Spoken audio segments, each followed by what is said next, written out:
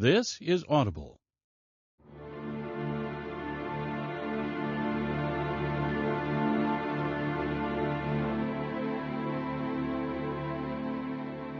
Brilliance Audio presents the unabridged recording of The Search by Nora Roberts, performed by Tanya Eby.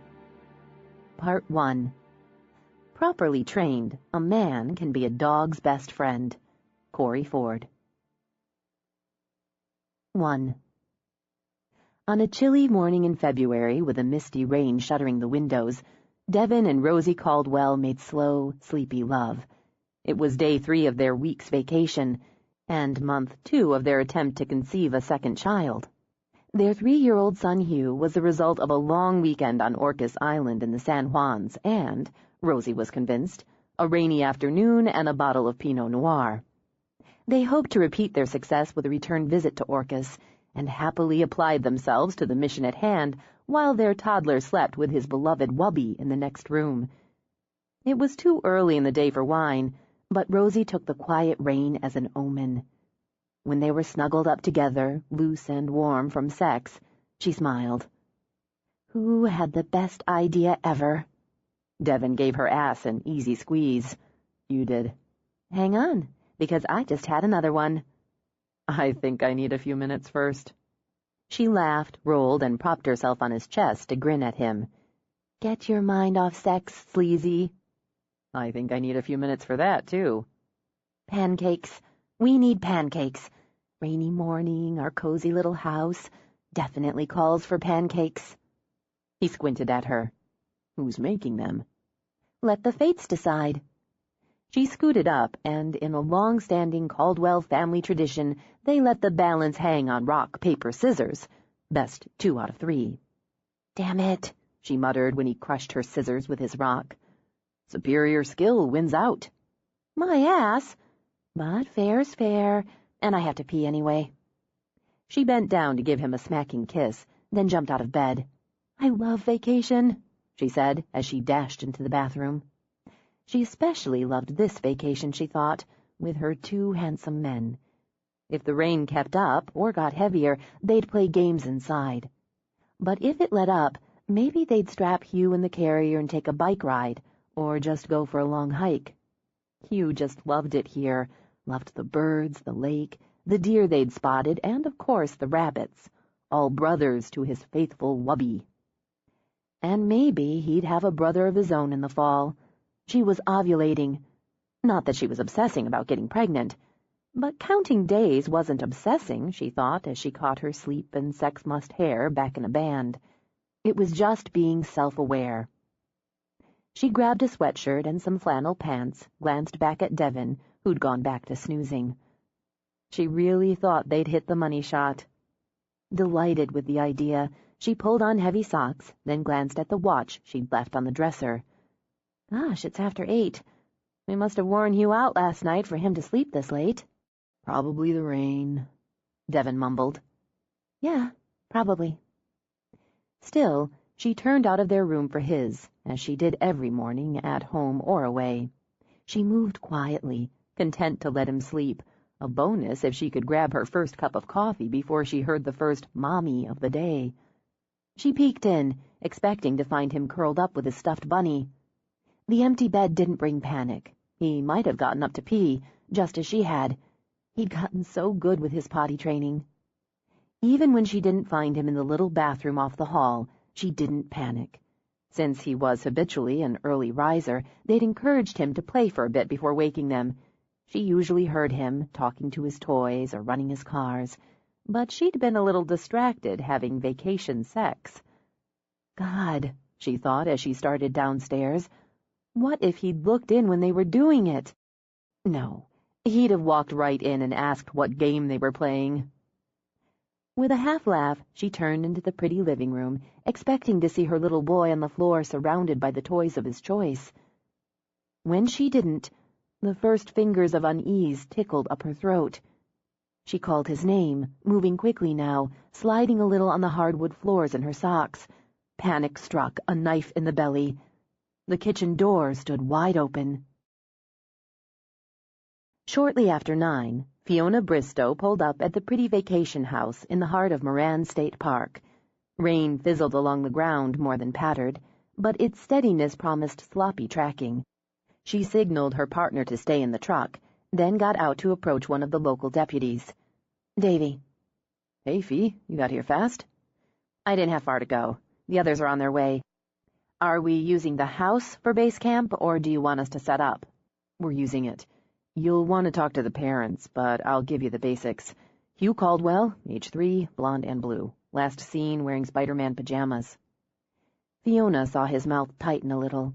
Davy had a boy about the same age as Hugh, and she imagined he had a pair of Spider-Man PJs, too. "The mother first noticed he was missing at about 8:15, Davy continued. "Found the back door open. No visible signs of forced entry or an intruder. The mother alerted the father. They called it in right away, and they ran around, calling for him, looking in the immediate area." "And tracked up the place," Fiona mused. But who could blame them? "We did a house and grounds search to make sure he wasn't just hiding." Davy turned back to Fiona with rain dripping off the bill of his cap. "He's not in the house, and his mother says he has his stuffed bunny with him. He sleeps with it, carts it around habitually. We've got rangers on the search. McMahon and Matt are out there," he added, referring to the sheriff and a young deputy. "McMahon cleared me to call in your unit and assigned me to base." "We'll set up and get started. I'd like to interview the parents now, if that's good for you." He gestured toward the house. "They're scared, as you'd expect, and they want to go out and look for him. You might help me talk them down from that." "I'll see what I can do." Thinking of that, she went back to the truck, opened the door for her partner. Peck hopped out and walked with her and Davy to the house. At Davy's nod, Fiona crossed to the couple, who rose from their huddle on the couch. The woman clutched a little red fire engine. "Mr. and Mrs. Caldwell, I'm Fiona Bristow with Canine Search and Rescue. This is Peck." She laid a hand on the head of the chocolate lab. "The rest of my unit's on the way. We're going to help look for Hugh." "You need to go. You need to go right now. He's only 3. "Yes, ma'am. The rest of my unit will be here any minute.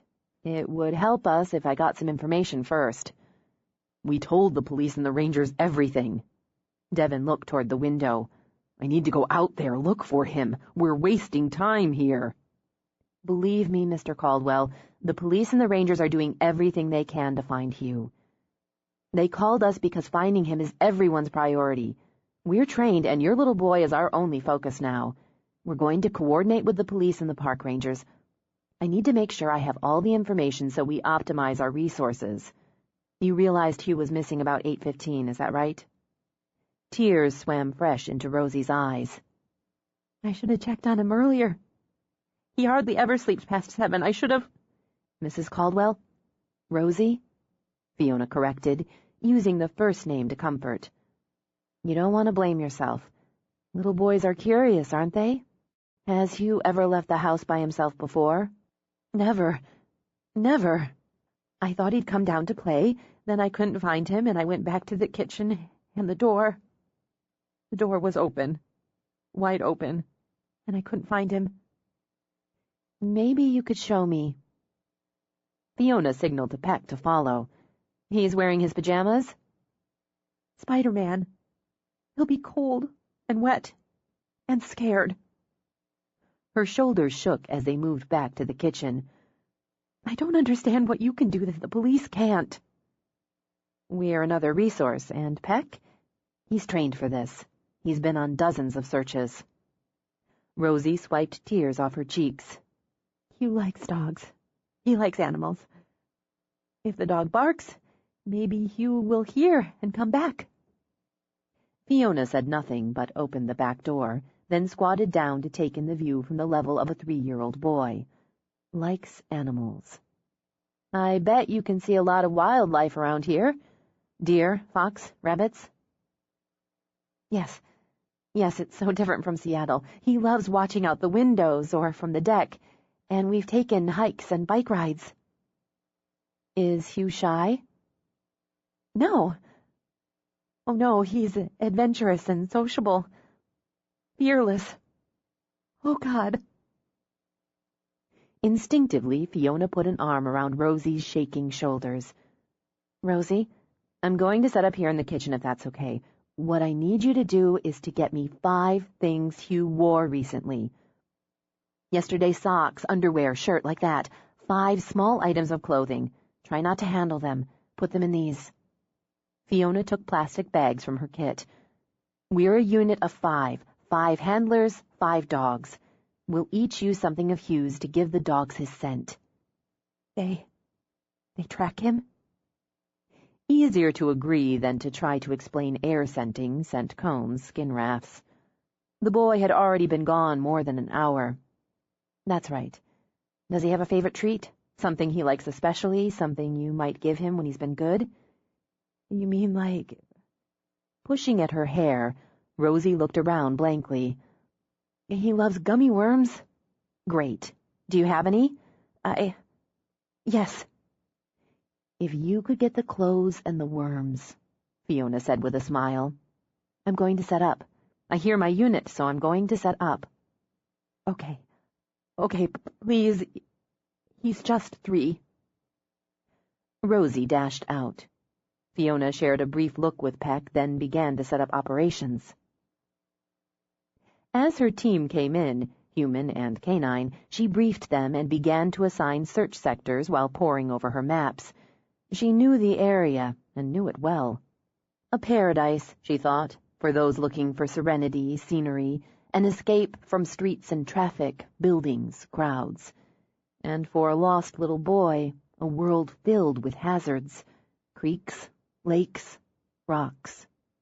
More than 30 miles of foot trails, she thought, over 5,000 acres of forest to swallow up a 3-year-old and his stuffed rabbit. "We've got a heavy drizzle, so we'll keep the search grids close and cover this area." As Field OL, operational leader, Fiona outlined their sections on the map while Davy listed data on a large whiteboard. "We'll overlap some with the other teams, but let's keep good communication so we don't step on our own feet." "He's going to be wet and chilled by now." Meg Green, mother of 2 and recent grandmother, looked at her husband, Chuck. "Poor little guy." "And a kid that age, he's got no sense of direction. He'll wander anywhere." James Hutton frowned as he checked his radio. "He might tire out, just curl up and sleep." Lori Dyson nodded toward her German Shepherd Pip. "He might not hear the searchers calling for him, but our guys will sniff him out." "That's the plan. Everyone has their coordinates? Radios checked? Packs checked? Make sure you set your compass bearings. With my and emergency surgery, Davy's solo base OL, so we'll check in with him as we cover our sectors." She stopped as the Caldwells came back in. Rosie's chin wobbled. "I have what you asked for." "That's great." Fiona crossed to her, then laid her hands on the terrified mother's shoulders. "You hold good thoughts. Everyone out there has only one thing to do, one thing on their mind.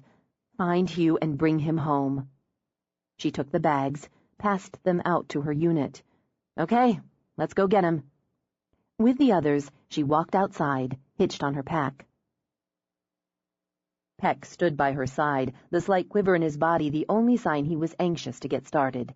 She and the others spread out to take their assigned sectors, and like the rest of her unit, she set her compass bearing.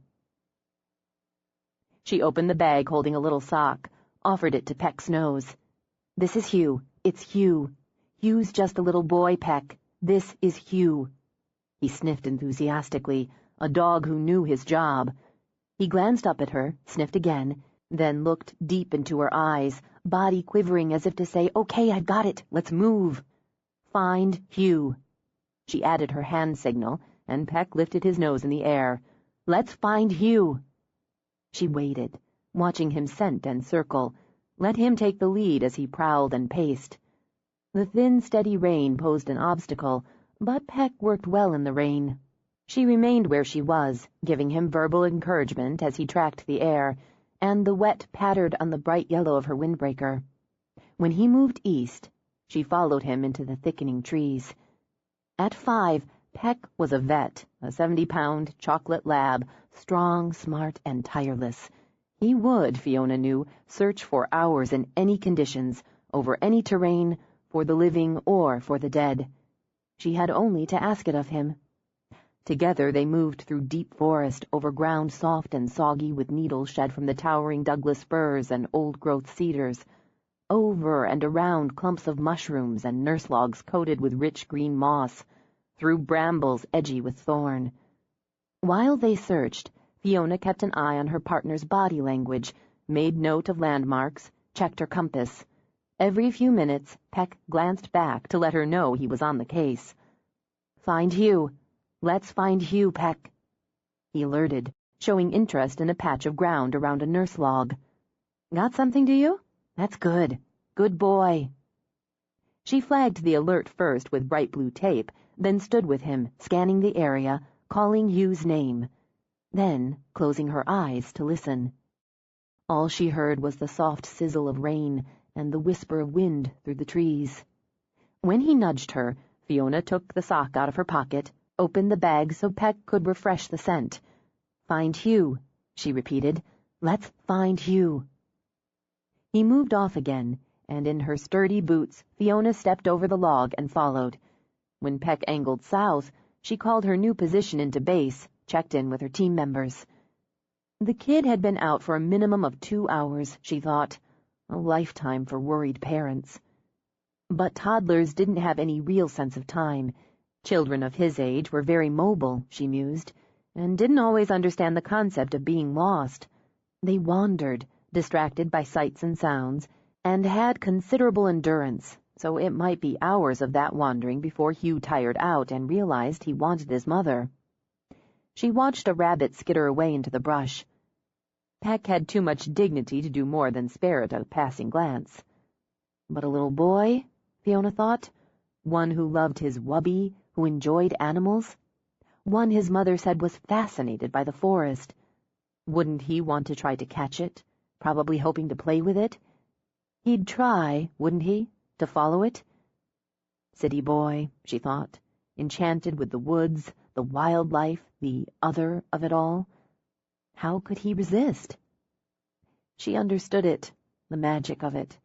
She'd been a city girl once herself, charmed and hypnotized by the green shadows, the dance of light, the sheer vastness of trees and hills and sea.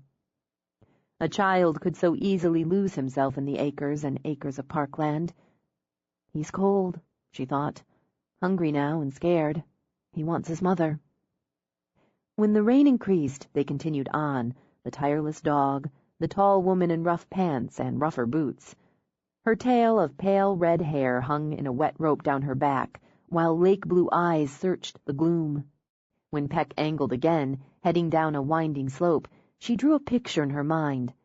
Less than 1/4 of a mile farther, if they continued in this direction, they'd come to the creek that marked the southeast border of her sector. Chuck and his Quirk searched the other side.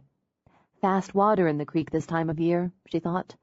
Cold and fast, the verges slippery with moss and rain. She hoped the little guy hadn't gone too close or, worse, tried to cross it.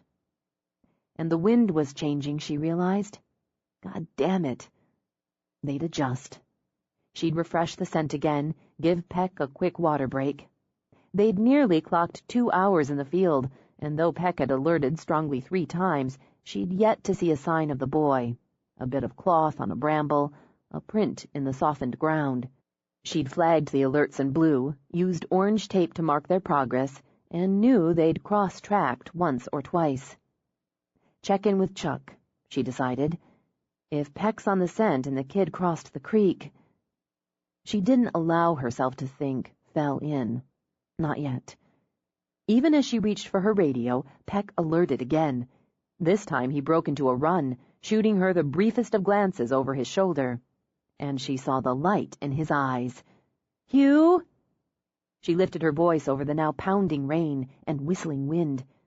She didn't hear the boy, but she heard Peck's 3 quick barks. Like the dog, Fiona broke into a run. She skidded a little as she rounded the turn on the downward slope. And she saw near the banks of the busy creek, a bit too near for her peace of mind, a very wet little boy sprawled on the ground with his arms full of dog. "Hey, Hugh, hi!" She crossed the distance quickly, squatted down, pulling off her pack as she went. "I'm Fiona, and this is Peck." "Doggy." He wept it into Peck's fur. "Doggy." "He's a good doggy. He's the best doggy ever." As Peck thumped his tail in agreement, Fiona pulled a space blanket out of her pack. "I'm going to wrap you up, and Wubby too. Is that Wubby?" "Wubby fell down." "So I see. It's okay. We'll get you both warm, okay? Did you hurt yourself?" "Uh-oh." She said it cheerfully as she draped the blanket over his shoulders and saw the mud and blood on his feet. "Ouch, huh? We're going to fix you all up."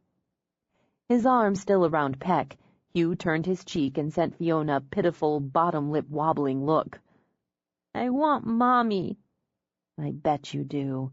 We're going to take you to Mommy, me and Peck. Here, look what Mommy sent you." She pulled out the little bag of gummy worms. "Bad boy," Hugh said, but he eyed the candy with interest while he clung to Peck. "Mommy's not mad. Daddy's not either. Here you go." She gave him the bag, pulled out her radio. When Hugh offered a worm to Peck, Peck gave Fiona a sidelong glance. "Can I, huh? Can I?" "Go ahead, and say thank you." Peck took the candy delicately from the boy, gulped it down, then thanked him with a sloppy kiss that made Hugh giggle. With that sound warming her heart, Fiona contacted base. "We've got him, safe and sound. Tell Mom he's eating his gummy worms and we'll be on our way home." She winked at Hugh, who fed the filthy and wet stuffed rabbit, then popped the same candy into his own mouth. "He's got some minor cuts and scrapes. He's wet, but he's alert. Over." "Copy that. Good work, Fee. Do you need help?" "Over." "We've got it. Heading in. I'll keep you updated. Over and out." "Better wash those down," she suggested, and offered Hugh her canteen. "What's it?" "It's just water." "I like juice." "We'll make sure you get some when we get back. Drink a little, okay?" He did what he was told, sniffling. "I peed outside like Daddy showed me, not in my pants." She grinned at him and thought of Peck's strong alerts. "You did good. How about a piggyback ride?" As they had at the sight of the candy, his eyes brightened. "Okay." She wrapped the blanket securely around him, then turned so he could climb onto her back. "You call me Fee. If you need something, you just say, 'Fee, I need,' or 'I want.'" "Doggy." "He's coming too. He'll lead the way." From her crouch, she rubbed Peck, hugged him hard. "Good dog, Peck. Good dog. Return." With the pack slung over her shoulder and the boy on her back, the three of them began the hike out of the woods. "Did you open the door by yourself, Hugh?" "Bad boy," he murmured. Well, yeah, she thought, but who wasn't bad now and then? "What did you see out the window?" "Wubbies. Wubby said let's go see the wubbies." "Uh-huh. Smart kid," she thought. Blame it on the rabbit. Hugh began to chatter then, so fast and in the toddlerese that defeated her on every third word. But she got the gist. Mommy and Daddy sleeping, bunnies out the window. What could you do? Then, if she interpreted correctly, the house disappeared and he couldn't find it. Mommy didn't come when he called, and he was going to get a timeout. He hated timeouts. She got the picture because even saying timeout made him cry with his face pressed against her back. "Well, if you get one, I think Wubby needs one too."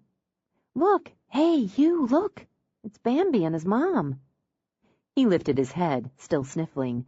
Then tears were forgotten as he squealed at the sight of the fawn and doe. Then he sighed, laid his head on her shoulder when she boosted him up a bit. "I'm getting hungry." "I guess you are. You've had a really big adventure." She managed to dig a power bar out of her pack. It took less time to hike out than it had to search through, but by the time the trees began to thin, the boy weighed like a stone on her back. Revived, rested, fascinated with everything, Hugh talked nonstop. Amused, Fiona let him ramble and dreamed of a vat of coffee, an enormous burger, and a gallon bucket of fries. When she spotted the house through the trees, She dug out another gear and quickened her pace. They'd barely cleared the line when Rosie and Devin ran out of the house. Fiona crouched. "Off you go, Hugh. Run to Mommy." She stayed down, slung her arm around Peck, whose entire body wagged with joy. "Yeah," she murmured to him as Devin beat his wife by a couple lopes and snatched Hugh up. Then the three of them were twined together in a tangle of limbs and tears. "Yeah, it's a good day. You're the man, Peck." With her son safe in her arms, Rosie hurried toward the house. Devin broke away to walk unsteadily to Fiona. "Thank you. I don't know how to—" "You're welcome. He's a great kid." "He's everything. Thank you so much." As his eyes filled, Devin wrapped his arms around Fiona and, much as Hugh had, dropped his head on her shoulder. "I can't tell you." "You don't have to." Her own eyes stung as she patted his back. "Peck found him. He's the one. He'd be pleased if you shook his hand." "Oh." Devin scrubbed at his face, drew in a couple steadying breaths. "Thank you, Peck. Thank you." He crouched, offered his hand. Peck smiled as dogs do and placed his paw in Devin's hand. Can I hug him?" "He'd love it." On a deep, shuddering sigh, Devin hugged Peck's neck, pressed his face to the fur. Over the man's shoulder, Peck sent Fiona a twinkling look. "Wasn't that fun?" he seemed to say. "Can we do it again?" 2. After debriefing, Fiona drove home while Peck sprawled in the back for a quick power nap. He'd earned it, she thought, just as she'd earned the burger she was going to make herself and devour while she transcribed the log onto her computer. She needed to give Sylvia a call, tell her stepmother they'd found the kid, and she wouldn't need her to fill in for the afternoon classes after all. Of course, now that the hard work was done, Fiona thought, the rain decided to back off. Already she could see a few breaks of blue in the gray. Hot coffee, she decided, hot shower, lunch and paperwork, and with some luck she'd have dry weather for the afternoon schedule. As she drove out of the park, she caught the faint glimmer of a rainbow over the rain-churned sound. A good sign, she decided. Maybe even a portent of things to come. A few years before, her life had been like the rain, dull and gray and dreary. The island had been her break in the clouds, and her decision to settle there her chance for rainbows. "Got what I need now," she murmured. "And if there's more, well, we'll just see." She turned off the snaking road onto her bumpy drive. Recognizing the change in motion, Peck gave a snort and scrambled up to sit. His tail thumped the seat as they rattled over the narrow bridge spanning her skinny, bubbling stream. When the house came into view, the tail picked up in rhythm, and he gave a happy two-note bark. Her doll-sized cabin, shingled in cedar, generous with windows, grew out of her pretty chunk of forest and field. The yard sprawled and sloped, and held what she thought of as training zones. The sliding boards, teeter-totters, ladders and platforms, tunnels and pass-throughs ranged with benches, tire swings and ramps, gave most the impression of a woodsy play area for kids. Not that far off, Fiona thought. The kids just had 4 legs. The other 2 of her 3 kids stood on the covered front porch, tails wagging, feet dancing. One of the best things about dogs, to Fiona's mind, was their absolute joy in welcoming you home, whether you'd been gone for 5 minutes or 5 days. There lay unconditional and boundless love. She parked, and her car was immediately surrounded by canine delight while, inside, Peck wiggled in anticipation of reunion with his best pals. She stepped out to nuzzling snouts and wagging tails. "Hi, boys." Ruffling fur, she angled to open the back door. Peck leaped out so the love fest could begin. There was sniffing, happy grumbling, body bumping, then the race and chase. While she retrieved her pack, the 3 dogs charged away, zipping in circles and zigzags before charging back to her. Always ready to play, she mused as 3 pairs of eyes stared up at her with hopeful gleams. "Soon," she promised. "I need a shower, dry clothes, food. Let's go in." What do you say, want to go in? In answer, all three bulleted for the door. Newman, a yellow lab and the oldest, at 6, and the most dignified, led the pack. But then Bogart, the black lab and the baby at 3, had to stop long enough to grab up his rope. Surely someone wanted to play tug. They bounded in behind her, feet tapping on the wide-planked floor. Time, she thought, with a glance at her watch, but not a lot of it. She left her pack out as she had to replace the space blanket before she tucked it away. While the dogs rolled on the floor, she stirred up the fire she'd banked before leaving, added another log. She peeled off her wet jacket as she watched the flames catch. Dogs on the floor, a fire in the hearth, she thought, made the room cozy. It tempted her to just curl up on the love seat and catch her own power nap. No time, she reminded herself, and debated which she wanted more, dry clothes or food. After a struggle, she decided to be an adult and get dry first. Even as she turned for the stairs, all 3 dogs went on alert. Seconds later, she heard the rattle of her bridge. Who could that be? She walked to the window, trailed by her pack. The blue truck wasn't familiar, and on an island the size of Orcus, there weren't many strangers. Tourist was her first thought, a wrong turn, a need for directions. Resigned, she walked outside, gave her dogs a signal to hold on the porch. She watched the man get out. Tall, a lot of dark hair, scarred boots, worn jeans on long legs.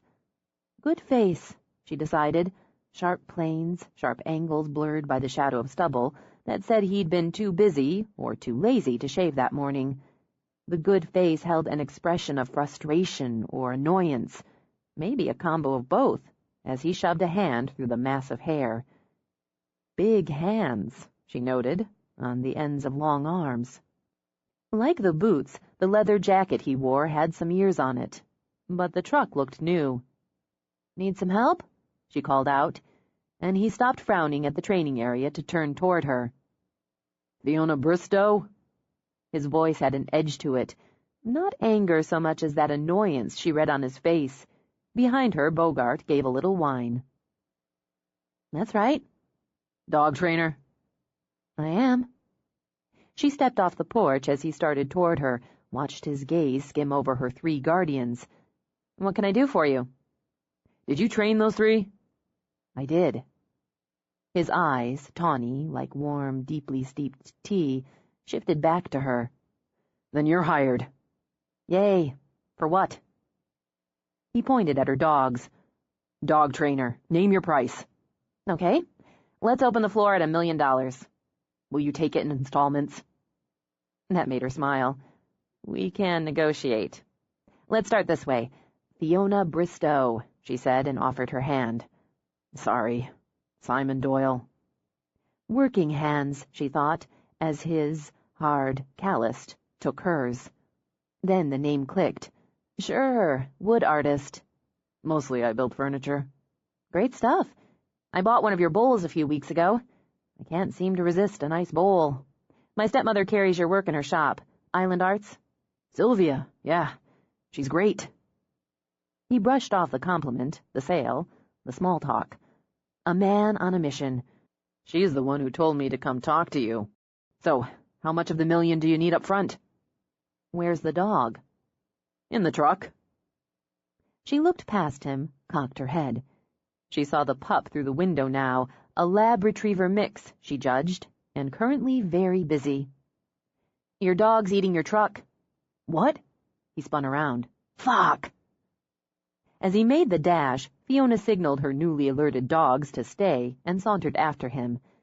The best way to get a gauge on the man, the dog, and their current dynamic was to watch how he handled the situation. "For God's sake!" He wrenched open the door. "God damn it, what's wrong with you?" The puppy, obviously unafraid, unrepentant, leaped into the man's arms and slathered his face with eager kisses. "Cut it out! Just stop!" He held the puppy out at arm's length, where it wagged and wriggled and yipped in delight. "I just bought this truck. He ate the headrest. How could he eat the headrest in under 5 minutes? It takes about 10 seconds for a puppy to get bored. Bored puppies chew. Happy puppies chew. Sad puppies chew. Tell me about it, Simon said bitterly. I bought him a mountain of chew deals, but he goes for shoes, furniture, freaking rocks, and everything else, including my new truck. Here. He shoved the puppy at Fiona. Do something. She cradled the pup, who immediately bathed her face as if they were reunited lovers. She caught the faintest whiff of leather on his warm puppy breath. Aren't you cute? Are you a pretty boy? He's a monster. Simon snarled it.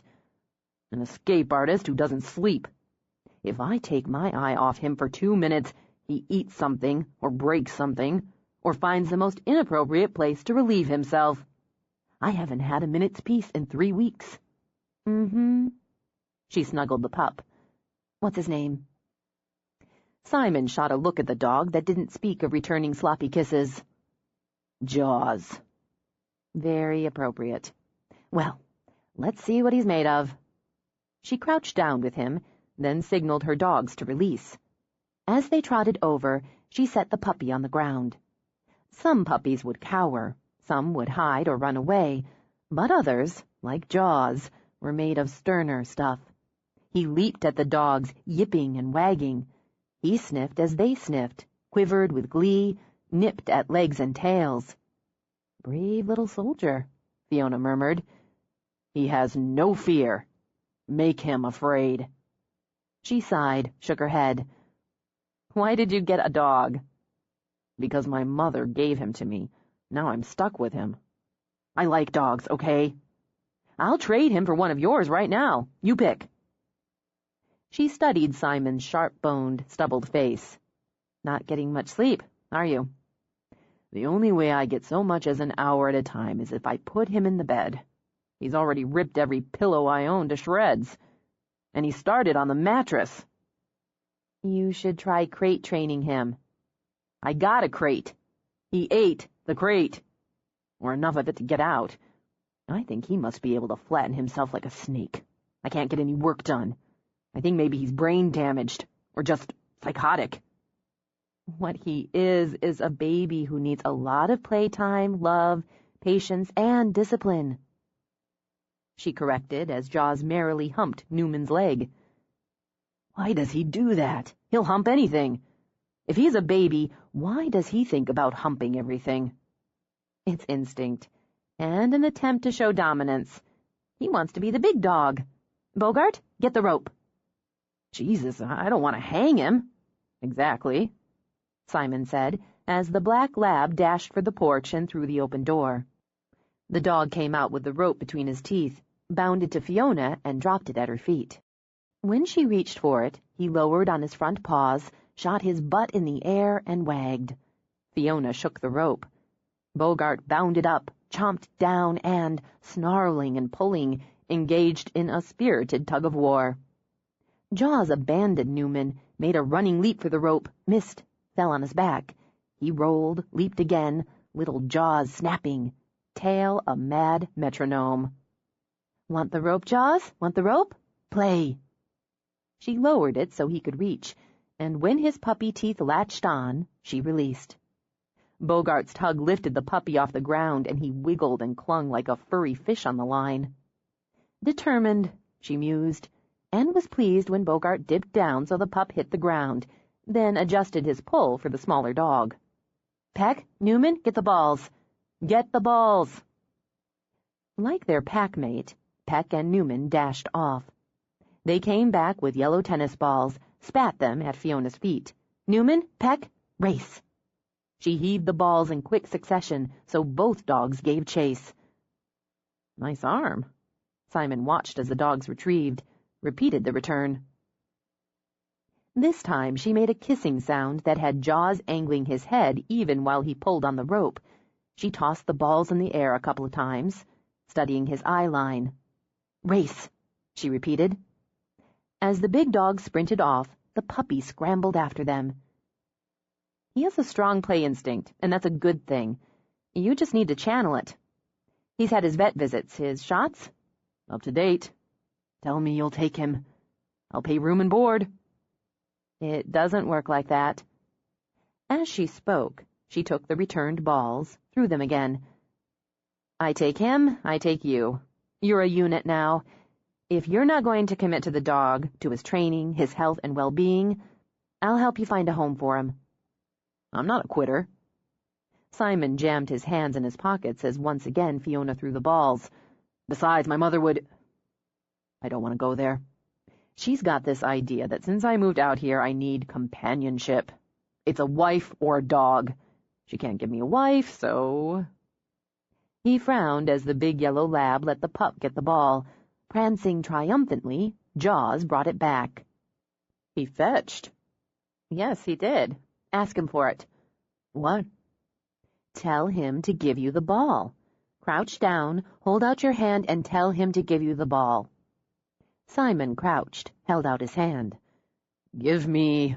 Jaws leaped into his lap, nearly bowling Simon over, and wrapped his ball-carrying mouth into his face. Tell him off, Fiona instructed, and had to bite the inside of her cheek as, obviously, from his expression, Simon Doyle didn't see the humor. Set him down on his rump, hold him down gently, and take the ball away. When you've got the ball, say, "Good dog." Repeat it. Be enthusiastic. Smile. Simon did as he was told, though it was easier said than done with a dog that could wiggle like a wet worm. There. He's successfully fetched and returned. You'll use small bits of food and lavish praise, the same commands over and over again. He'll catch on. Tricks are great, but I'm really more interested in teaching him not to destroy my house. He shot a bitter look at the mangled headrest. Or my truck. Following any command is a discipline. He'll learn to do what you ask if you train him with play. He wants to play. He wants to play with you. Reward him with play and with food, with praise and affection, and he'll learn to respect the rules of the house. He wants to please you, she added when the pup rolled over to expose his belly. He loves you. Then he's an easy target since we've had a rocky and short relationship. Who's your vet? Funaki. Mai's the best. I want copies of his medical records for my files. I'll get them to you. You'll want to buy some small dog treats, the sort he can just chomp down rather than the bigger ones he'd need to stop and chew. Instant gratification. You'll want a head collar and a leash in addition to his regular collar. I had a leash. He ate it, Fiona finished. It's common enough. Great. Head collar? Like a muzzle? She read Simon's face clearly enough and was unsurprised when she saw him considering the idea of a muzzle, and was pleased when she noted his rejecting frown. No, it's like a halter, and it's gentle and effective. You'll use it during training sessions here and at home. Instead of putting pressure on the throat, it puts pressure, gentle pressure, on calming points. It helps persuade a dog to walk rather than lunge and pull, to heel. And it'll give him more control as well as put you more in tune with your pup. Fine, whatever works. I'd advise you to replace or repair the crate and lay in a very big supply of chew toys and rawhide. The rope's pretty much no fail, but you'll want tennis balls, rawhide bones, that sort of thing. I'll give you a basic list of recommendations and requirements for training. I've got a class in... She checked her watch. Crap. 30 minutes, and I didn't call Syl.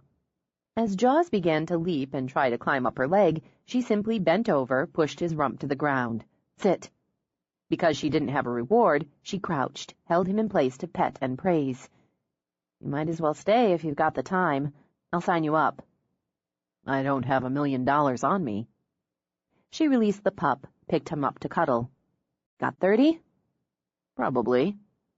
30 for a 30-minute group session. He's, what, about 3 months old? About. We'll make it work. It's an 8-week course. You're 2 behind.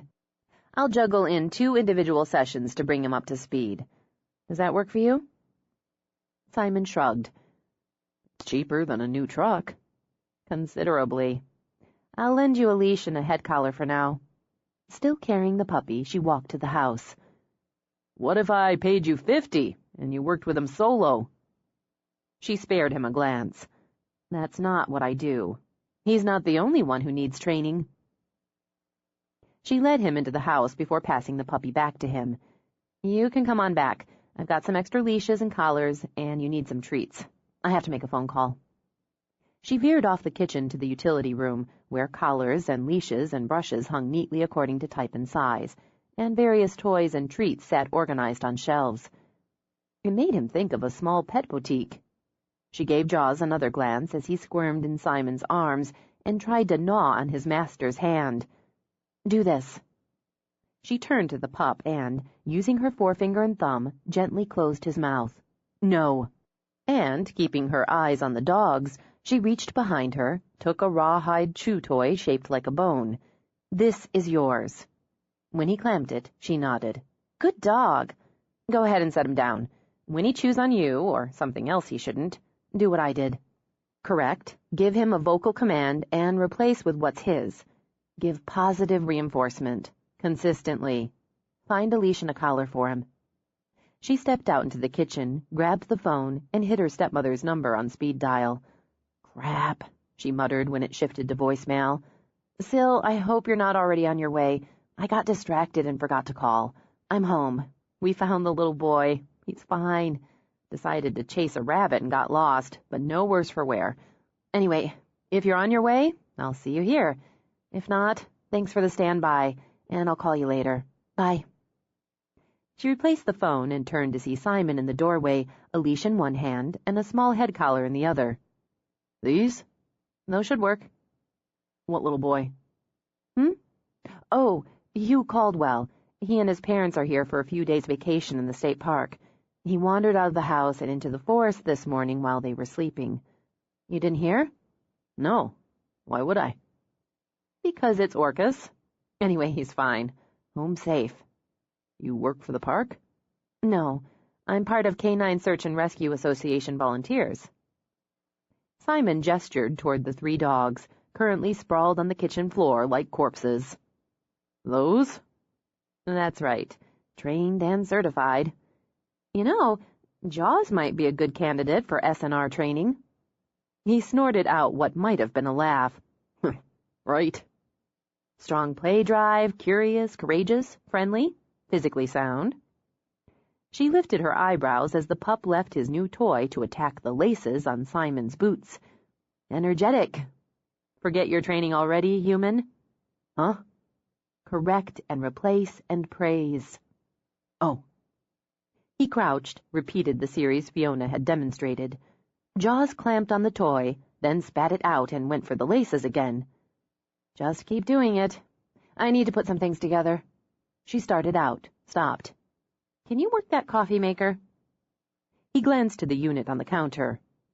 I can figure it out. Do that, will you? Black, 1 sugar. I'm running low. He frowned after her. While he'd only been on the island a few months, he doubted he'd ever get used to the casual open-door policy. Just come on in, complete stranger, he thought, and while you're at it, make me some coffee while I leave you virtually alone. She only had his word on who he was, and besides that, nobody knew he was there. What if he was a psycho, a rapist? Okay, 3 dogs, he mused, eyeing them again, but so far they'd been friendly, and about as casual as their mistress. And currently they were snoring away. He wondered how she managed to live with 3 dogs when he could barely find a way to tolerate 1.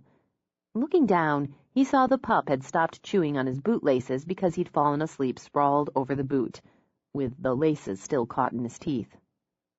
With the same care and caution a man might use when easing away from a wild boar, Simon slowly slid his foot back, holding his breath until the pup oozed like furred water onto the kitchen floor, passed out cold.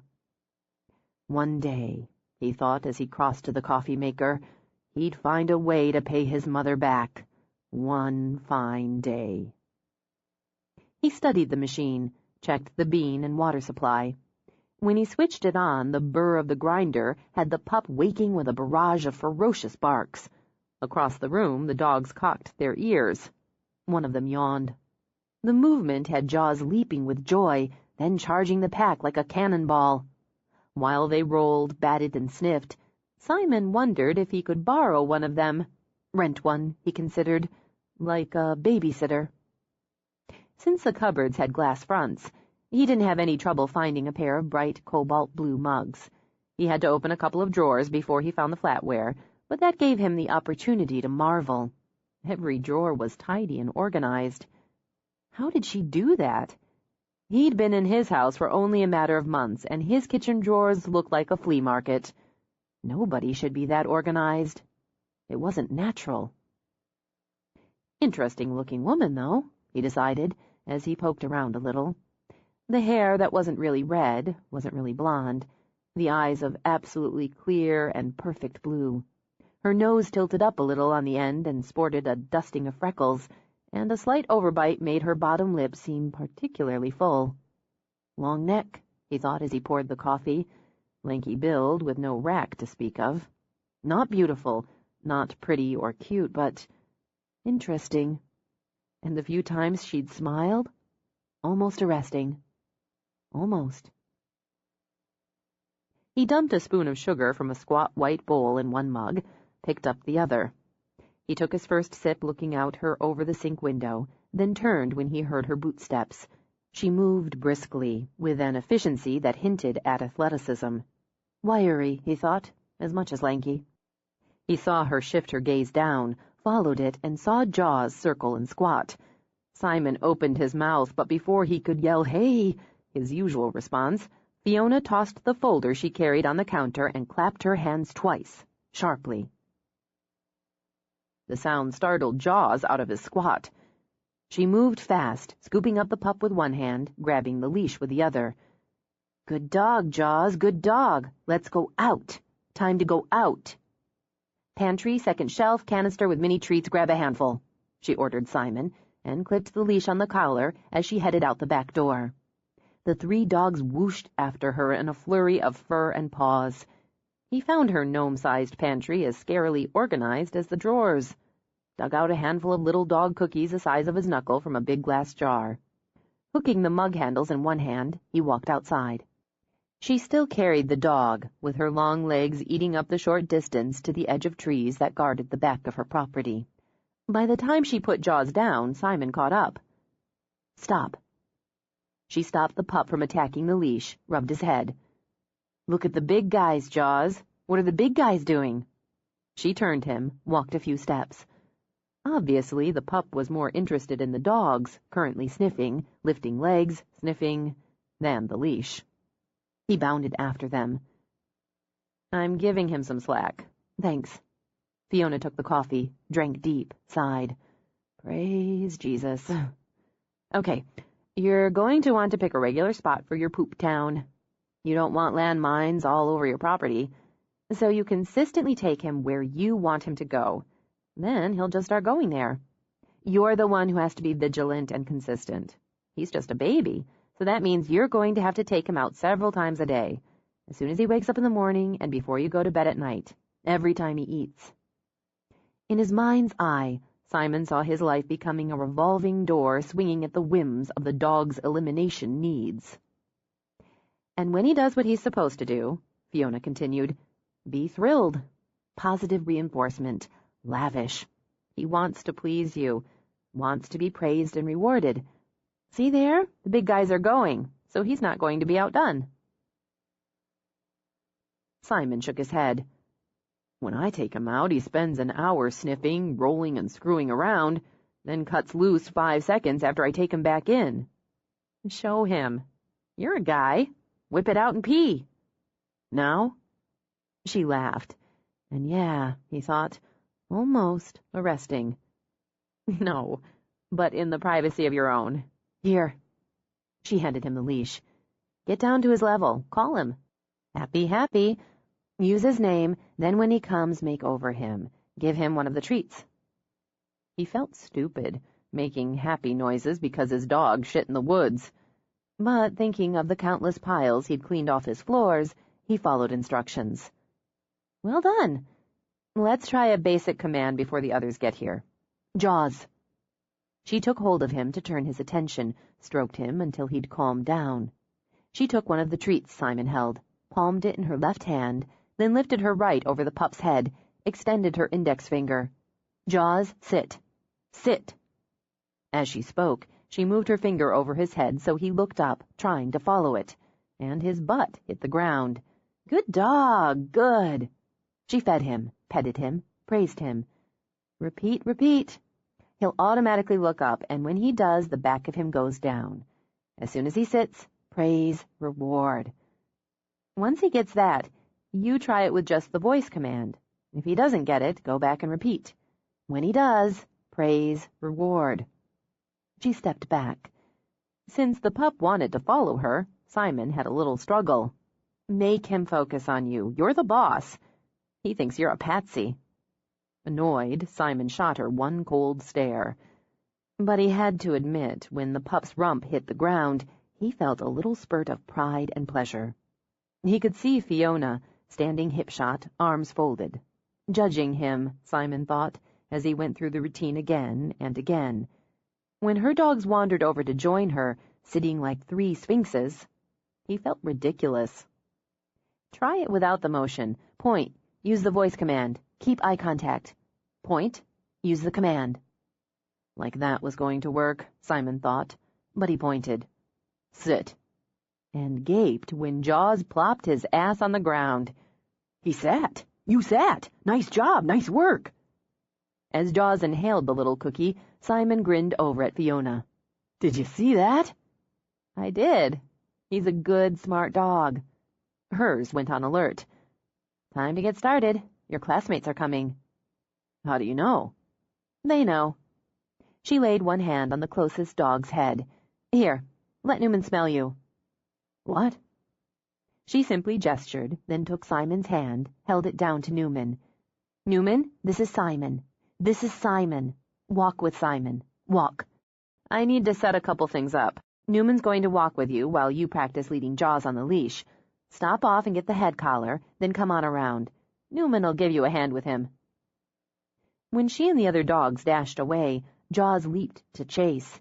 Newman simply gave him a gentle body block. Want to come home with me, big guy? I could use you. Walk, right? Walk. In fits and starts, with the big lab running interference, Simon managed to lead, pull, and drag the puppy across the lawn. If the wiry, almost arresting dog trainer earned her fee, he thought, he might end up with a dog as appealing as Newman. Miracles happened. Occasionally. An hour later, exhausted, Simon sprawled on his own living room couch. Jaws scrabbled at his leg, whined. Jesus, don't you ever wind down? I feel like I've been to boot camp. He hefted the dog up, and Jaws wiggled and licked and snuggled. Yeah, you did okay. We did okay. He scratched the pup's ears. In minutes, man and dog were sound asleep. 3. With a day loaded with classes, Fiona needed a jump start to the morning. Over sweetened black coffee, she debated the relative fuel ratios of Fruit Loops versus toaster strudels. Maybe a combination of both, she considered, as she'd missed out on that fat burger and mountain of fries the day before due to man and dog. Sexy man, sweet dog, she mused. But she'd ended up settling for frozen pizza at the end of a long day because she'd been too tired to think about actually cooking. Since she had another long day ahead of her, what was the harm in an extra boost of sugar? As she debated, she drank the coffee and watched her dogs play outside. She never got tired of watching them, and wasn't she lucky she could make a reasonable living in the company of dogs and do something important? She thought of a little boy, warm and safe, and a father weeping with relief with his arms around a very good dog.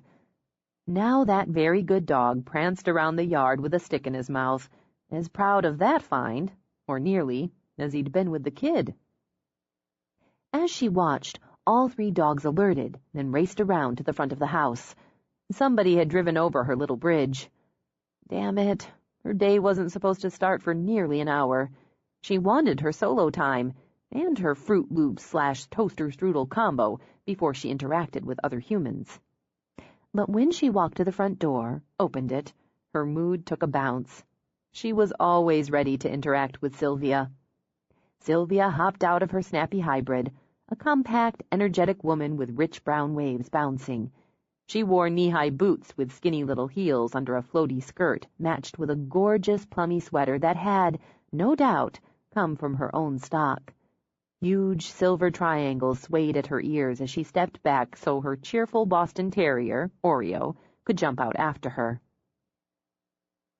The dogs immediately fell into an orgy of delighted welcome, sniff, lick, roll, run. Sylvia gracefully waded through them and shot Fiona one of her stunning smiles. "Morning, cutie. We're an hour early, I know, but I wanted some gossip time. Can you spare it?"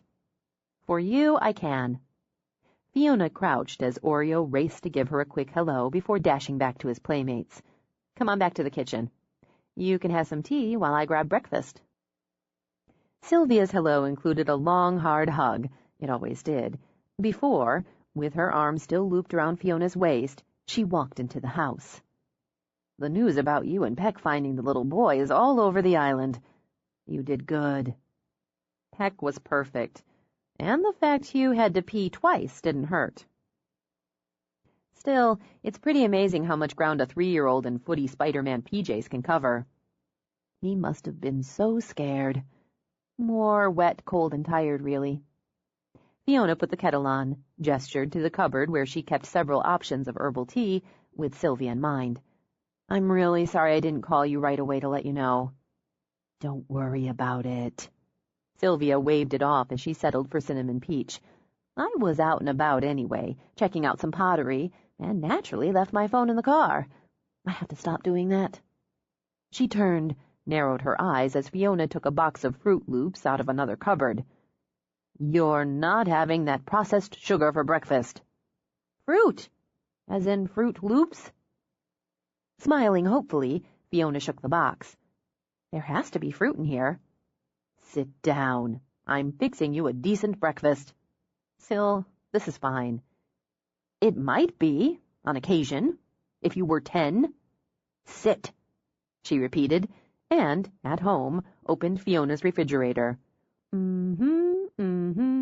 I can work with this. You'll have a nice egg white omelet on whole wheat toast." "I will. And fill me in on the distraction. An interesting eyeful, isn't he?" "Adorable. And with some training, he'll be a wonderful companion." Sylvia shot Fiona an arched look as she pulled out a small bowl in a tiny container. "I meant Simon." "Maybe I did, too." "Ha! He's tremendously talented and well-mannered, if a little mysterious." "Which one are you talking about?" "Smarty." Expertly, Sylvia separated the eggs, sealing the yolks in the container before whipping the whites together with a little cheese and herbs. "He has a lovely house on East Sound, is meticulous in his craft, has gorgeous eyes, a strong back, a cute puppy, and he's single." "He sounds perfect for you. Go get him, Syl." "I might, if he wasn't 2 decades behind me." Sylvia poured the egg whites into the skillet she had heating and popped bread into the toaster as Fiona fixed the tea. "You go get him." "What would I do with him once I got him? Besides that," she added when Sylvia snorted, "men, like dogs, aren't just for the fun times. They're a full-out, long-term commitment." "You need the fun times so you can decide if you want the rest. You could try, I don't know, the wild and crazy concept of a date." "I've been known to date. I prefer group socialized events, but I occasionally date. And I occasionally indulge in those euphemistic fun times. And before you give another nudge, just let me say, pot, kettle. I married the love of my life and had 10 wonderful years with him. Sometimes I still feel cheated we didn't have more time." "I know." Fiona slipped over to rub a hand down Sylvia's back as they both thought of Fiona's father. "You made him so happy." "We made each other. I can't help wanting that for you." She slid the omelet onto the lightly browned toast on a plate. "Eat your breakfast." "Yes, ma'am." They sat across from each other at the tiny table, and Fiona took the first bite. God, this is good, and hardly took more time or effort than pouring colored sugar into a bowl. You're entirely too hard on the loops of fruit, but this is too good for me to argue. Well, while you're eating a decent breakfast, I'll tell you what I know about Simon Doyle. Sipping, Sylvia leaned back, crossed her legs. And don't bother trying to tell me you're not curious. Okay, I won't, because I am. A little curious. He's 33, originally from Spokane, though he lived the last several years in Seattle. Spokane and Seattle, night and day. And pretty much. His father owns and still operates as a contractor in Spokane, with Simon's older brother. He double-majored in art and architecture at USC, then worked as a cabinet maker before he began to design and build furniture. He did pretty well for himself in Seattle, won some awards, had a very hot affair with Nina Abbott. The singer? That's right. Pop star, rock star. I'm not sure where she fits. Bad girl of pop, Fiona said over a mouthful of omelet. She's a little crazy. Maybe so, but they steamed it up for a few months after she commissioned him to design several pieces for her house on Bainbridge Island. She's originally from Washington State and has a house there. Yeah, I know. I read People, watch ETV now and then. Wait, he's the one? I remember reading some dish about her and a carpenter. The press mostly referred to him as a carpenter. She's sexy and talented, but there's that little bit crazy factor. Some people like to shock, I think. Anyway, it fizzled. Still, I expect it didn't hurt him, business-wise.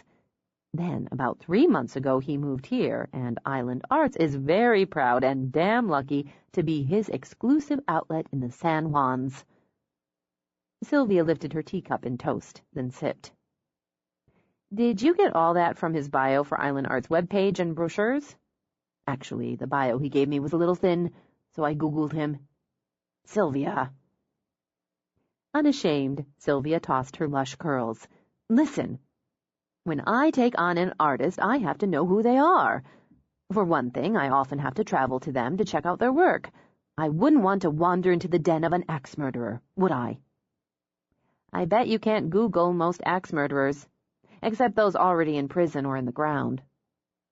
You never know.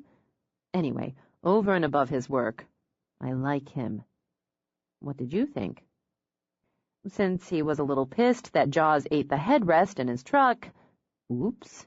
Yeah, and was obviously frustrated with his new puppy owner status. It might be difficult to judge. On surface observation, and setting aside his physical attributes. And he has them, Sylvia said with a wicked wiggle of eyebrows. No question.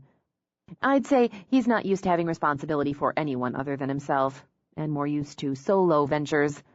A lone wolf sort, which you've added to with this morning's data. A private place on the sound of a very small island. His move away from family, his choice of career. Sometimes a lone wolf just hasn't found a mate, or his pack. You're forever a romantic. Guilty, Sylvia agreed, and proud of it. Well, on his side, the puppy's crazy about him, shows no fear. Right now, the dog is the alpha, which tells me the man has a soft center. It may be small, can't know yet, but it's there. That's also illustrated by the fact that, while he's very frustrated and annoyed, he doesn't seem inclined to get rid of the dog, and when given logical options, he accepts. He signed Jaws up for kindergarten, and while I wouldn't say Simon appears to be happy or enthusiastic about it, he did seem determined. So, while not especially used to taking responsibility for another, he will take it when he sees no way out. I swear you should have gone into psychology, or profiling. Everything I know I learned from dogs. Fiona rose to take her plate to the dishwasher, then turned to step behind Sylvia's chair and wrap her arms around her stepmother's neck. Thanks for breakfast. Any time. Have another cup of tea. I'm going to set up for class. I'll help you. Not in those boots. We're a little soggy from yesterday's rain. Change your very sexy ones for my Uggs before you come out. They're in the mudroom. Fee, Sylvia said before Fiona left the room. Yeah? It's been nearly 8 years now. For both of us. I know. It hit me this morning. Sometimes it does when it comes up on the anniversary of Will's death. So I just wanted to get out of the house, and more to see you. I want to tell you how glad I am you're here, that I can come by and fix you breakfast, or borrow your Uggs. I'm so glad, Fee. Me too. He'd be so proud of you. He was proud of you, but I know he was. And I like knowing he'd be proud and happy with what I've done. With what I'm doing. She let out a breath. Greg would too, I think. So much of him's faded, his voice, his scent, even his face. I never thought I'd have to pull out a photo to bring his face clearly into my head. 7 years is a long time. You were so young, sweetie. I know you loved him, but you were so young. You didn't have much time together, really. Almost 2 years, and he taught me so much. I have what I have now because of what Greg taught me, what he showed me, what he gave me. I did love him, Sil, but I can't remember what it felt like anymore. I can't bring back how he made me feel. We loved him too, your dad and I. He was a good, good man. The best. Fee, maybe you can't bring back what you felt for him because it's time you let yourself feel for someone else. I don't know. Sometimes I'm not sure I'll ever be ready for that. Feelings don't always happen when we're ready for them. Maybe not. Maybe I'll get a surprise. But for now, I've got enough to keep me occupied. Don't forget the Uggs. After her advanced class, a group of 6, including Oreo, Fiona prepared for her special skills group, novice level. Most of the students were off-islanders, with hopes to earn certifications as search and rescue dogs. Some in this larger class would make it. Some would not. But she knew every dog and owner would benefit from the additional and more specialized training. As students arrived, it was socialization time for canines and humans. Not a waste of time, in her opinion, but a vital step. A dog who couldn't be or wouldn't be socialized would never make the cut, and the 10-minute mixer gave her the opportunity to judge how well the dogs and handlers were doing with their at-home training. She watched, her hands in the sagging pockets of an ancient hooded jacket. Okay, let's get started. We'll run the basics first. She ran them through heeling, on then off-leash, with mixed results. Snitch, Waldo, she said, addressing the dogs rather than the owners. We're going to need to practice those off-leash skills a little more at home. We're close, but you can do better. Let's try recall. Handlers, step away. I want you to wait until your dog is distracted, then give the command. Let's be firm. Don't forget reward and positive reinforcement. She deliberately distracted some of the young dogs herself, petting, playing. Still, the percentage of success pleased her. That percentage faltered on drop-on recall, as most of the dogs wanted to play when called. She culled out the worst offenders, assigning the others to work on sit-stay, while she did a few one-on-ones. There are good reasons you need your dog to stop instantly. There could be danger he doesn't understand. In addition, that instant and complete response shows absolute trust. When you say stop, or whatever word you choose for that command, your dog needs to obey without hesitation. Let's work on this with close proximity. Walk with your dog heeling, off-leash, then try your drop command. Callie, can I use Snitch to demonstrate? It wasn't the dog portion of the partnership that needed work, but the human, in Fiona's opinion. Callie tended to be hesitant. In minutes, with a sure, firm tone, Fiona had the puppy heeling like a champ and dropping on command like a soldier. I don't know why he won't do it for me. He knows he can mess with you, Callie. He doesn't believe you mean it, that you're in charge. You don't have to yell or be angry, but you have to be firm. Your voice, your face, your body language. Convince him you mean business. I'll try. Slightly better, Fiona judged, but she figured it was residual behavior from her own round with Snitch. Unless Callie toughened up, the little golden would walk all over her and back again. Okay, short break for playtime. It was the signal her own dogs waited for. They joined in the 5 minutes of chaos, the running, fetching, bounding after balls, rolling in wrestling groups. I don't mean to complain. Fiona added on another layer of patience as Earl Gaynor, retired cop and owner of a very clever young German shepherd, began all his complaints the same way. What's the problem, Earl? I understand one of your tenants is exploiting the play drive, but it just seems to me we spend an awful lot of time letting all these dogs fool around. And time, she knew, meant money as well. I know it might seem frivolous, but at this age, their attention span is very short. There's a real danger of overtraining. If a dog gets frustrated, simply can't keep up with all the new demands and expectations, he can give up, or revert, or rebel. They need time to work off some of that puppy energy, and to continue their socialization with other dogs, other humans. We're going to try a couple new things in the second 30 minutes today. Earl brightened immediately. Like what? Let's give them another couple minutes. Kojak has a lot of potential. You know that. He's smart, eager to please. If you stick with this another couple weeks, we'll be into some scent training. Before we go there, we're going to cement the bond, the socialization, and the tractability. Earl puffed out his cheeks. I heard about what you and your dog did yesterday, finding that boy. That's what I want to do. I know. And with your training, your experience, you'll be a great asset. Let's help Kojak want to do the same. He's on his way. I promise you.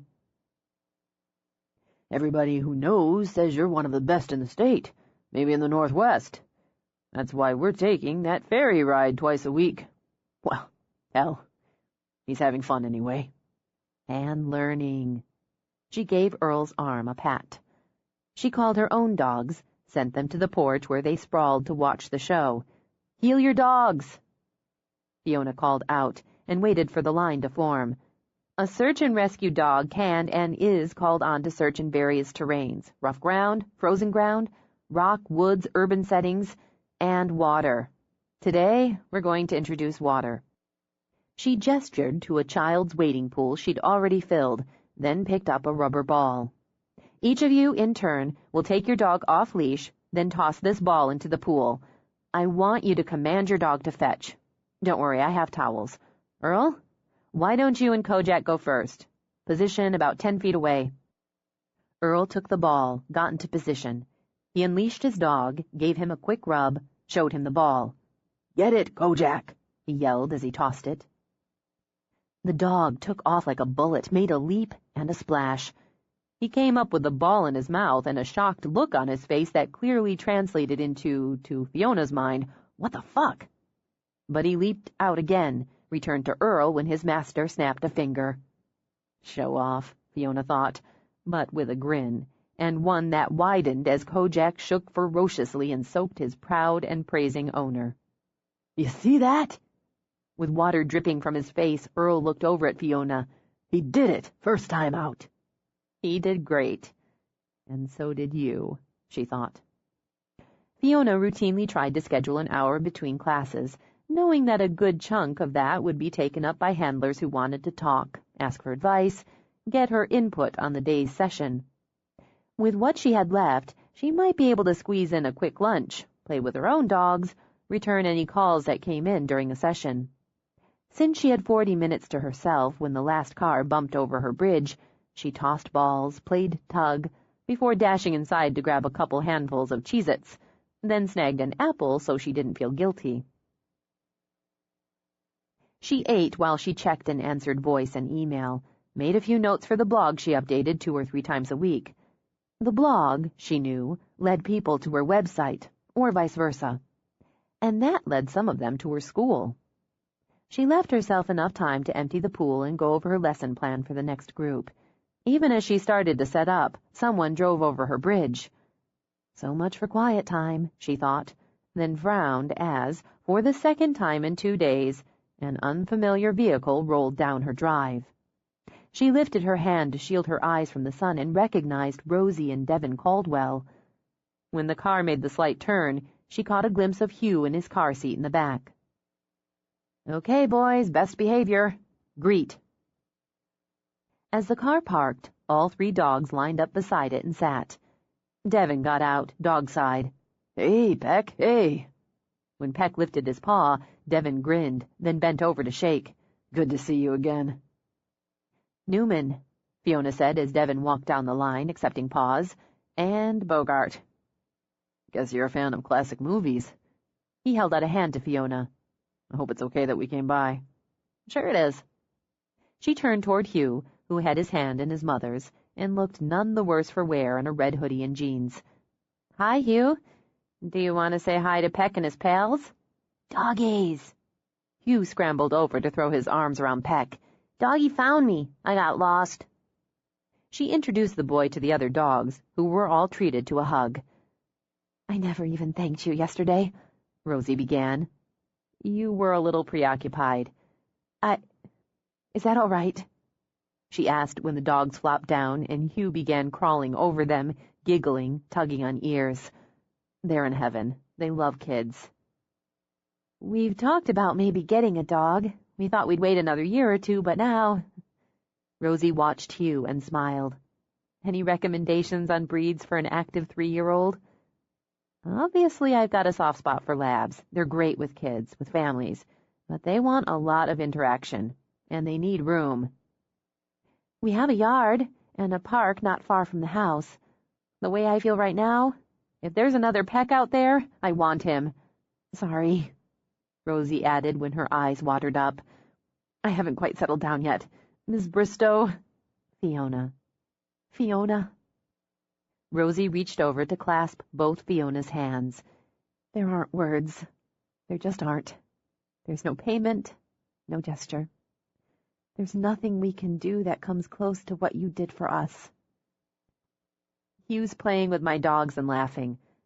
That's the payment. That's why we do this. Devin laid an arm over his wife's shoulders. We wrote a letter to the organization, the search and rescue organization, about your unit, and we're mailing it today with a donation. It's something. It's a lot. It's appreciated. When we get that puppy, we'll sign up for your classes, Rosie added. I wouldn't want anyone else to help us train him. Deputy Englewood told us you run an obedience school and train search dogs. And we're probably holding you up.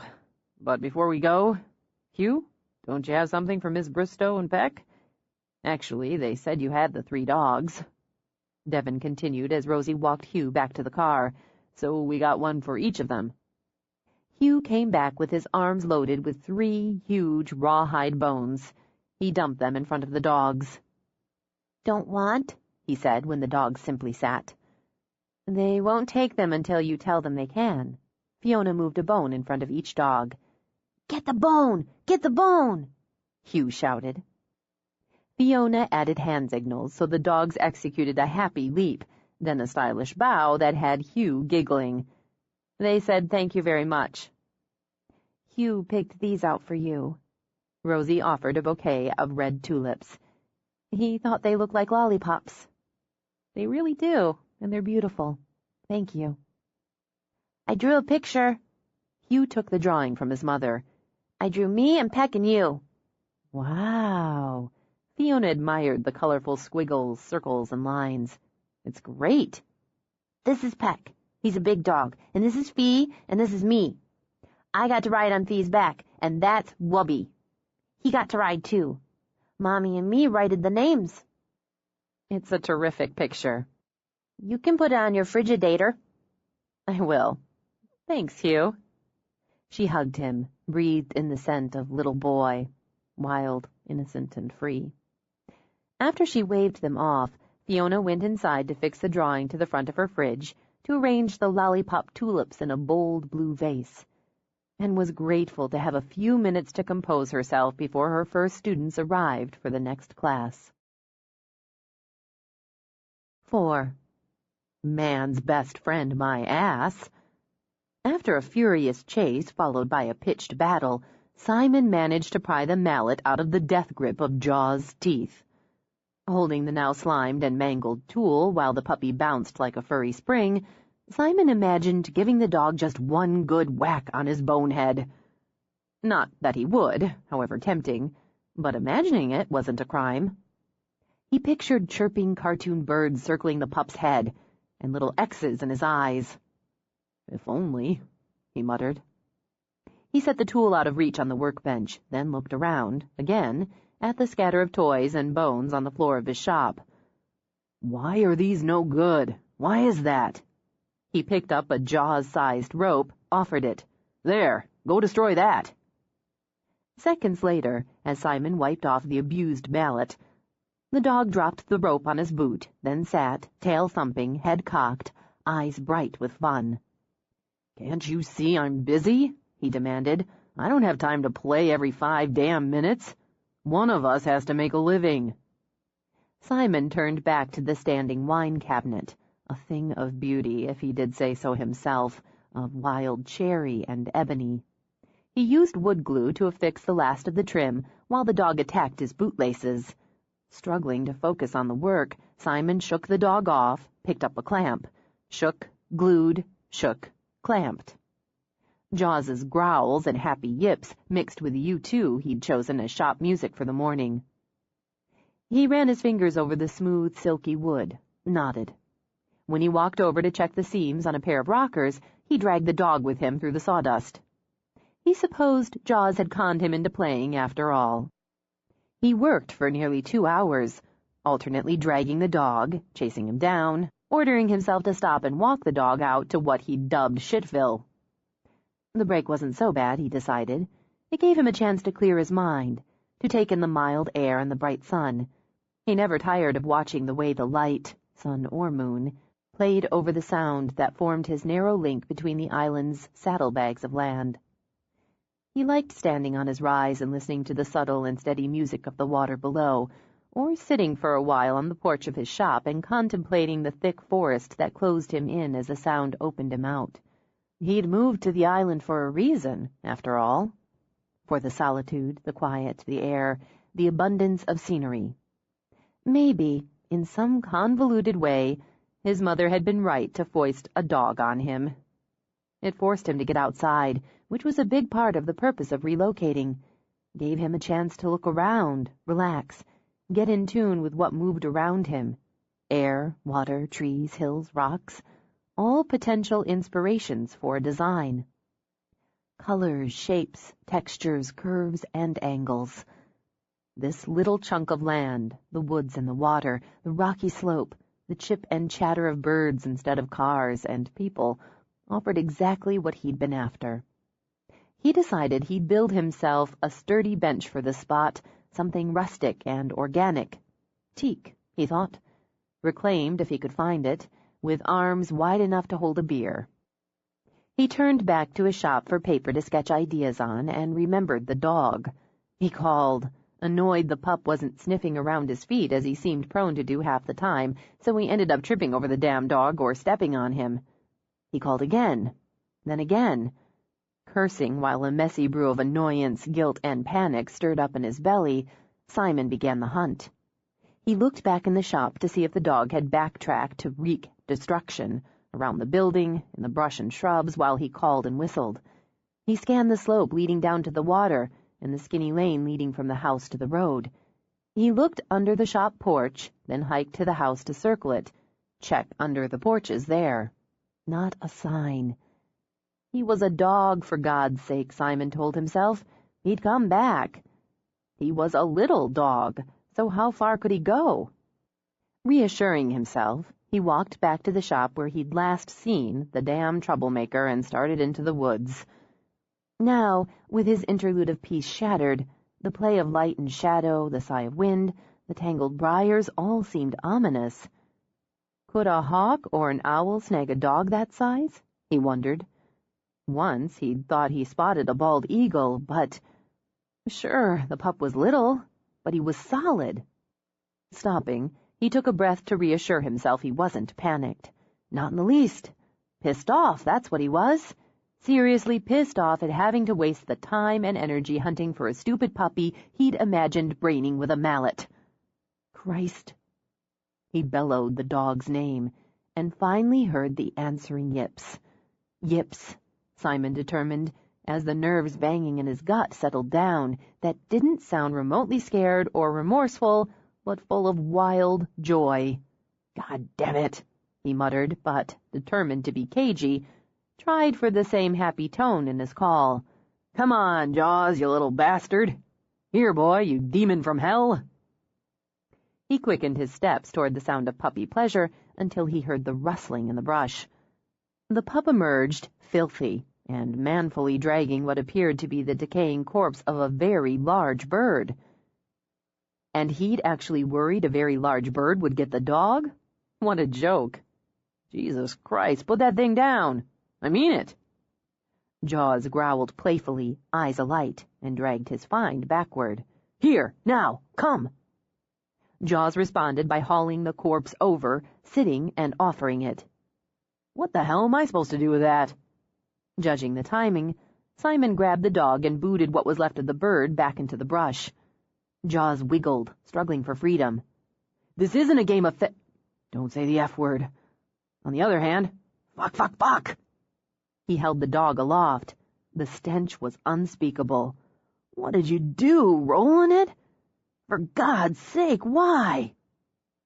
With no other choice, Simon tucked the odorous dog firmly under his arm and, breathing through his teeth, hiked back to the house. On the way back, he considered and dismissed hosing the dog off. No way a hosing would combat the smell, even if he could keep the dog still long enough. He considered a bath, wished he'd had a galvanized tub, and shackles. An indoor bath gave him visions of a flooded bathroom. On his porch, he managed to take off his boots while Jaws bathed his face in loving, death-smell kisses. He tossed his wallet on a table when he went inside and straight up to the shower. When he'd closed them both in, Simon stripped down to boxers, ignoring the dog while Jaws attacked jeans and shirt. Then he turned on the spray. "Deal with it," Simon suggested when Jaws bashed into the tile, then the glass door in a bid to escape. Teeth set, Simon picked up the soap. They were late.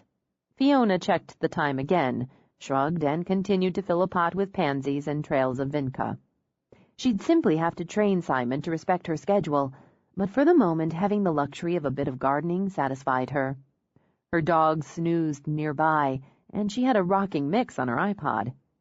If her new students didn't show, she'd get the second planter done, then maybe take her boys for a little hide-and-seek in the woods. The day, sunny and mild, all blue skies and pretty breezes, was meant to be enjoyed. She studied her work, fluffed petals, then started the second pot. She spotted the truck. "That's Simon," she said when her dogs rose. "Simon and Jaws," and went back to her pansies. She continued to plant as man and dog got out of the truck, as her dogs greeted them, as man waded through the dogs, and took her time placing the next cell pack of pansies, precisely. When Simon tapped her shoulder, she pulled out her earbuds. "Sorry, did you say something?" "We're probably late." "Uh-huh." She patted dirt. "There were circumstances. The world's full of them." "We had a large share of the world's circumstances, but the biggest involved the dead bird." "Oh?" Fiona glanced over at the puppy, now engaged in fierce tug-of-war with Bogart. "Did he get a bird?" "Something else got the bird, days ago from the look and smell of it." "Ah." She nodded and, deciding to take pity, pulled off her gloves. "Did he bring it to you?" "Eventually, after he rolled in it for a while." "How'd he handle the bath?" "We had a shower." "Really?" She swallowed back the laugh, since he didn't look inclined to appreciate it. "How'd that work out?" "After he stopped trying to butt his way through the shower door and eat the soap? Okay. Actually, he liked it. We may have found a shaky foothold of mutual ground." "It's a start. What did you do with the corpse?" "Bird?" He stared at her, wondering why the hell she'd care. "I kicked it back in the brush. Had my hands full with the dog." "You'd better bag it and dispose of it. Otherwise he's going to find it again first chance he gets." "Great. Perfect." "Smells are a dog's crack." He did what instinct told him to do. and the human, she decided, had done just as he should, except call and tell her he'd be late. Given the circumstances, I'll give you the full session. Did you do your homework? Yeah.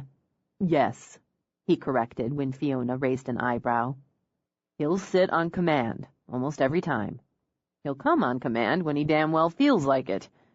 Since we were here last, he's tried or succeeded in eating a TV remote, a pillow, an entire roll of toilet paper, part of a stair tread, most of a bag of barbecue potato chips, 2 chairs, and a mallet.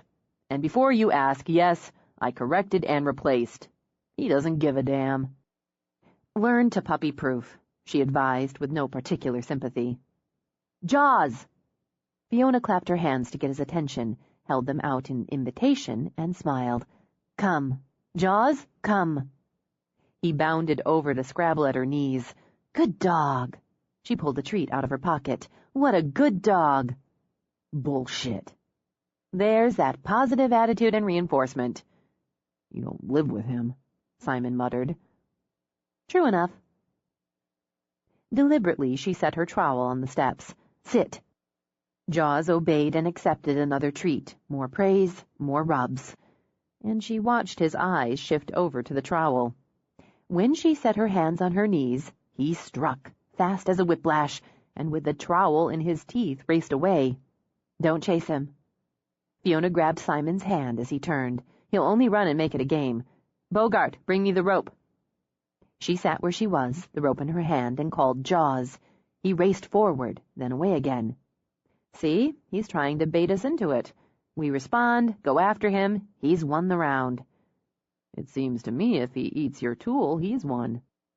It's old, but in any case, he doesn't know he's won unless we play. We don't play. Jaws, come. She pulled another treat out of her pocket. After a brief debate, the pup loped back to her. This is not yours. She pried his mouth open, took the trowel, shook her head. Not yours. This is yours. And passed him the rope. She set the trowel down again, and again he lunged for it. This time, Fiona slapped her hand on it, shook her head. Not yours. This is yours. She repeated the process, endlessly patient, schooling Simon along the way. Try not to say no too often. You should reserve it for when you need or want him to stop instantly, when it's important. There, see, he's lost interest in the trowel. We won't play, but we'll play with the rope. Grab the other end, give him a little game of tug. Simon sat beside her, used the rope to pull the dog in, gave it slack, tugged side to side. Maybe I'm just not cut out for a dog. Willing to give some sympathy now, she patted Simon's knee. This from a man who takes showers with his puppy? It was necessary. It was clever, efficient, and inventive. And they both smelled of soap and sawdust, she realized. Very nice. He'll learn. You'll both learn. How about the housebreaking? Actually, that's working. Well, there you go. You've both learned how to handle that, and he sits on command. And wanders into the forest to roll in dead bird, eats my universal remote. Simon, you're such a Pollyanna. He sent her a narrow stare and only made her laugh. You're making progress. Work on training him to come every time you call. Every time. It's essential. We'll work on some leash training, then give him a refresher on coming. As she rose, she saw the cruiser heading down her lane. It's a good time to teach him not to run toward a car, and not to jump on a visitor. Keep him controlled. Talk to him. She waved and waited for Davy to pull up and get out of the car. Hi, Davy. Fee. Hi, guys. How's it going? He bent to rub black, yellow, and brown fur. Sorry, Fee. I didn't know you had a lesson going. No problem. This is Simon Doyle in Jaws. Deputy Englewood. Right. You bought the Dobbs place a few months back. Nice to meet you. Davy nodded at Simon, then crouched to greet the puppy. Hey, little fella. I don't want to interrupt, he said as he scratched and rubbed the exuberant jaws. I can wait until you're done. It's okay. Simon, why don't you get the leash, do a little solo work on healing? I'll be right there. Is there a problem, Davy? She murmured when Simon walked to his truck. Why don't we take a little walk ourselves? Okay, now you're scaring me. Did something happen? Syl? Syl's fine, far as I know. But Davy put a hand on her shoulder, steered her into a walk toward the side of the house. We got some news today, and the sheriff thought, since we go back, I should come talk to you about it. About what? A woman went missing mid-January back in California. Sacramento area? Went out for a jog one morning and didn't come back. They found her about a week later in El Dorado National Forest. Shallow grave. An anonymous tip gave them the basic direction. She swallowed the flutter in her throat and said nothing. 10 days ago, another woman went out for a morning run in Eureka, California. Where did they find her? Trinity National Forest. The first woman, she was 19. The second was 20. College students, outgoing, athletic, single. Both had part-time jobs. The first worked as a bartender, the second in a bookstore. They both were taken down with a stun gun, then bound with nylon rope, gagged with duct tape. Both were strangled with a red scarf left on the body. She couldn't feel the flutters now, not when her body had gone numb. And tied in a bow. Yeah, and tied in a bow. Fiona pressed a hand to her heart, felt it pounding. Perry's in prison. He's still in prison. He's never getting out, Fee. He's locked up, locked down. It's a copycat. It's more than that. He reached out, gave her shoulders a rub. It's more than that, Fee. There are details the Perry investigation didn't release, like how Perry took a lock of hair from his victims and wrote a number on the back of their right hand. Already the numbness was wearing off. She wanted it back, wanted it to block this sickness roiling in her belly. He told someone, or one of the investigators did, someone in the crime lab or the medical examiner's office. Davy kept his eyes on hers, his hands on her shoulders. Has to be. They're going to track that down. Don't treat me like an idiot, Davy. Any of dozens of people could have passed that information on. It's been nearly 8 years since... I know. I'm sorry, Fee. I want you to know the cops are all over this. We wanted you to be informed. And it's likely the media's going to make the connection pretty quick. They might poke at you about it. I can handle the press. Greg's family?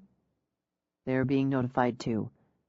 I know this is hard for you, Fee, but I don't want you to worry. They'll get him. And as bad as it is, this asshole's sticking to Perry's pattern. Young college girls. You're not 20 anymore. No. She bore down to keep her voice steady. But I'm the only one who got away. Simon didn't have to hear the conversation to know something was wrong. Bad news or trouble, maybe both. He couldn't see why Fiona would want anyone around, especially when the anyone was the next thing to a stranger. He considered loading the dog back in the truck and taking off. It would be rude, but he didn't particularly mind rude. But it also seemed downright cold, and that he did mind. He'd just wait until the deputy left, let the woman make whatever excuses suited her, then escape. Nobody lost face. Plus, miracle of miracles, he was actually getting Jaws to heal about 30% of the time. Even the pup's cooperation, stemming from having the other dog stroll along, stop on command, didn't negate success. So he could go home flush from that, get a little more work done, then have a beer. Take the dead bird out of the equation, and it added up to a pretty good day. When the cruiser headed out, he expected Fiona to wander over, make those excuses, then go handle whatever needed handling. Instead, she stood where she was for several minutes, just staring out at the road. Then she walked back to the porch steps, sat, and sat. So he'd make the excuses, Simon decided. Easy enough. Just remembered something I have to do. Dog's coming along, blah, blah, see you. He crossed toward her, pleased it only took a couple of tugs to have the pup fall in line, and as he approached, he saw she was dead white, and the hands clutched on her knees trembled lightly. Crap. With walking casually away no longer an option, he scooped up the puppy before Jaws could try to leap into her lap. Bad news, he said. What? The deputy brought bad news. Is Sylvia all right? Yes. It's not about Sylvia. Her dogs, sensing her mood, clustered around her. The big yellow lab rested his head on her knee. We should... He watched her struggle to pull herself out of whatever hole she'd fallen into. We should work on sit and stay. Not today. She looked up at him then, but he couldn't translate what clouded her eyes. Grief? Fear? Shock? No, she agreed. Not today. Sorry. No problem. I'll see you next time. Simon? She drew a breath as he hesitated. Would you mind... Could you stay for a while? He wanted to say no, wished he had it in him to say no. Maybe he'd have found it in him if it hadn't been so obvious it was as hard for her to ask as for him to agree. All right. Why don't you let him run a while? The big guys will watch him. Play, she said as Simon unclipped the leash. Stay close. Close, she repeated, stroking fur. Watch Jaws. Go play. They whined a little, and each glanced back at her as they started into the yard. They know I'm upset. They'd rather stay until I'm not. You'd rather go. He sat beside her. Yeah, I'm not much good at this kind of thing. Not much good's better than no good. Okay. I guess you want to tell me the bad news. I guess I do. It'll get around the island anyway. Still, for a few moments she said nothing at all, then seemed to gather herself. Several years ago there was a series of abduction murders. Young women, ranging from 18 to 23. They were all college students, 12 of them over a 3-year period. California, Nevada, Oregon, New Mexico, Washington State were either abduction sites or burial sites, or both. It rang a bell somewhere, dimly, but he said nothing. They were all the same type, not physically, as he crossed races and coloring, but basic body types and all college students, athletic, outdoorsy, outgoing. He'd stalk them for weeks once he'd chosen a target, sometimes longer. Meticulous, patient. He'd record their routines, habits, wardrobe, friends, family, schedules. He used a tape recorder and kept a notebook. All of them either jogged or hiked or biked routinely. Habitually. She drew another breath and made him think of someone preparing to execute a surface dive in murky water. He preferred women who went out alone, early morning or dusk. He approached from the opposite direction, just another jogger, another hiker. And when he closed in, he used a stun gun to take them down. While they were incapacitated, he carried them to his car. He had the trunk lined with plastic so there'd be no trace on the bodies, and no trace of them in the trunk. Thorough, Simon said, thinking out loud. Yes, very. She continued briskly, without inflection, like a woman giving a report she knew by rote. He bound them with nylon cord, gagged them with duct tape, then gave them a mild sedative to keep them under, keep them quiet. He'd drive to a national park. He'd already have the spot picked out. While the search went on for her, in the area she'd been abducted, he was hours away, forcing this groggy, terrified woman to walk through the dark, off the trail. Now her voice hitched, a quick tremble as she linked her fingers together in her lap and stared straight ahead. He dug the grave first. Not too deep. He wanted them to be found. He liked them to watch him dig, so he tied them to a tree. They couldn't beg, couldn't even ask him why, because he kept them gagged the entire time. He didn't rape them or torture them, physically, or beat them or mutilate them.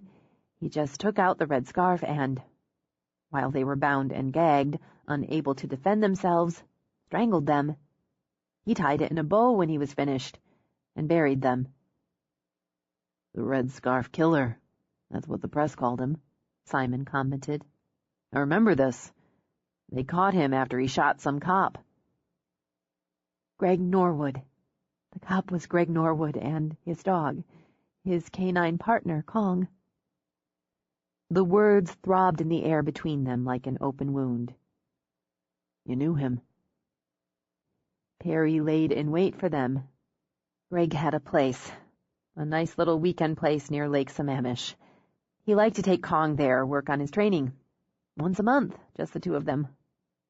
Boy bonding, he called it. She laid her hands on her knees, a casual gesture, but he saw the way her fingers dug in. He shot Greg first, and maybe that was his mistake. He put 2 bullets in Kong, but Kong kept coming. That's what they reconstructed, and that's what Perry said happened, trading confessions, information, details against the threat of the death penalty when he knew he'd lose the trial. Kong tore Perry up pretty good before he died. Perry was strong, and he managed to get back to his car. Even drove a few miles before he passed out, wrecked. Anyway, they got him. Greg, he was strong too. He lived 2 days. That was in September 12th. We were going to be married the following June. Useless words, Simon thought, but they had to be said. I'm sorry. Yeah, me too. He staked Greg out for months, maybe longer, meticulous, patient. He killed him to pay me back. See, I was supposed to be his number 13, but I got away. She closed her eyes briefly. I want a drink. Do you want a drink? Yeah, sure. When she rose and went in, he debated going with her and decided maybe she needed a little time to pull it together. He remembered bits and pieces of the story, remembered now there'd been a girl who escaped and who gave the FBI a description of the man who abducted her. Years ago, he thought now, and tried to think what he'd been doing when the story had been hot. He just hadn't paid that much attention, he thought now. He'd been, about 25? He'd just moved to Seattle and had been trying to build a reputation, make a living. And his father had that cancer scare about that time. That had eclipsed everything else. She came out with a couple glasses of white wine. It's an Aussie Chardonnay. All I've got, apparently. It's fine. He took the glass, and they sat in silence, watching the heap of dogs who'd decided to take a nap. Do you want to tell me how you got away? Luck. On the heels of stupidity. I shouldn't have been out alone that morning on that jogging path. I should have known better. My uncle's a cop, and I was already seeing Greg, and they'd both made a point of telling me not to run without a partner. But I couldn't get one who'd keep up with me. Track star, she added with a ghost of a smile. You've got the legs for it. Yeah. Lucky me. I didn't listen to them. Perry hadn't crossed over to Washington at that point, and there hadn't been an abduction for months. You never think it's going to be you. You especially never think that when you're 20. I went out for my run. I like to go early, then hit the coffee shop. It was a crappy day, gloomy, rainy, but I loved running in the rain. This was early November, the year before Greg died. I had a second, just a second, when I saw him.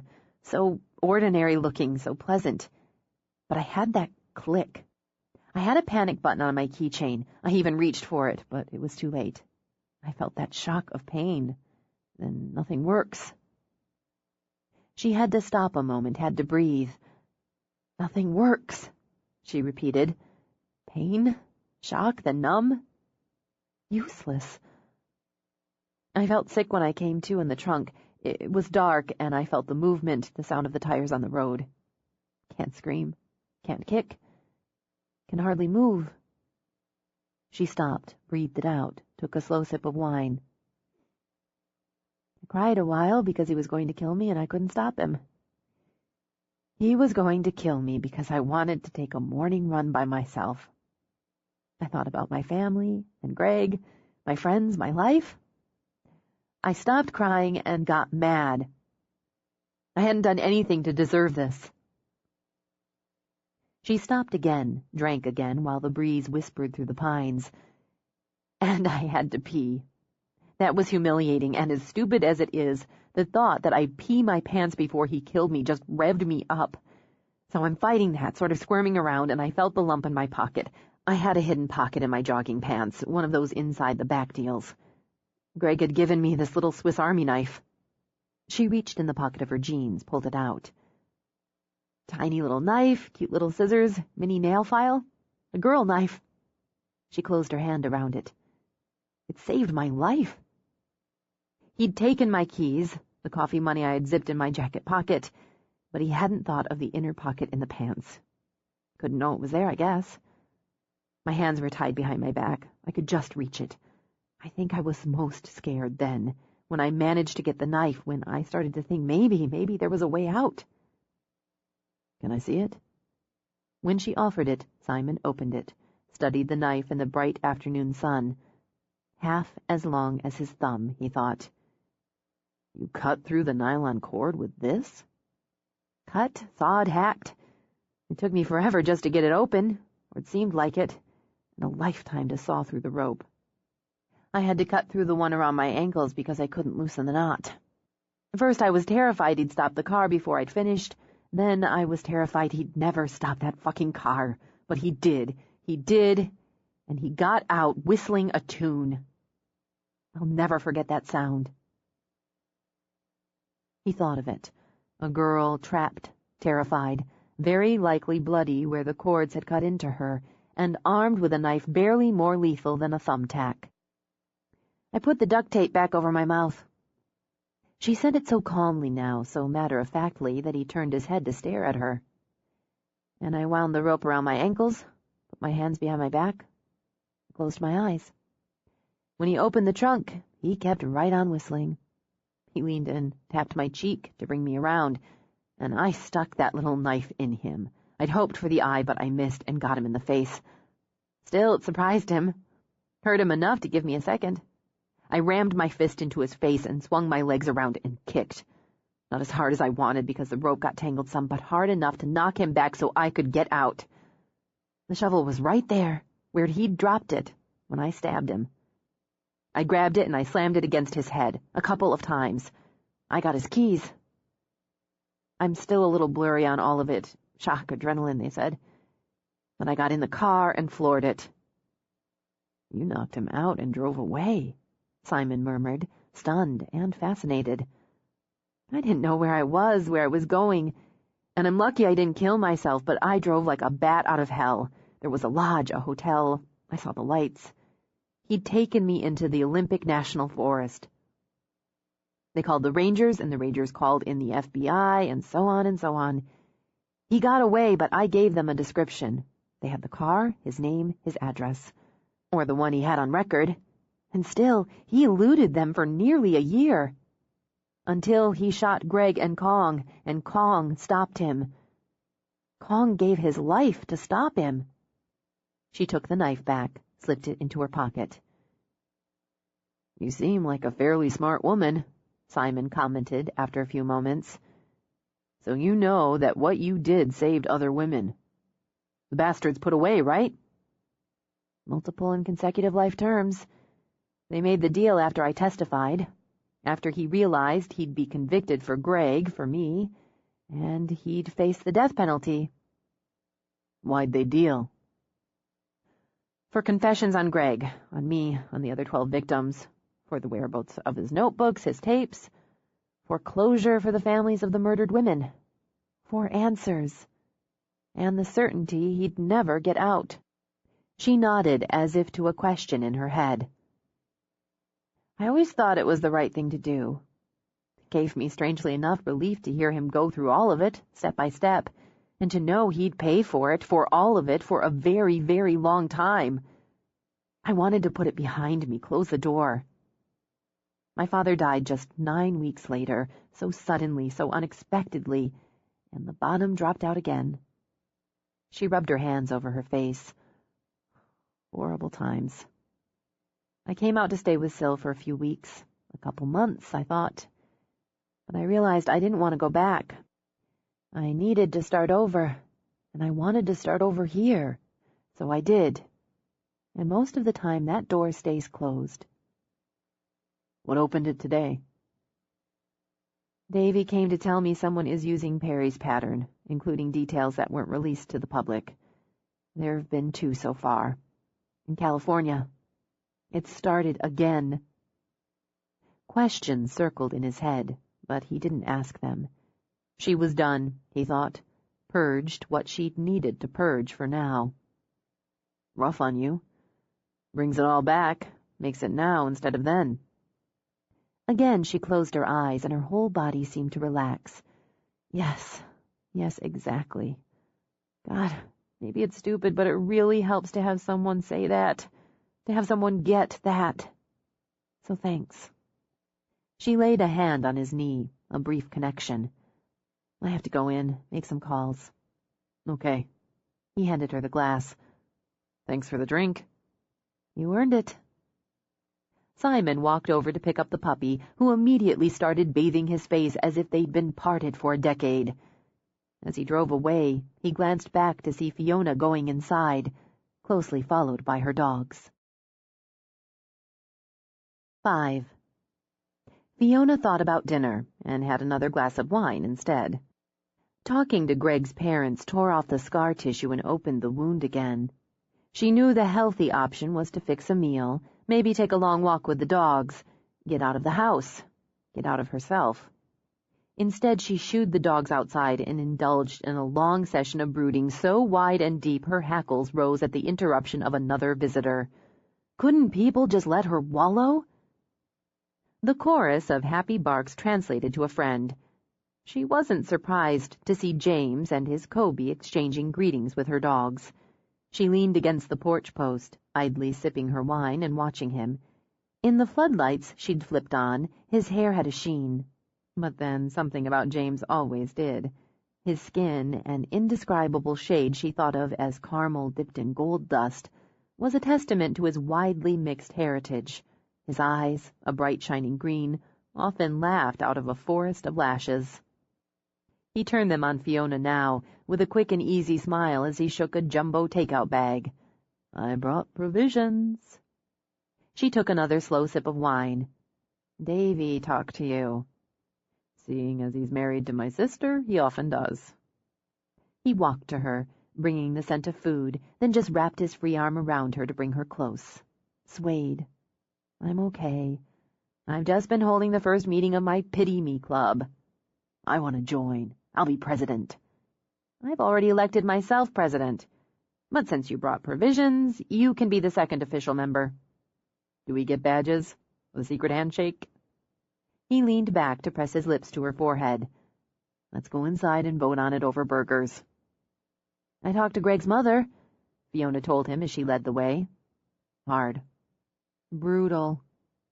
So I've been sitting here drinking wine in the dark. Fair enough, but I'm calling time's up on that. Got any Coke? Pepsi. Diet. Ugh, I'll take it. As much at home in her place as in his own, he got out plates, set a burger, loaded, on each, then divvied up the mountain of fries from an insulated box. She poured out the drinks after dumping the rest of the wine in her glass down the sink. We should have had sex before we got to be friends. He smiled, sat. I think we were 11 and 12 when you started coming on island to see your dad, so we were a little young for sex when we got to be friends.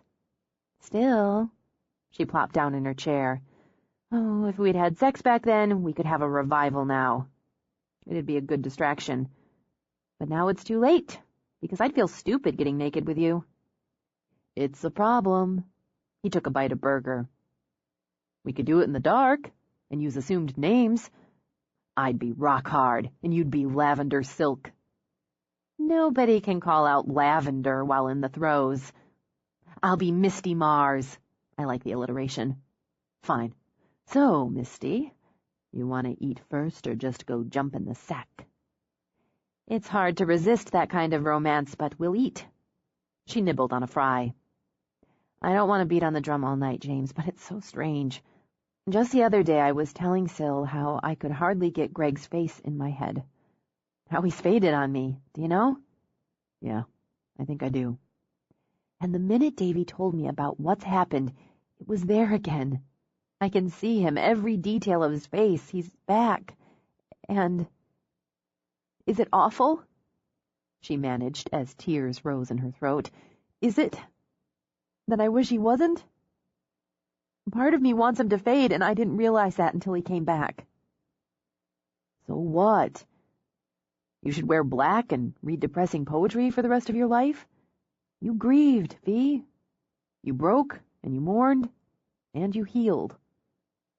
You started the unit out of love and respect for him. Reaching over, he gave her wrist a squeeze, and it's a hell of a tribute. If you're going to be all rational and sensible, I don't see how you can be a member of the Pity Me Club. We can't have a club meeting while there are burgers. That requires really bad wine and stale crackers. Damn you, James! You screwed up a really good wallow. She sighed, ate her burger. Even the comfort of a friend, the familiarity of her dogs, and the nighttime routine didn't spare her from the bad dreams. She woke every hour, struggling out of the goop of a nightmare only to sink in again the next time she drifted off. The dogs, as restless as she, got up to pace or rearrange themselves.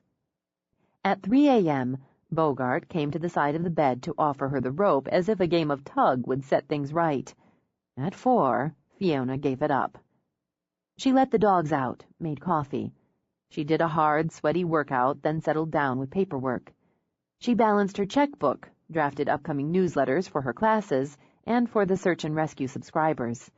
While the sky lightened, she updated her webpage and spent some time surfing various blogs because she couldn't drum up the enthusiasm to write her own.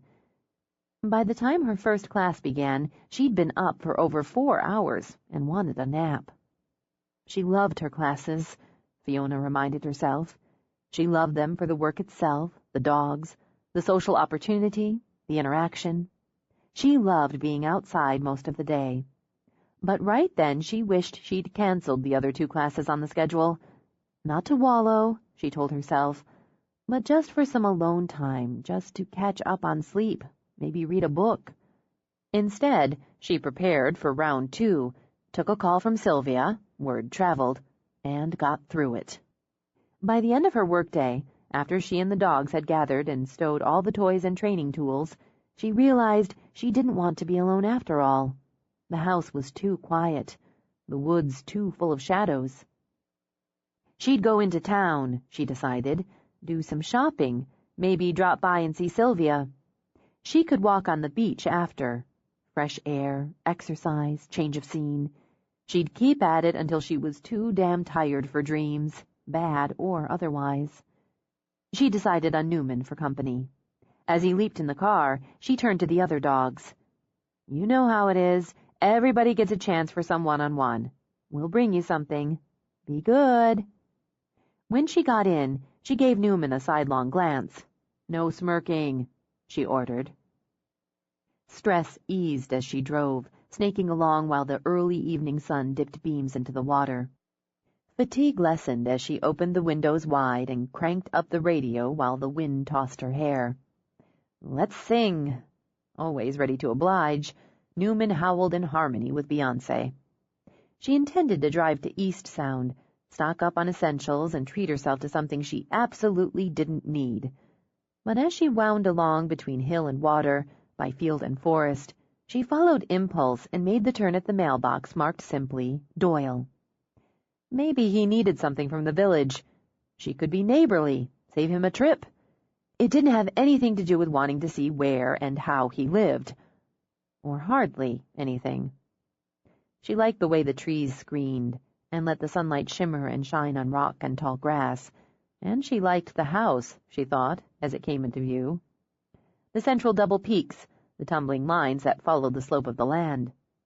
It could use some paint, she decided, something fresh and happy for the trim, and some chairs, some colorful pots of flowers on the porch, and the sweet little second-story deck. Maybe a bench under the weeping cherry that would burst into bloom in the spring. She parked beside Simon's truck, noted he'd replaced the headrest he'd patched with duct tape. Then she spotted the outbuilding a few yards from the house, nearly enveloped by the trees. Long and low, it likely held as many square feet as her house, and offered a generous covered porch on the front, a scatter of tables, chairs, and what she took as parts of other pieces of furniture stood or leaned under the shade. She heard the sound of sawing. At least she thought it was sawing, buzzing under heroically loud rock and roll. She got out, signaled Newman to join her. He scented the air, new place, new smells, as he fell into step with her. Great view, huh?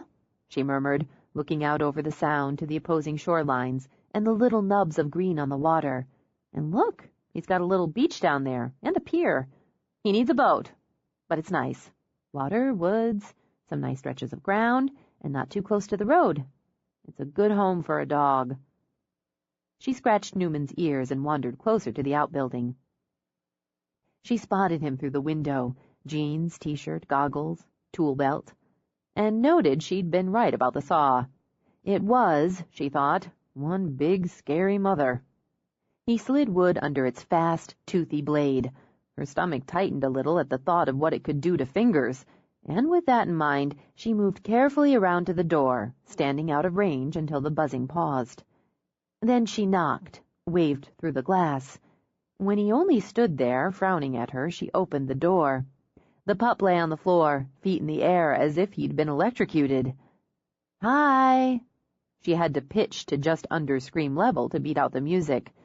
"I was on my way to the village and thought—" She trailed off as he pulled out earplugs. "Oh, well, no wonder it's so loud. Listen." She broke off again when he pulled a remote from a pocket of the tool belt, shut down the music. The silence roared like a tsunami, and woke the puppy. He yawned, stretched, then spotted her.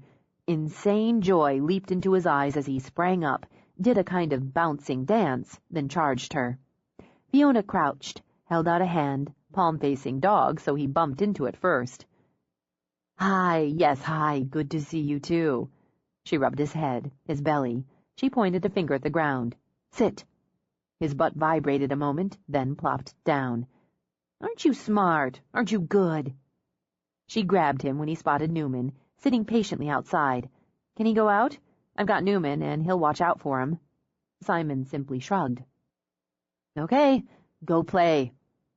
She laughed when Jaws took a flying leap out the door and belly flopped into the grass. When she glanced back, Simon remained by the table saw, watching her. "I've interrupted you." "Yeah." Blunt, she thought. Well, she didn't mind blunt. "I'm heading into the village and thought I'd see if you needed anything. Sort of a payback for playing sounding board." "I'm good." "Okay, then. We both know the do you need anything's just an excuse, but we can leave it at that. Oh my God, that's beautiful." She headed straight for the cabinet across the shop, skirting benches and tools. "Don't touch it," Simon snapped, and stopped her in her tracks. "It's tacky," he added, in an easier tone. "Varnish." Obediently, she linked her hands behind her back. It was the varnish she smelled, she realized, and sawdust, and freshly sawed wood. The combination merged into a fascinating aroma. "Those are the doors? The carving's just exquisite, and the tones of the wood. Delicious, really. As delicious as the scent that soaked the air. I want it. I probably can't afford it, but I want it anyway. How much?" "It doesn't suit you or your place.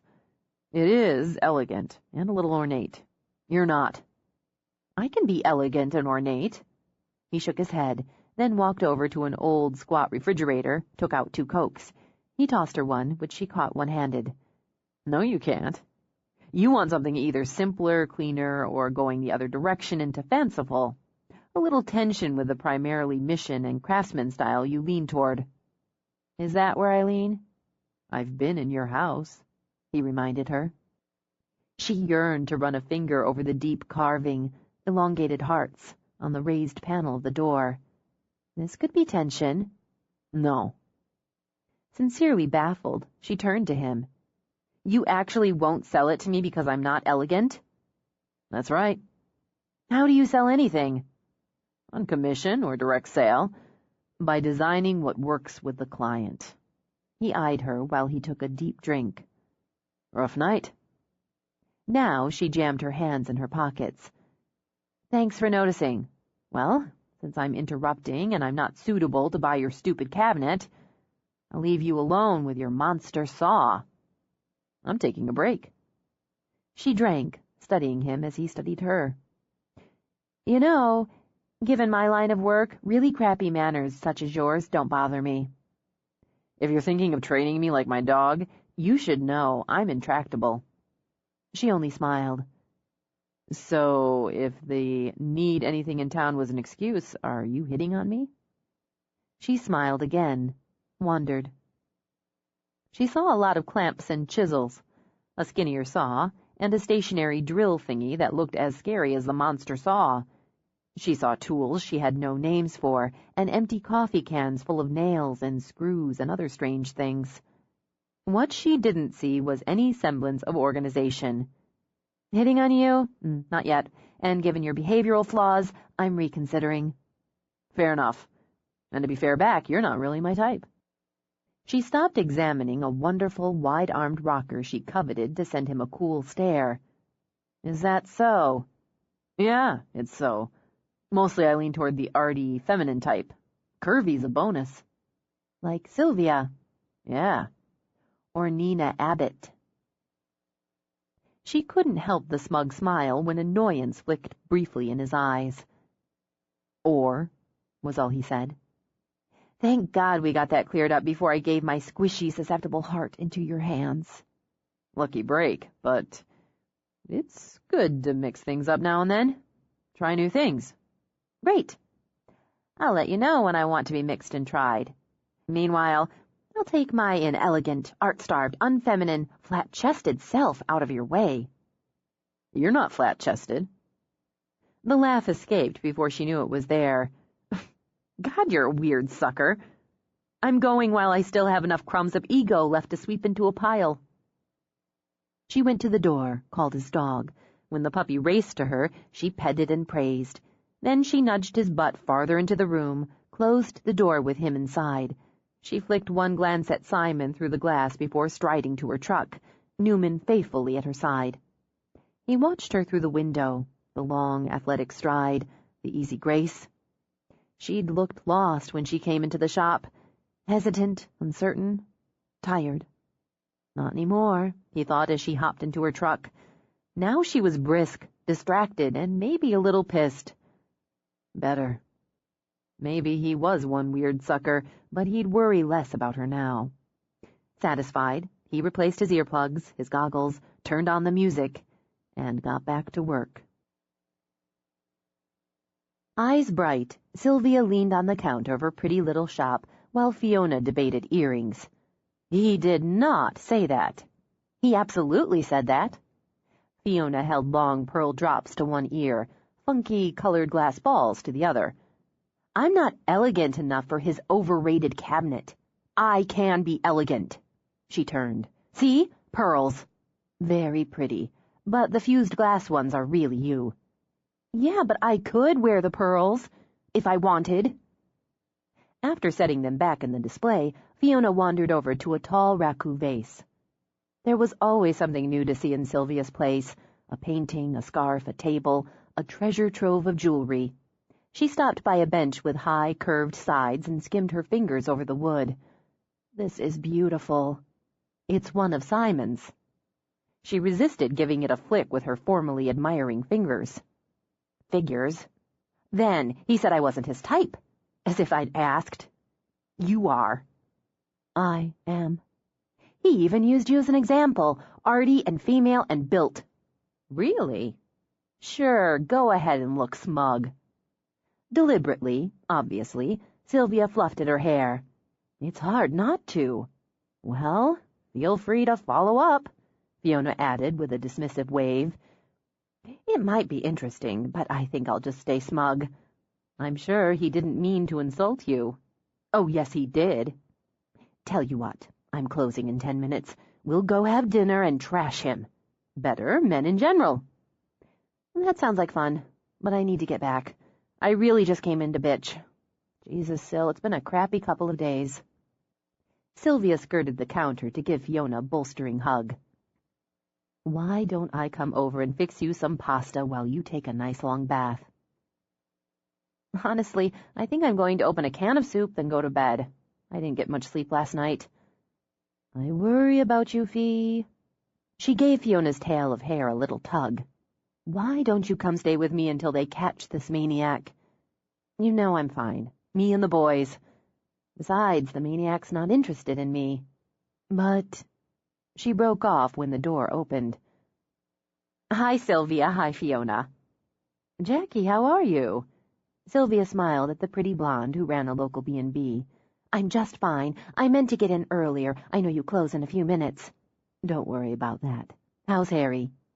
Tucked up in bed with a cold, which is one of the reasons I ran out. I swear you'd think he had the plague instead of the sniffles. He's driving me crazy. I've been doing a little early spring cleaning between waiting on him hand and foot and listening to him moan. I decided I needed to spruce the place up a little, do some redecorating. Mind if I look around, get some ideas? You go right ahead. I'd better get going. Nice to see you, Jackie. You too. Oh, Fiona, my boy and his wife just got a puppy. Practice, they say, before they start working on making me a grandmother. She rolled her eyes. That's nice. What kind did they get? I don't know. They went to a shelter. She smiled then. Brad said they'd save a life, then start thinking about starting one. That's really nice.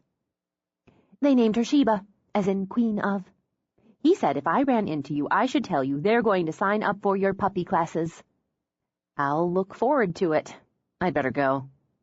I'll come by tomorrow, give you a hand with your classes, Sylvia told her. Oreo could use a little refresher course. I'll see you then. Bye, Jackie. As she walked out, she heard Jackie exclaim over the bench, Oh, Sylvia, this is a wonderful piece. Isn't it? It's by the new artist I told you about, Simon Doyle. Fiona grumbled all the way to the truck. In his cell in Washington State Penitentiary, George Allen Perry read his Bible.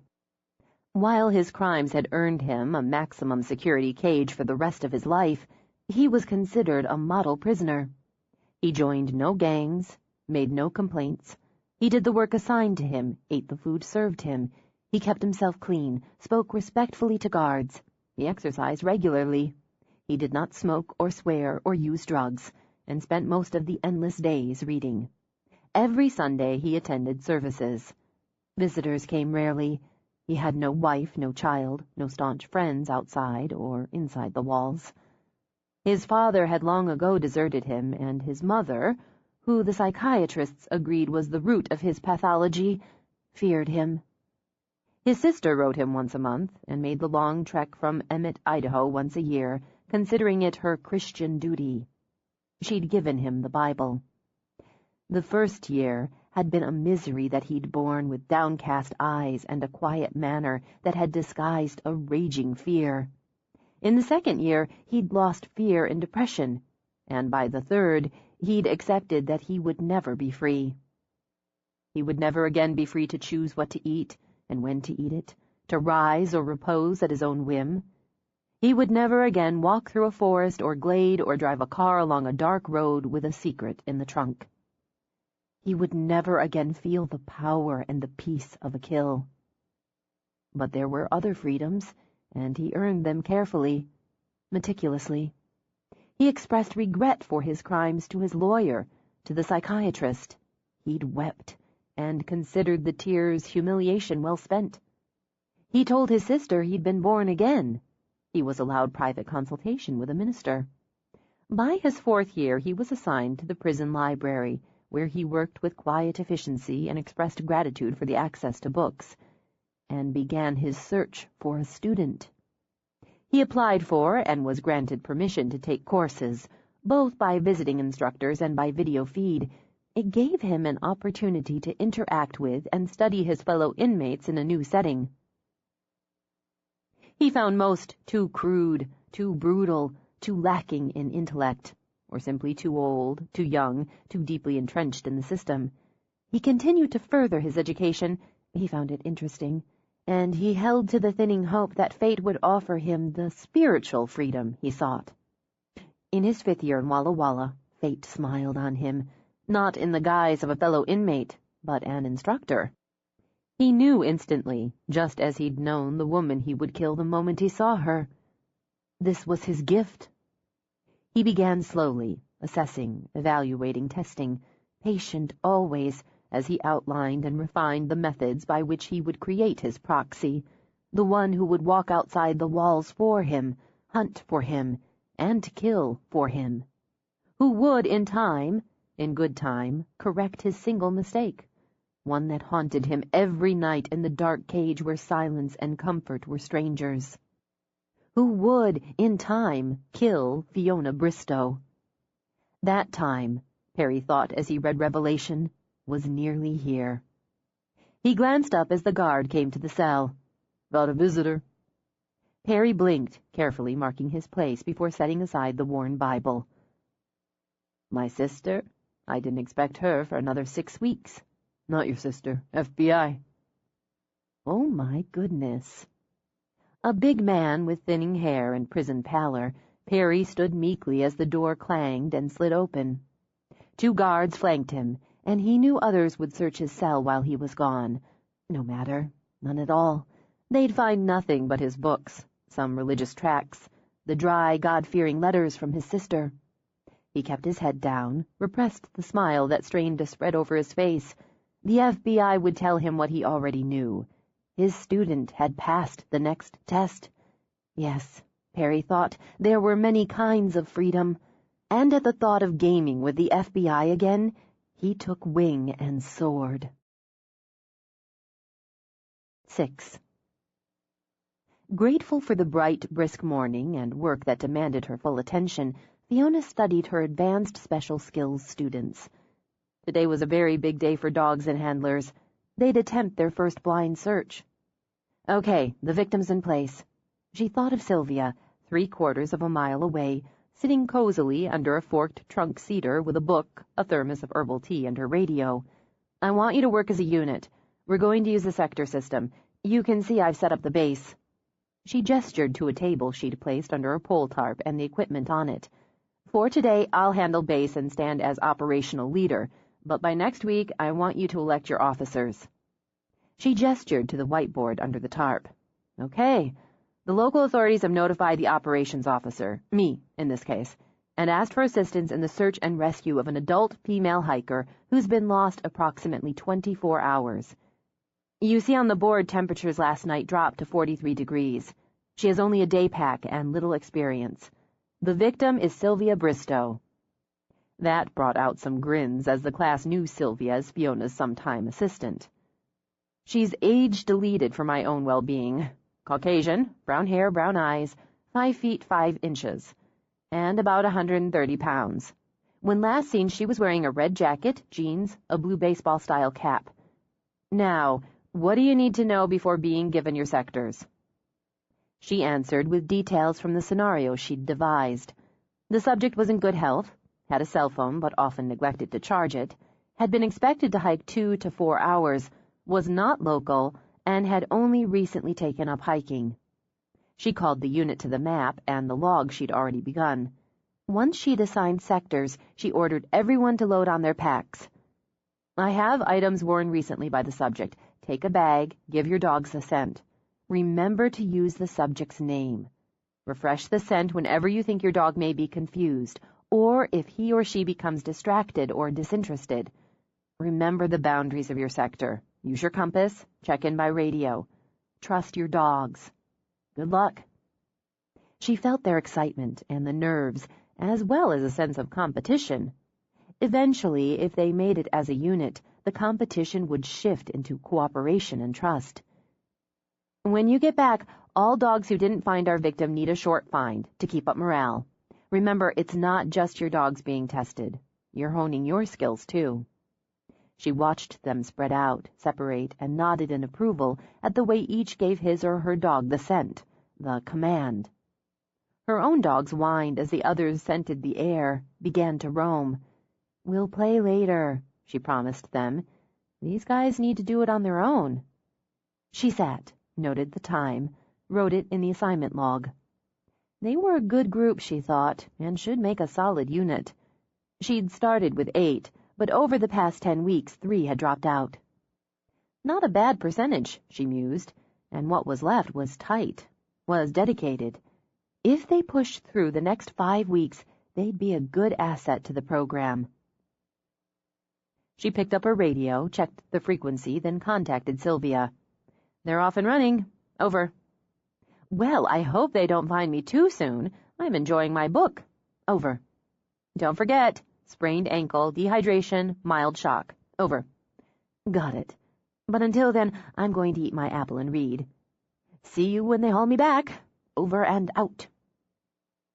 To keep her own dogs occupied, and give them some consolation for not being able to play the find game with the others, Fiona ran them through their paces on the agility training equipment. It may have looked comical to an outsider, cheerful labs climbing up and down the ladder of a child's sliding board, or taking that slide on command, but the skill taught and reinforced a search dog's ability to cope with difficult footing. The fact that they enjoyed it, as well as balancing on the teeter-totter, negotiating along narrow planks, maneuvering through the open drums she'd formed into tunnels, added a bonus. The demands of the search exercise required her to order sit and stays while she took radio calls from the unit, answered questions, logged in positions. At the end of an hour, the dog settled down with chew treats, and Fiona at her laptop. When her radio crackled, she continued to keyboard one-handed. Base, this is Tracy. I have Sylvia. She's conscious and lucid. Her right ankle may be sprained and is causing her some discomfort. She appears to be somewhat dehydrated and shaky, but otherwise uninjured. Over. That's good, Tracy. What's your location? And do you require assistance transporting Sylvia to base? Over. Exercise or not, Fiona logged in the location, the time, the status. She may have smiled when she heard Sylvia playing up her victim role in the background, but she created a professional and complete log. While they'd debrief as if the search had been real, Fiona felt such moments deserved commemoration. She set trays of brownies on her picnic table, added fruit platters for the more healthy-minded, pitchers of iced tea. She had dog biscuits and a toy for the dogs, and for Lolo, Tracy's clever German shepherd, a gold star for her tag collar. As she carried glasses outside, Simon's truck drove over her bridge. It annoyed her to feel annoyed. She was basically a happy person, Fiona thought, a friendly one. She liked Simon well enough, and his dog quite a bit, but irritation pricked nonetheless. Maybe part of it was because he just looked good, sort of rough and arty at the same time, in battered jeans and expensive sunglasses, and somehow approachable, a misconception in her opinion, with his adorable puppy.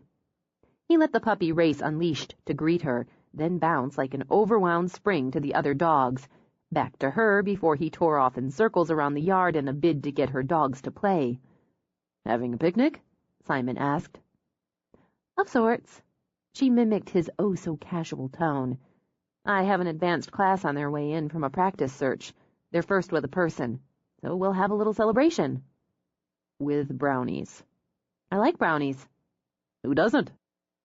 Jaws demonstrated his opinion by trying to climb onto the picnic bench to steal a sample. Fiona simply put his front paws back on the ground.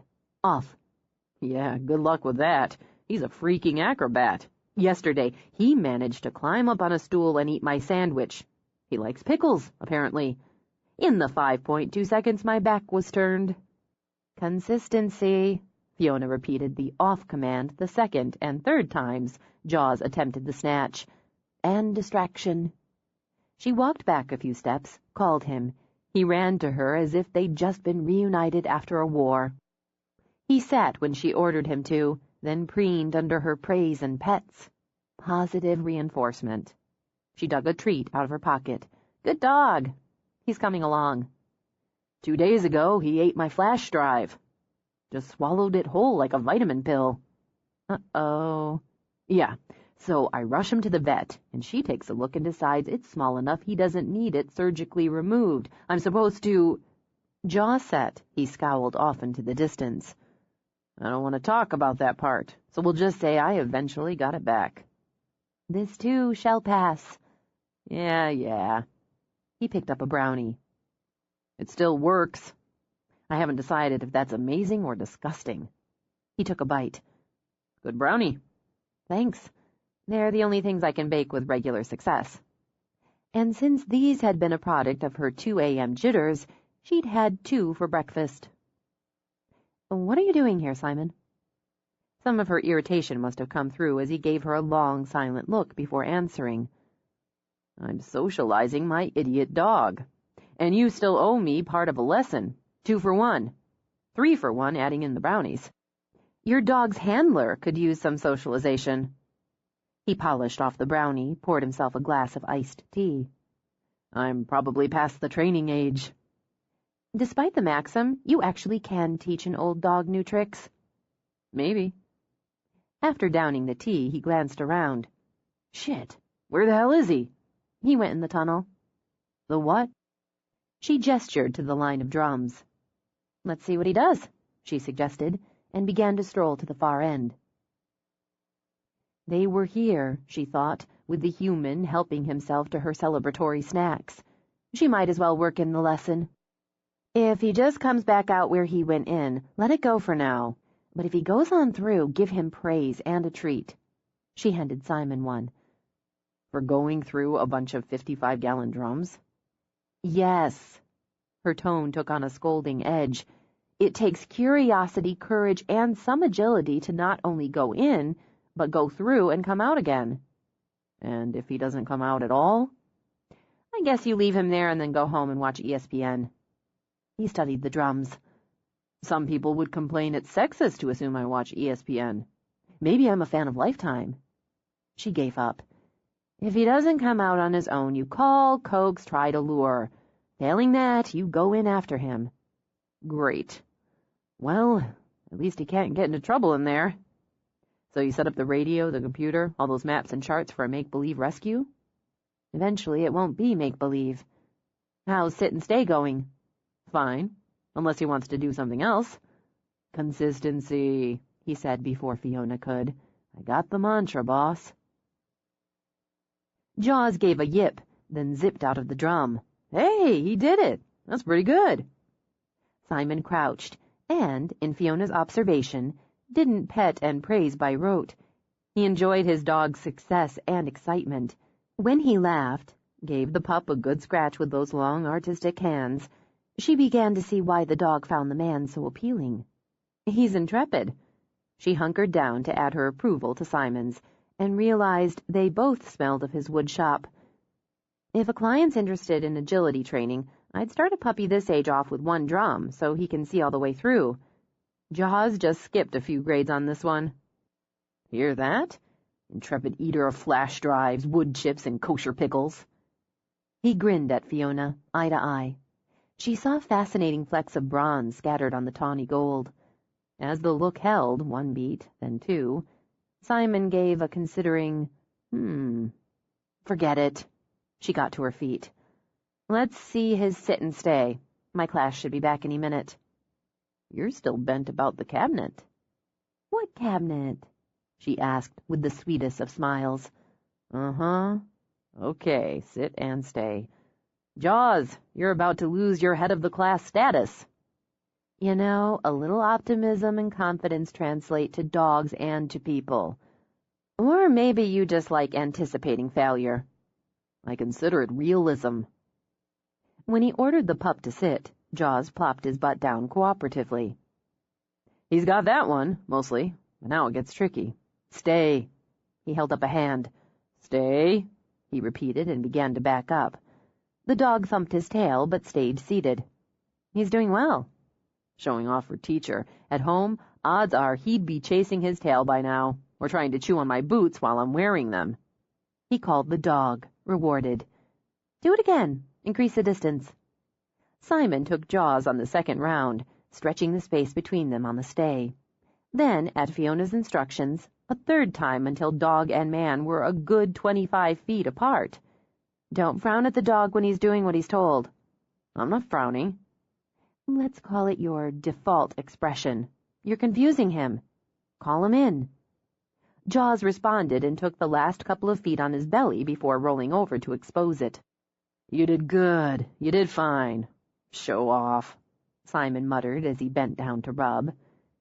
He switched to submissive mode because he wasn't sure what you were after. You asked him for something, he gave it, and you stand there scowling at him. He gets an A. Fiona knelt down to stroke Jaws into delirium. You get a C-. Hey. My class is coming back. Hold him. Give him the stay command and keep him still for a few seconds. Then you can give him the release. Let him go greet. How? sit and stay, holding him as he's going to want to run and see who's coming. As she spoke, she checked her watch for the log. Then give him the go. Use simple phrasing, something natural to you. Say, hi, go ahead, greet, whatever. Then let him loose. She rose, walked away to meet the first of her returning students. You wanted me to look bad, didn't you? You think I'm not on to you? Simon held the puppy in place while rubbing his ears. Not as dumb as you look, are you? Just wanted to impress a pretty girl. Okay, check it out, he said, and let Jaws race over to sniff and dance around the returning students. By the time he walked over, Fiona was listening to the handlers describe how their dogs had performed, noting down the area covered, the number of alerts. Simon pulled the leash out of his pocket. Why don't you let him hang out, play with the others a while? Fiona suggested. She glanced up from her log. You want him to get used to being around people, other dogs, ones he hasn't met before. A little socialization wouldn't hurt you either. Have another brownie. Maybe you can end the day on a higher grade. I'll take the brownie, but... He broke off as Sylvia limped out of the woods, leaning on a makeshift crutch, with a woman supporting her on one side and a man on the other while a pair of dogs pranced ahead. She's all right. Fiona laid a hand on his arm to stop him from crossing over to help. Make believe, remember? The exercise involved a lost woman with a minor injury. She plays it up. The class broke into applause. Sylvia took an exaggerated bow, then gestured grandly to the woman and dog beside her. That's Tracy and her Lolo. They found Syl in just under 75 minutes. Not bad at all. Micah's the one helping her out with his Ringo. His positioning at the successful find was close enough for him to intersect with Tracy and assist in bringing Syl, with her fake sprained ankle, back to base. Besides, he's got a crush on her. On Syl? Like brownies, who doesn't? Not on Syl. Though she shook her head, Fiona found herself amused and a little proud at Simon's comment. On Tracy. They're both from the Bellingham area, like the rest of the unit. Excuse me. She closed the distance to give Tracy a handshake, then a hug, to fuss over the dogs. To laugh with Sylvia, he noted. She did have an appealing way, he supposed, if you liked the uber outgoing, the type who tended to touch or embrace in a kind of second nature, and looked good in jeans or work pants, sweatshirts, or sweaters.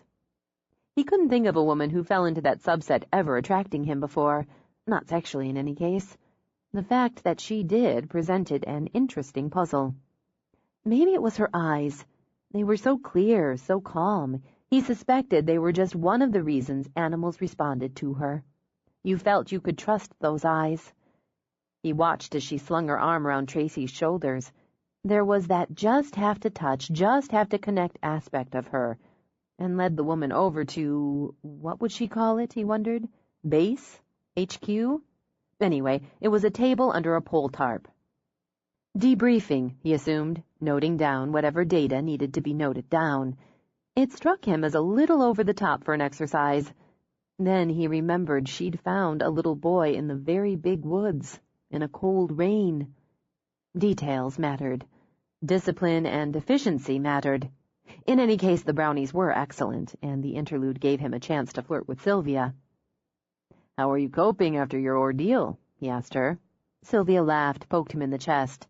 I love when I get to play the lost woman. I get some exercise, wandering around, then either plopping in my spot or wandering some more. It depends on which victim behavior Fee wants to replicate.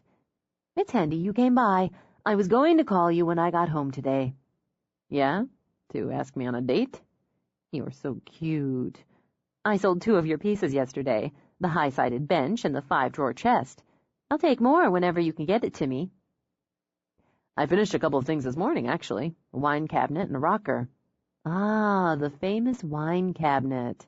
He shrugged, glanced back at Fiona. It's not her style, that's all. Sylvia smiled and nibbled on a strawberry. She has a lot of styles. You should ask her out to dinner. Why?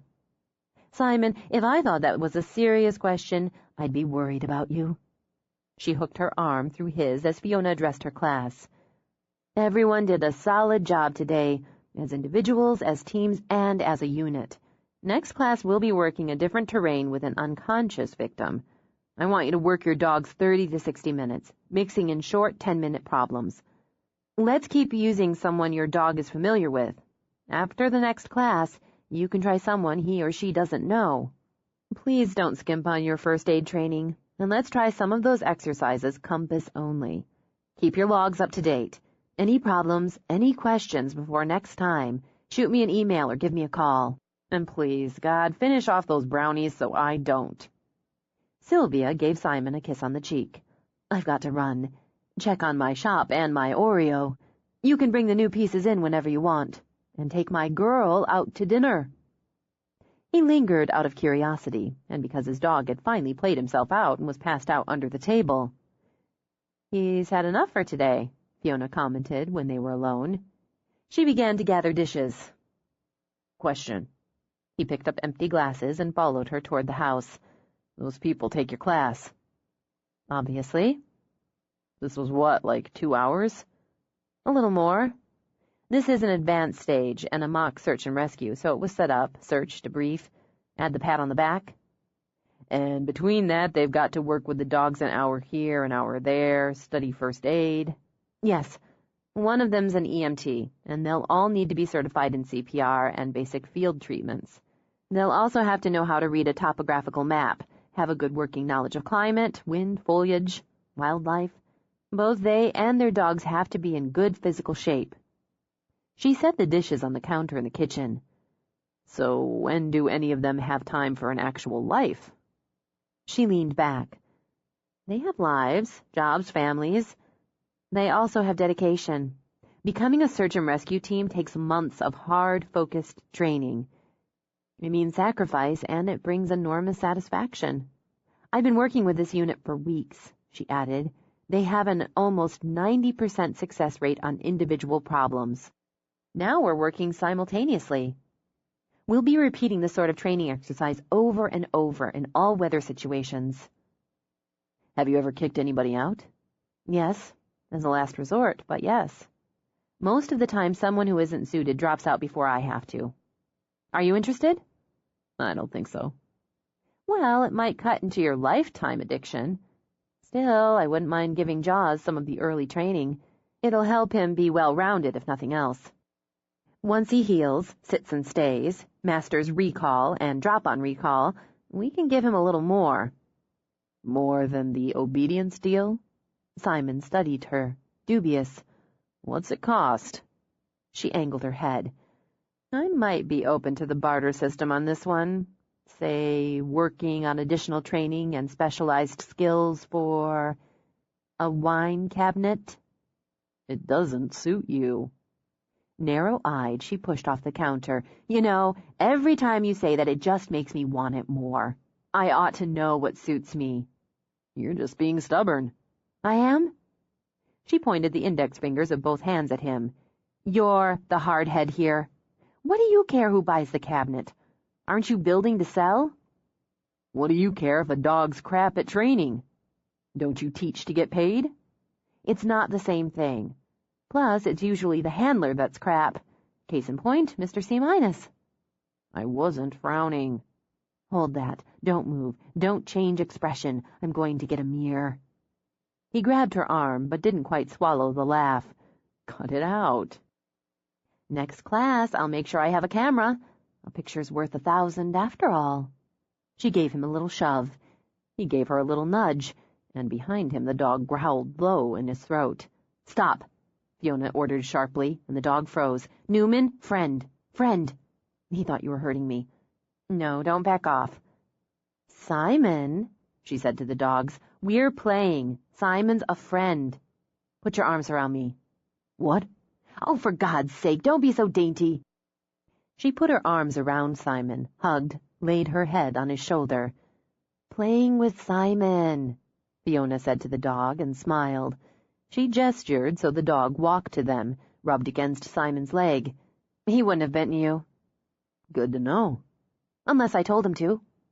She tipped her head back, smiled again, then gave Simon another gentle shove. Push back. It's okay. It better be.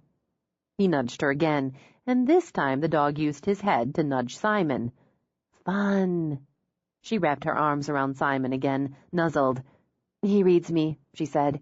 If I was afraid now, he'd know it. But he sees, hears, senses I'm fine. I'm good with you. That's what I'm trying to get through your head about Jaws and your reactions, what you transmit. Your mood influences his behavior, so... She broke off when she looked up again into eyes that were very close and very focused. What mood do you think I'm transmitting now? Funny. It's just an exercise, she began. Okay, let's try advanced class. He closed his mouth over hers, very firm and just a little rough. She'd known he'd be just a little rough, impatient, direct, with no testing moves, no easy flirtation. She didn't resist. It would be a waste of time, effort, and a very hot and healthy kiss. Instead, she slid her hands up his back, let herself drop into it, let herself enjoy the warring sensations of the moment. Soft lips, hard hands, firm body, and just a hint of chocolate on the tongue that tangled with hers. And when she felt herself dropping close to the point of no return, when climbing back would be painful, she worked her hand between them and pushed against his chest. He didn't stop. Her heart went from flutter to pound, intractable, she thought, and wished she didn't find that quality in him quite so exciting. She pushed again, harder. He eased back, just a little, so their eyes met again. Grade that. Oh, you definitely aced it. Congratulations. But playtime's over. I have some lesson planning and things to get done, so... So I'll see you. Yes. Keep working on the basics. Throw sticks? Lots of sticks. Right. When he walked out, she blew out a breath, looked at Newman. Wow. His own fault, Simon thought as he loaded Jaws into the car. Or hers, he decided. It was really more her fault. Wrapping around him, rubbing in, smiling up. What the hell was a man supposed to do? He hadn't expected her to be so receptive, to just give, to just open until that subtle, almost quiet sexy peeled back a corner and showed him all the heat beneath. Now he wanted it. And her. He glanced at the dog, currently in bliss with his nose stuck out the 2-inch opening of the window. I should have just sold her the damn cabinet. He flipped the radio up to blast, but it didn't swing his mind away from Fiona. He decided to try his own exercise and began to design a wine cabinet suited to her, in his head. Maybe he'd build it, maybe he wouldn't. But it was a damn sure bet he'd end up going back to peel up another corner. A trip to the vet invariably included comedy and drama, and required persistence, stamina, and a flexible sense of humor. To simplify, Fiona always scheduled her 3 dogs together at the end of office hours. The system also gave her and the vet, her friend Mai Funaki, a chance to recover and unwind after the triple deed was done. At a scant 5'2", Mai appeared to be a delicate lotus blossom, a romantic anime character brought to life with ebony hair curved at her gilded cheeks and fringing flirtatiously above exotic onyx eyes. Her voice, a melodious song, calmed both animals and humans in the course of her work. Her pretty, long-fingered hands soothed and healed, and were as strong as a bricklayer's. She'd been known to drink a 200-pound man under the table, and could swear the air blue in 5 languages. Fiona adored her. In the exam room of her offices in her home just outside East Sound, Mai helped Fiona heft 75 pounds of trembling peck onto the table. The dog, who had once courageously negotiated smoldering rubble to locate victims after an earthquake in Oregon, who tirelessly searched for the lost, the fallen, and the dead through bitter winds, flooding rain, and scorching heat, feared the needle. You'd think I hammered spikes into his brain. Come on now, Peck. Mai stroked, even as she checked joints and fur and skin. Man up. Peck kept his head turned away, refusing to look at her. Instead, he stared accusingly into Fiona's eyes. She swore she could see tears forming. I think he was tortured by the Spanish Inquisition in another life. While Ma examined his ears, Peck visibly shuddered. At least he suffers in silence. Ma turned Peck's head toward her. He turned it away again. I've got this chihuahua I have to muzzle for any exam. He'd eat my face off if he could. She took the dog's head firmly to examine his eyes, his teeth. Big, healthy boy, she crooned. Big, handsome boy. Peck stared at a spot over her shoulder and shivered. Okay, Mai said to Fiona. You know the drill. Fiona took Peck's head in her hands. It's only going to take a second, she told him as Mai moved behind and out of eyeline. We can't have you getting sick, right? She talked, rubbed, smiled, as Mai pinched some skin and slid the needle in. Peck moaned like a dying man. There, all done. Mai walked back to Peck's head, held up her hands to show them empty of all tools of torture. Then she laid a treat on the table. He refused it. Could be poisoned, Fiona pointed out. Anything in this room is suspect. She signaled the dog down, and he couldn't jump off the table fast enough. Then he stood, facing the wall, ignoring both women. It's because I cut off his balls. He's never forgiven me. No, I really think it all comes down from Newman. He fears, so they all fear. Anyway, 2 down, 1 to go. The women stared at each other. We should have taken him first, the worst first, but I just couldn't face it. I bought a really nice bottle of Pinot. Okay, let's do this thing. They released Peck into the yard, where he could exchange horrors with Bogart and seek sympathy with Mai's one-eyed bulldog, Patch, and her 3-legged beagle hound mix, Chauncey. Together they approached Fiona's car, where Newman lay on the back seat, nose pressed tight in the corner, body limp as overcooked pasta. Heads or tails? Fiona asked. You take the head. God help us. He squirmed, tried to roll into a ball, leaped over the seats, then back again. He slithered like a snake in an attempt to wedge himself under the seat. Then, unable to escape, went limp again, forcing the 2 women to carry his dead dog weight into the examining room. Fuck me, Fee. Couldn't you raise palms? He could be a face-eating chihuahua. Please tell me you got his weight at home, because there's no way we're getting him on the scale. 82.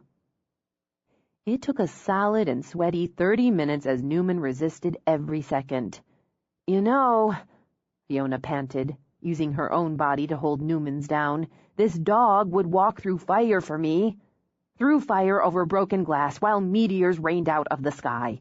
But I can't get him to just hold the hell still for a routine exam. And he knew. The minute I called them to get in the car, he knew. How many times do I put them in the car for work, for play, for whatever? How does he know? I had to get the others in first. They're more easily fooled. Then drag him. It's humiliating, she said to Newman. For both of us. Thank all the gods. We're done. Mai didn't bother to offer the treat, as Newman would very likely spit it in her face. Cut him loose and let's open that wine. Mai's pretty bungalow sat with its back to the sea. Once it had been part of a farm, then the house had morphed into a B&B. When Mai and her husband moved to Orcas, he'd wanted to farm. Mai moved her Tacoma practice to the island, pleased to work at home, content with the slower lifestyle while her husband raised chickens, goats, berries, and field greens. It took less than 4 years for the bloom to wear off on the gentleman farmer, whose next brainstorm had been buying a bar and grill in Jamaica. Tim's moving to Maine, Mai said as they carried the wine out to the yard. He's going to be a lobsterman. Not kidding? Not. I have to say, he lasted longer than I expected with the bar. Even as they sat, dogs hurried over to vie for attention. Tails wagged, tongues licked. Sure, now we're pals. Mai passed out the biscuits she'd brought with her. They love you. And the treats aren't poison, except in the exam room. Yeah, all's forgiven. I'm sorry I couldn't run the base for the search on the little boy. I had that emergency surgery, and I just couldn't postpone it. It's no problem. That's why we have alternates. They're a nice family. The kid's a champ. Yeah? Mai sighed. You know, it's probably, certainly, best that Tim and I put off having kids. Can you imagine? But my clock's ticking double time. I know I'm going to end up adopting another dog or cat or other mammal to compensate. You could adopt an actual human child. You'd be a great mom.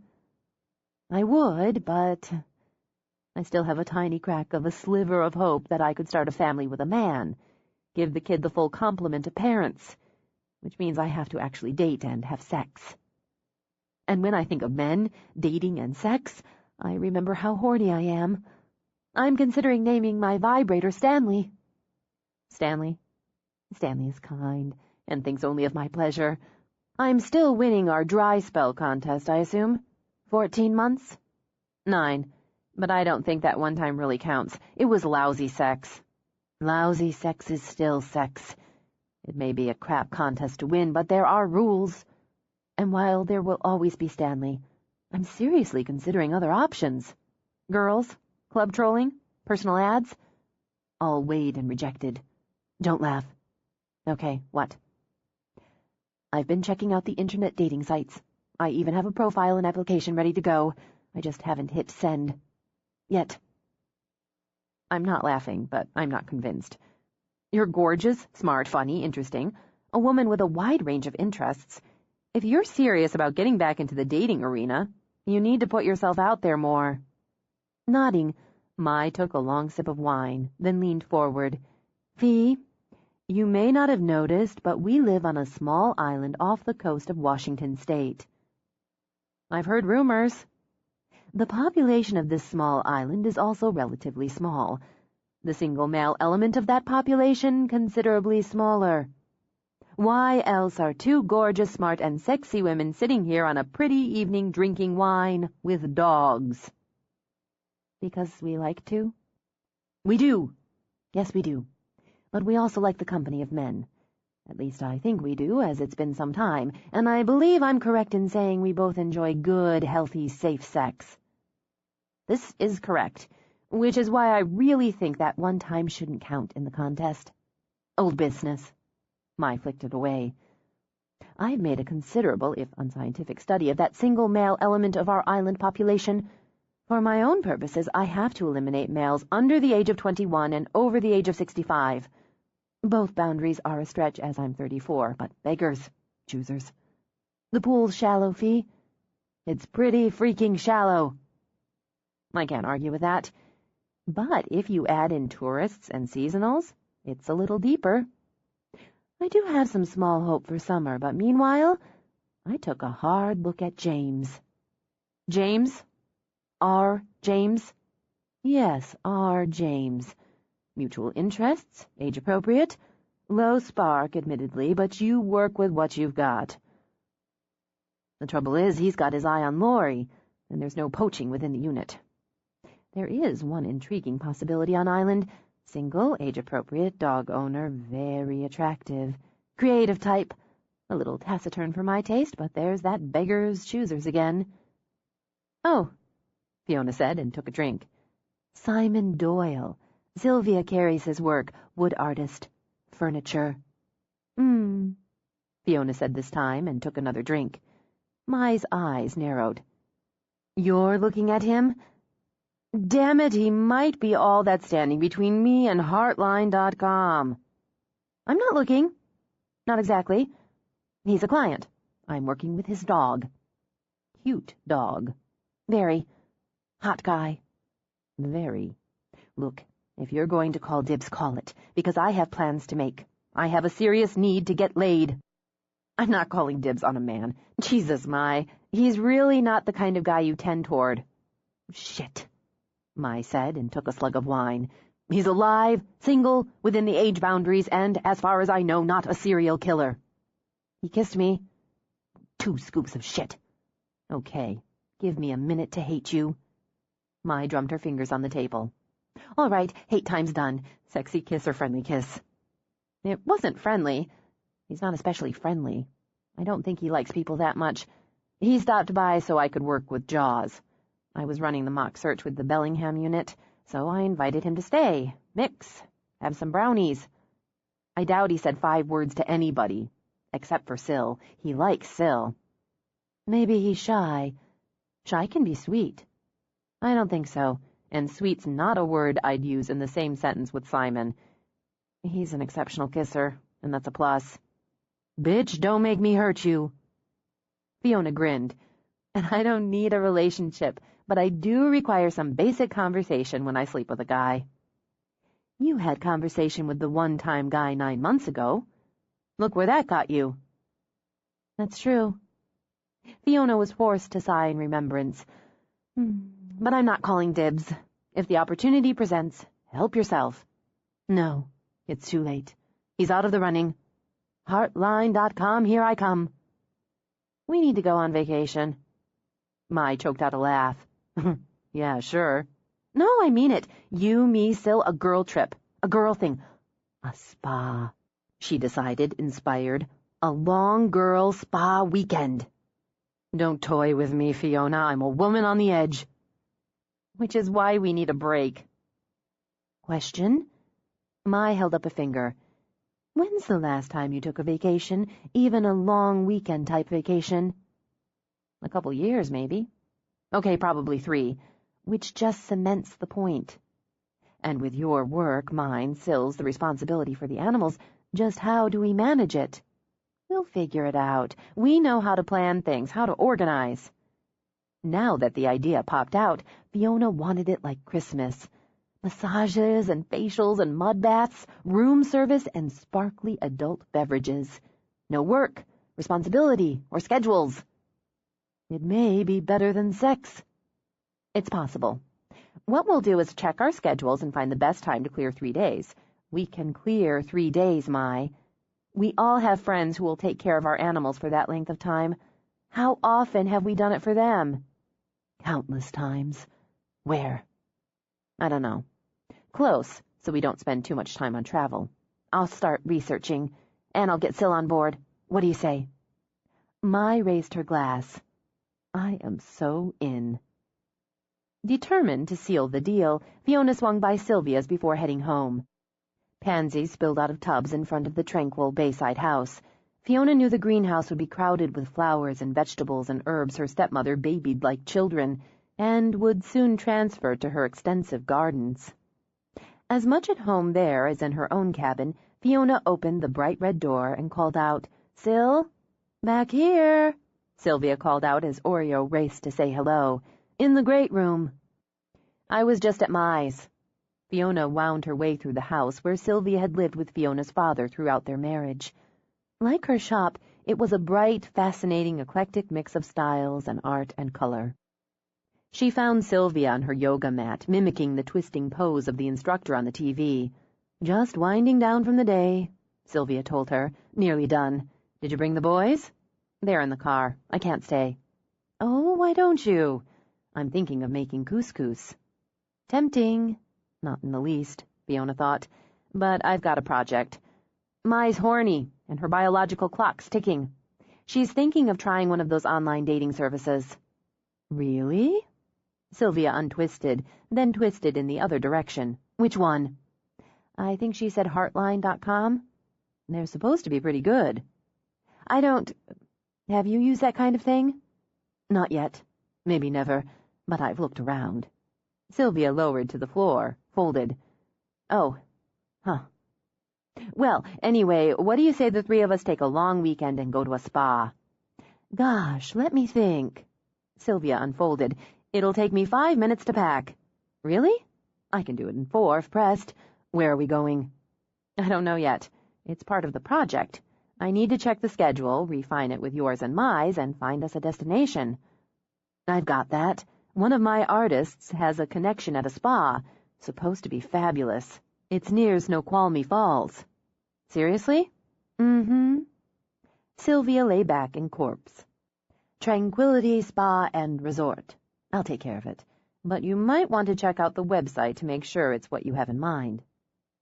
Do they have massages, room service, and a pool? I can pretty much guarantee that. It's perfect. She did a quick dance in place. God, this is going to be great. Can't miss. But what brought this on? I told you. Mai's hormones. And? Fiona walked to the window to look at the water. I really haven't been sleeping all that well since Davy told me about the murders. It's just there, on my mind. Keeping busy tamps it down. Then when I'm not, it's just there. A break would be good, I think. And a break with two of my favorite women, the best. Plus, I'm feeling conflicted about Simon since he kissed me. What? Sylvia's eyes popped open as she sat up. You tried to sneak that by me. When did he kiss you? The other day, after you and the others left. It was just an impulse of the moment and the circumstances. And yes, before you ask, it was very, very good. I suspected it would be. What happened next? He went home. Why? Probably because I told him to. Oh, Fee, I worry about you. I do. Shaking her head, Sylvia rose, reached for her bottle of water. I wasn't ready for the kiss, much less any follow-through. Sylvia sighed. See, no wonder I worry about you. Not being ready is part of the thrill. Or should be. The unexpected and the passionate. I don't think unexpected works for me. At least not right now. Who knows? Maybe it will after a spa break. Clear your schedule and we're gone. I can work mine around yours and mine. You're the best. Fiona gave her a quick hug. I'm going to see what classes I can juggle. I'll email you and Mai. Wait, I'm going to get you some of this tea. It's all natural and it should help relax you, help you sleep. I want you to take a long bath, drink some tea, put on some quiet music, and give those meditation exercises I showed you a chance. She added as she got the tin out of a cupboard in the adjoining kitchen. Okay, promise. I'm already relaxed just thinking about the spa. She moved in for another hug. I love you. I love you back. She should have thought of it before, Fiona realized. An indulgent break with good friends was the perfect prescription for restlessness and stress. Then again, she rarely felt the need for a break as she considered her life on the island the best of all possible worlds. She had independence, reasonable financial security, a home and work she loved, the companionship of her dogs. What else was there? She remembered the hot, unexpected kiss in her kitchen and Simon's rough, proprietary hands on her. There was that, she admitted. At least now and again there was that. She was, after all, a healthy woman with normal needs and appetites. And she could admit she'd considered the possibility of a round or two with Simon before he'd shut that down in no uncertain terms. Before he'd opened it up again. Blew the lid off it again, she corrected. Which only served to prove any sort of relationship with him promised to be complicated and frustrating and uncertain. Probably best to leave it alone, she said to the dogs. Really, why ask for trouble? We're good, right? We're good just as we are. You and me, boys, she added, and had tails thumping. Her headlights slashed through the dark as she turned onto her drive, and reminded her she'd forgotten to leave the porch light on again. In a few weeks the sun would stay longer and the air would warm. Long evening walks and playtime in the yard. Porch sitting. The approach had the dogs shifting and tails swishing in excitement. The trauma of the exam room was forgotten in the simple pleasure of coming home. She parked, got out to open the back. Make your rounds, boys. She hurried inside to hit the lights before making her own. She checked water bowls and the feeder, got a smile from her new planters. While the dogs circled outside, stretched their legs, emptied their bladders, she opened the freezer and grabbed the first frozen dinner that came to hand. While it buzzed up, she started checking her phone messages. She'd set up her laptop, she decided, go over the schedule while she ate, find the best hole, check out the website Sylvia had recommended. Get the party started, she murmured. She took notes on her pad, saving or deleting messages as necessary. Ms. Bristow, this is Katie Starr. I'm a reporter with U.S. Report. I'm writing a story on the recent abduction murders of 2 women in California that seem to parallel those committed by George Allen Perry. As you were the only known victim to escape Perry, I'd like to speak with you. You can reach me at work, on my cell, or via email. My contacts are... Fiona hit delete. No way in hell. No reporters, no interviews, no TV cameras or mics pushed at her. Not again. Even as she took a breath, the next message came on. Miss Bristow, this is Katie Starr with U.S. Report, following up on my earlier call. I'm approaching deadline, and it's very important that I speak with you as soon as... Fiona hit delete again. "Screw you and your deadline," she murmured. She let the dogs in, comforted by their presence. Dinner, such as it was, didn't hold much appeal, but she ordered herself to sit down, to eat, to do exactly what she'd planned to do with her evening before the reporter flooded her mind with memories and worries. She booted up her laptop, poked at chicken pot pie. To boost her mood, she checked the resort's website first, and in moments was cruising on anticipatory bliss. Hot stone massages, paraffin wraps, champagne and caviar facials. She wanted them all. She wanted them now. She took the virtual tour, purring over the indoor pool, the post-treatment meditation rooms, the shops, the gardens, the lovely appointments in the guest rooms. That included, she thought, a 2-story, 3-bedroom villa. She closed one eye, glanced at the cost, winced. But split 3 ways, it would still sting like hellfire. But it had its own hot tub and, oh God, fireplaces in the bathrooms. In the bathrooms. And the views of the waterfall, the hills, the gardens. Impossible, she reminded herself. Maybe when she won the lottery. It's a nice dream, she told the dogs. So, now we know where. Let's figure out when. She brought up her class schedule, calculated, tried some juggling, recalculated, shifted. Once she'd settled on the 2 best possibilities, she emailed Sylvia and Mai. We'll make it work, she decided, and shifted over to check her incoming email. She found one from the reporter. Miss Bristow, I haven't been able to reach you by phone. I found this contact on the website for your canine training service. As I explained, I'm writing a story on the California abduction murders which echo the Perry homicides. As you were a key witness for the prosecution in the Perry trial that resulted in his conviction, your comments would be very valuable. I can't write a salient or accurate story on the Perry angle without including your experiences and the details of the murder of Gregory Norwood, which resulted in Perry's capture. I would prefer to speak with you directly before the story goes to press. Fiona deleted the email, including the list of contacts, then simply laid her head down on the table. She was entitled to say no, entitled to turn her back on that horrible time. She was entitled to refuse to be fodder for yet another story on death and loss. Reliving all that couldn't bring Greg back. It wouldn't help those 2 women or their grieving families. She'd started her life over, and she was damn well entitled to her privacy. She pushed herself up, shut down the laptop. I'm going to take that long bath, drink that stupid tea, and you know what? We're going to book that damn villa. Life's too damn short. 8.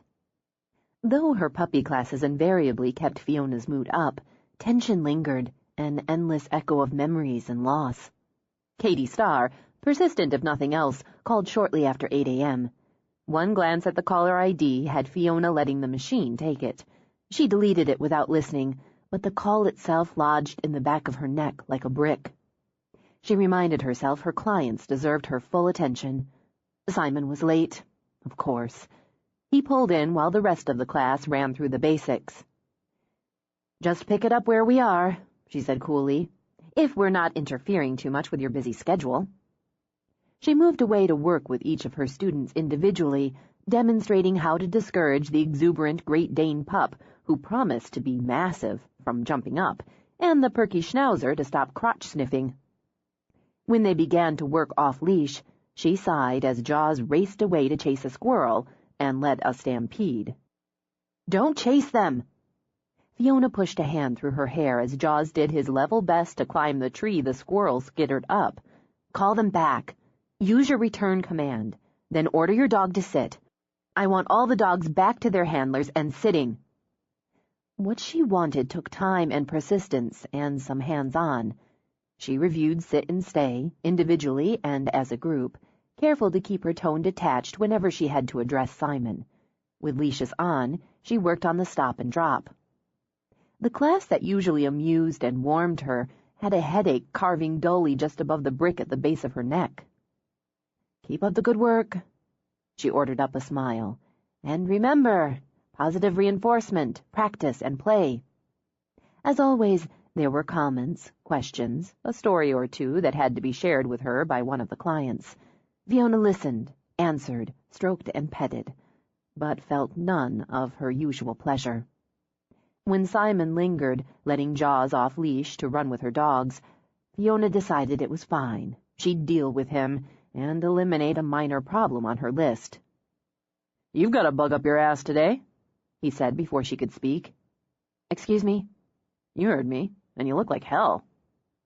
"You have to stop throwing all these pearls at my feet." "Did that guy in California kill someone else?" "I don't know. Why would I know? It has nothing to do with me." She jammed her hands into the pockets of her hooded jacket. "I'm sorry for the women, for their families, but it has nothing to do with me." "Who's arguing?" "You weren't listening, not really, when Larry started on about how his super mutt figured out how to open doors, or when Diane showed you the picture of her toddler drawing with crayons on the bulldog. I'd say that's your version of having a bitch on. So what's the deal?" "Listen, Simon, just because I kissed you, sort of." "Sort of?" She set her teeth. "That doesn't mean I'm obliged to share the details of my life with you, or explain the reasons for my moods." "I'm still stuck on sort of, and wondering what would be actually." "You'll have to keep wondering. We're neighbors, and you're currently a client. That's it." "A definite bitch on." "Well, enjoy." He whistled for his dog, which naturally brought the whole pack. When Simon bent down, ruffled and praised, Fiona sighed again. "He's doing well on the return. He doesn't get stay yet, but he's doing well in most areas." "He hasn't eaten anything I needed to worry about in the last couple days." He clipped on the leash. "See you." He got halfway to the car when she called his name. She hadn't planned to, couldn't think why she had, and yet, "Do you want to take a walk?" "I need to walk." "A walk? Where?" She gestured. "One of the perks of living in the woods is being able to walk in them." He shrugged, crossed back to her. "You'd better leash him," she said. "Until you're confident he'll obey the stop command. He might take off after a rabbit or deer and get lost. Come on, boys, take a walk." Her dogs fell in happily, then ranged ahead. Jaws pulled on the leash. "Wait," Fiona ordered, sympathizing. The dogs paused, continuing at a slower pace at her signal when Jaws caught up. "He thinks he's one of the big guys. It's good for him to get out like this, explore new territories, respect the leash, respond to you." "Is this another lesson?" "Just making conversation." "Do you ever talk about anything other than dogs?" "Yes." Irritated, she hunched her shoulders, lapsed into momentary silence. "I can't think of anything right now. God, I wish spring would hurry up. There, that's other than. I can bitch about the weather. But it's a nice day, so it's hard to. Still, I wish it would get warmer faster, and I want the sun to stay out till 10. I want to plant a garden and chase the deer and rabbits out of it." "Why don't you just put up a fence?" "Then I don't have the entertainment value of chasing the deer and rabbits, do I? They're not afraid of the dogs, which is my own fault because I trained the boys not to chase. Oops! Dog talk. I love the way it smells in here." She took a deep breath of pine, grateful the headache had backed off a bit. "I love the way it looks, the lights, the shadows. I thought I'd be a photographer because I like light and shadows, and people's faces and the way they move. But I don't take very good or interesting pictures. Then I thought I'd be a writer, but I bored myself, so I suspect I'd have flopped at that one. Except I like to write, for the blog or the newsletter or little articles about, the thing I'm not talking about in this conversation. Then I thought I could coach track or be a trainer, but I didn't really have a center, I guess. I'm not sure you're required to have a center when you're 20. Why don't you say something?" "Mostly because you haven't shut up." She blew out a breath. "That's true. I'm babbling useless conversation because I don't want to think. And I realize I asked you to come so I wouldn't think or start brooding.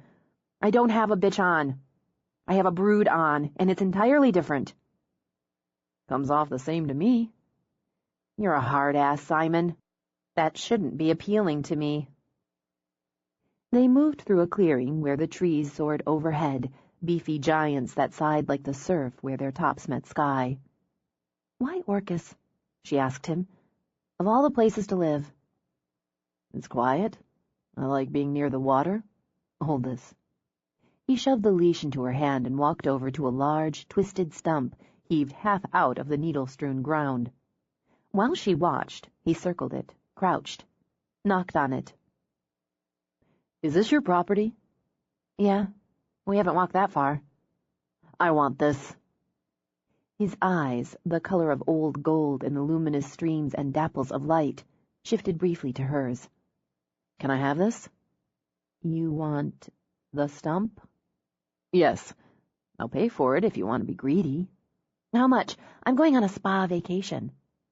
She walked closer, trying to see what he saw. "Pee somewhere else." He gave Jaws a nudge as the pup prepared to squat. $10. She pfft. "It's just sitting here.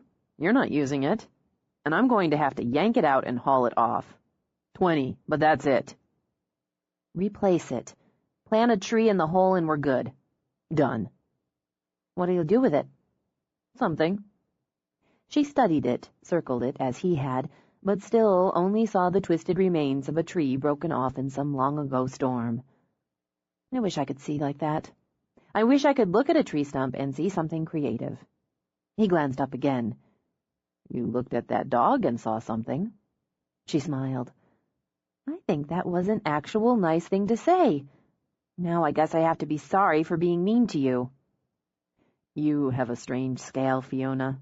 Sort of kissed me when you were locked on like a clamp, being mean when you told me to mind my own business." "I yelled at you in my head." "Oh, well, now I'm crushed."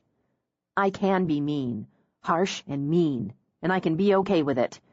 But it has to be justified. You just asked what was wrong. You can come back and get the stump any time." "Next couple of days." He straightened, glanced around to orient himself. Then he looked at her. "You might as well spill it." "Let's keep walking." She held the leash, bringing Jaws to heel, letting him range, bringing him back while they wound through the trees, skirted the curve of a quiet creek. "This reporter's hounding me," she began, calling, emailing. "I haven't talked to her, just deleted all the messages." "What does she want?" "To talk to me about Perry, in connection with the 2 women in California. She's writing a story on it. That's her job, I get that. But it's not mine to talk to her, to feed that fire.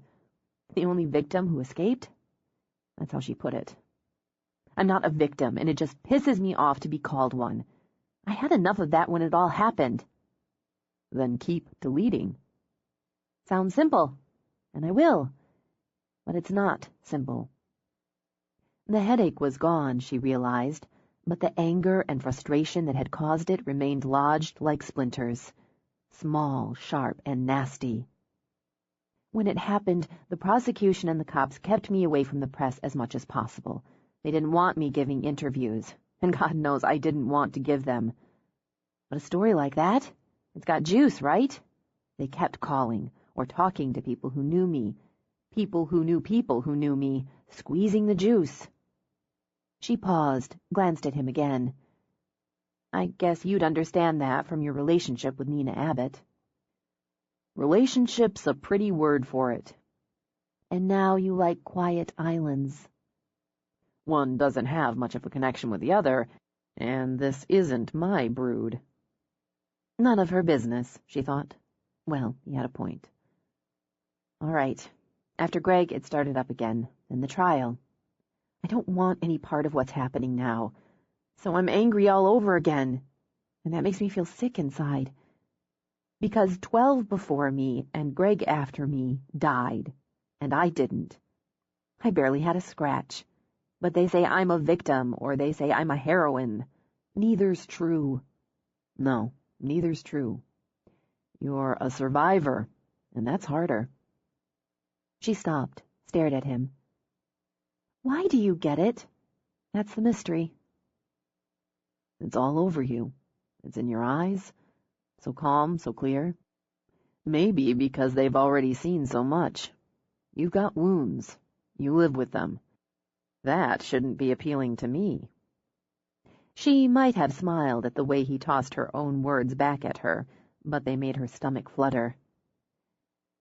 What have we got here, Simon? Probably just some heat. Probably. I haven't had sex in almost 10 months. Okay, it's getting hotter. Now she laughed. God, you've actually made me feel better. But what I meant was I haven't had sex in 10 months, so waiting longer isn't such a big deal. We both live on island, have a connection with Sylvia. I like your dog, and right now I'm part of his team. I think I need to figure out if sleeping with you would just be a nice release or cause too many complications. It wouldn't be nice. Nice is cookies and milk. Confident. I do like confidence. Since I'm not going to have sex with you in the woods, especially since we've only got about 20 minutes before the sun sets, I think we're safe. So why don't you give me a little preview of possible coming attractions? He reached behind her, wrapped her hair around his fist. You like living on the edge? No, I really don't. I like stability and order, so this is unusual for me. He gave her hair a tug, enough to lift her face, to bring his mouth within a breath of hers. You're looking for nice. I'm not really looking at all. Me either, he said, and closed the distance. She'd asked for it, and thought herself prepared. She'd expected the fast strike, that immediate explosion of heat and lust and want that flashed through the brain and body. Instead, he came in easy, disarming her with a slow kiss, the sort that shimmered through the system just before it fogged the brain. She sighed into it, lifting her arms to link them around his neck as he tempted her to offer more. As she did, he pulled her deeper, gradually building that heat they both acknowledged, degree by degree, so when the strike came, she was defenseless.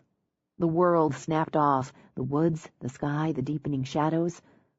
All that was left was the wonder of mouth against mouth, body against body, and the flood wall of need rising in her.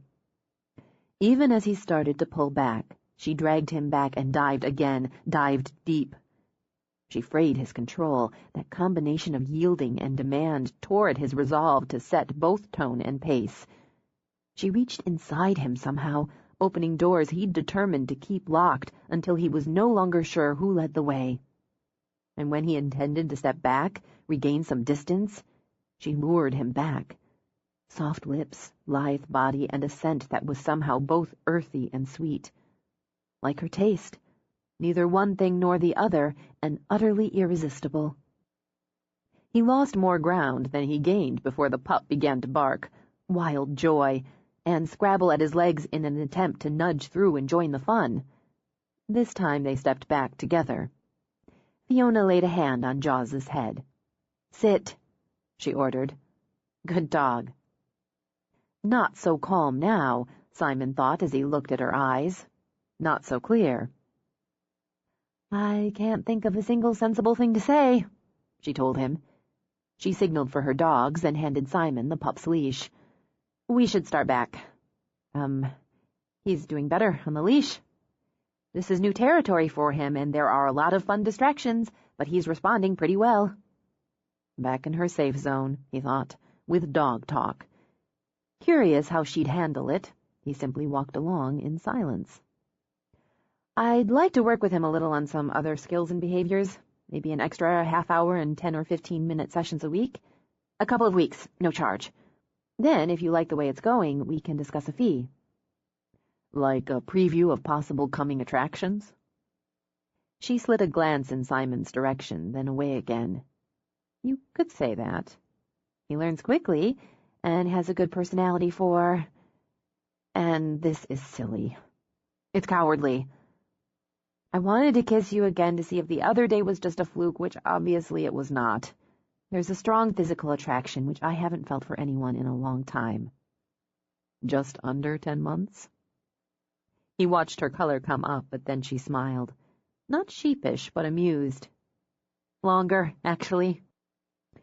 To spare us both the embarrassment of details, that particular incident was a failure on several levels. But it does serve as a baseline, and causes me to wonder if the just under 10 months factor is part of the reason for the attraction. It also makes me cautious. I'm not shy about sex, but I am wary of repeating what turned out to be a mistake. You'd rather be stable and ordered. She pushed her hands back in her pockets. I talk too much and you listen too well.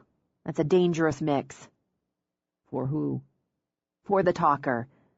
See, you give the impression you don't pay all that much attention, just aren't interested enough.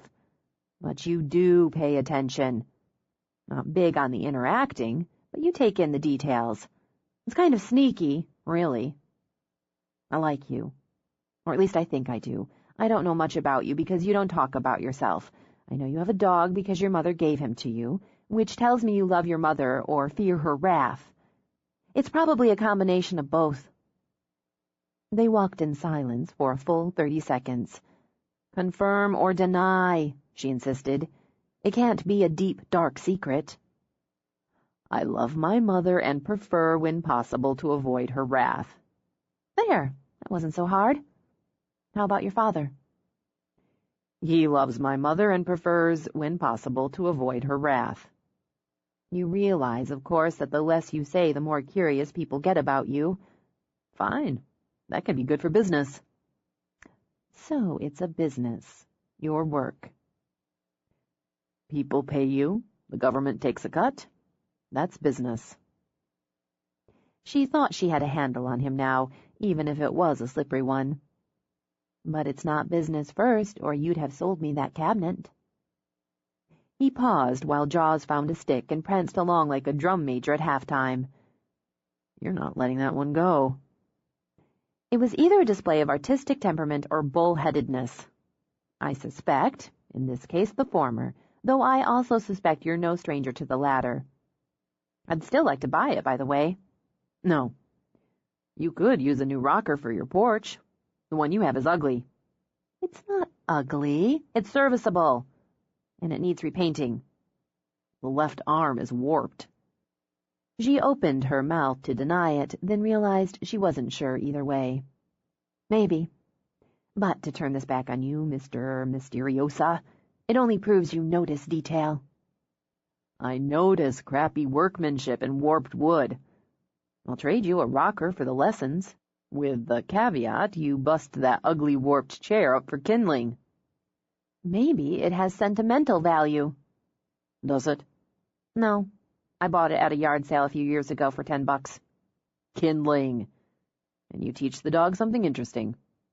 That's a deal. As they came out of the woods, she looked up at the sky.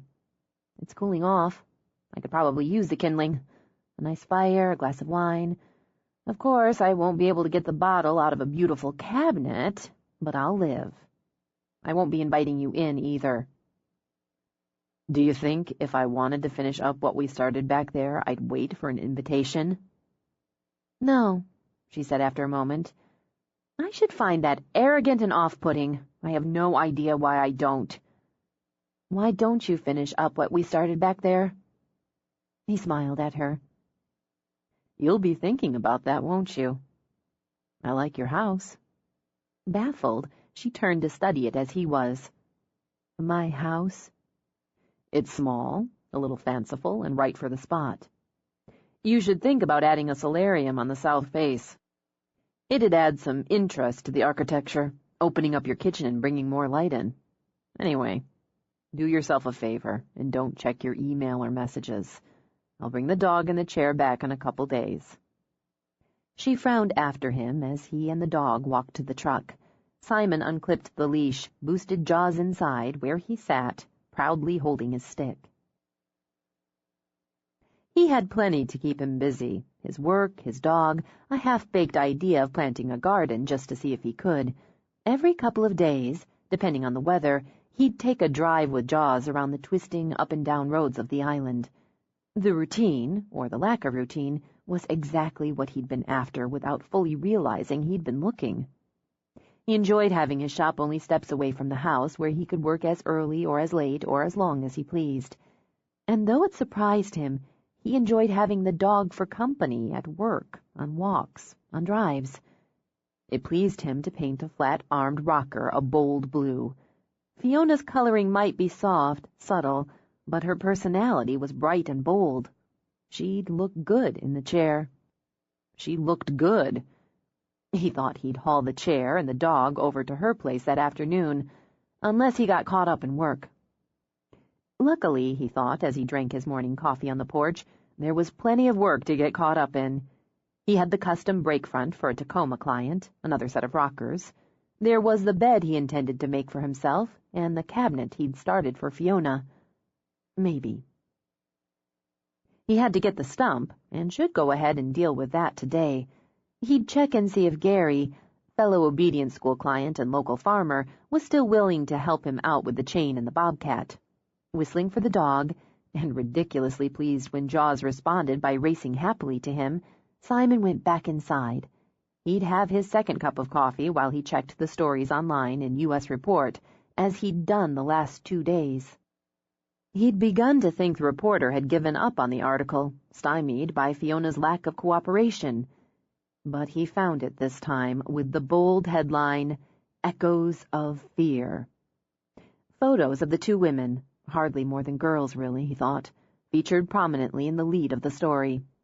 As far as he could tell, the reporter had done her homework there, with details of their lives, the last hours before they vanished, and the ensuing search and discovery of their bodies.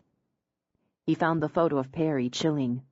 So ordinary, the middle-aged man next door. The history teacher or insurance salesman, the guy who grew tomatoes in the backyard. Anyone. But it was the photo of Fiona that stopped him cold. Her face smiled out, as did those of a dozen others, the ones who hadn't escaped. Young, fresh, pretty. It contrasted sharply with the file shot of her being hustled into the courthouse through the gauntlet of reporters, her head down, her eyes dull, her face shattered.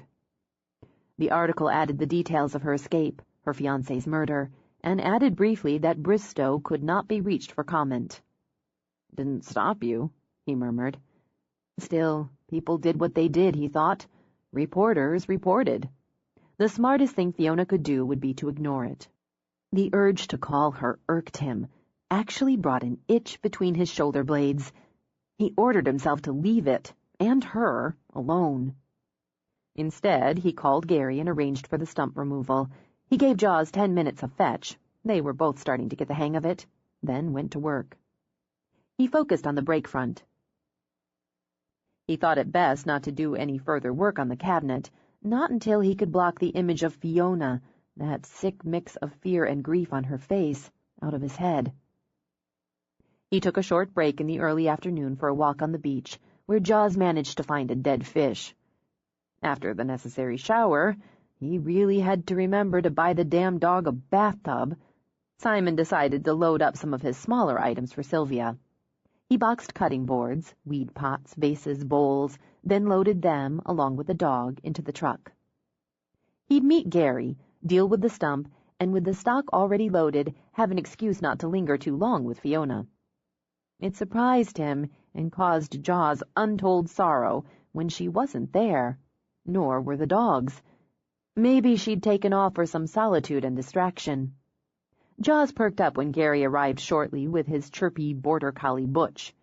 Gary, a cap over his grizzled hair, thick lenses over faded green eyes, watched the pups greet each other.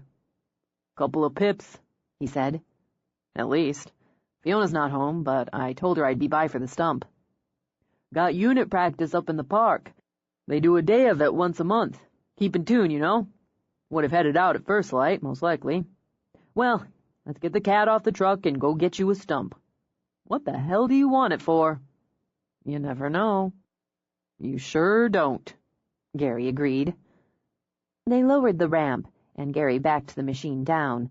With the 2 dogs on board, they putted their way into the woods. "I appreciate this, Gary." "Hell, it's no big thing. Nice day to be out and about." It was, Simon thought. Warm enough, sunny, with little signs of encroaching spring showing themselves. The dogs panted in desperate joy, and Gary smelled, lightly, of fertilizer. When they reached the stump, Gary hopped out, circled it, shoved his cap back to scratch his head. "This what you want?" "Yeah." "Then we'll get her. I knew a guy once made statues out of burl wood and a chainsaw. This isn't any stranger." They hauled out the chain, discussed strategies, baseball, dogs. Simon tied the dogs to a tree to keep them out of harm's way while Gary began maneuvering the machine. It took an hour, and considerable sweat, re-angling, reversing, resetting the chain. "Easy," Simon called out, grinning widely. "You've got it now. She's coming." "Cocksucker, put up a fight." Gary set the machine to idle when the stump rolled free. "You got yourself a stump." Simon ran his gloved hand over the body, along one of the thick roots. "Oh, yeah. Happiest I've seen you look since I met you.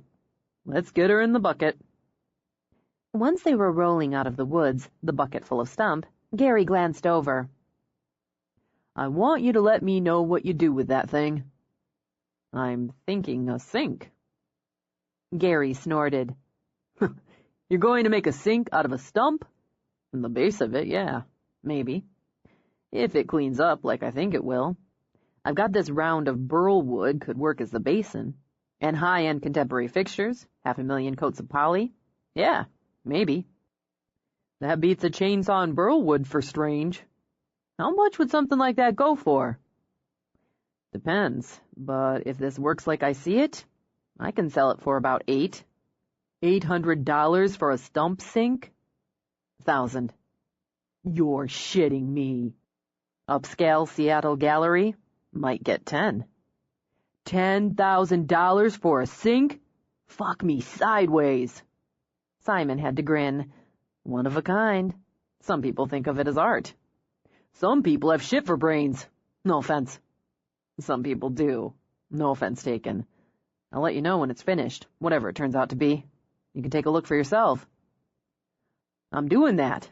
Wait until I tell Sue," he said, speaking of his wife. "She won't believe it." 9. By the time he and Gary hauled the stump home and unloaded it, Simon considered skipping the trip to town and just staying put to play with his new toy. He'd already drafted 6 design possibilities in his head. But the stock sat in his truck, packed and ready. If he didn't go now, he'd have to go later, so he gave Jaws the thrill of another ride with the window half down, the dog's snout pressed through the opening and his ears flapping in the breeze. "Why do you do that?" Simon wondered. When Jaws banged his tail against the seat in answer, Simon stuck his head out his own window. "Huh, feels pretty good, actually. Next time you drive, and I'll catch the breeze." He tapped his fingers on the wheel in time with the radio, while he refined and discarded more designs on the sketch pad in his head. The physical labor combined with the creative possibilities.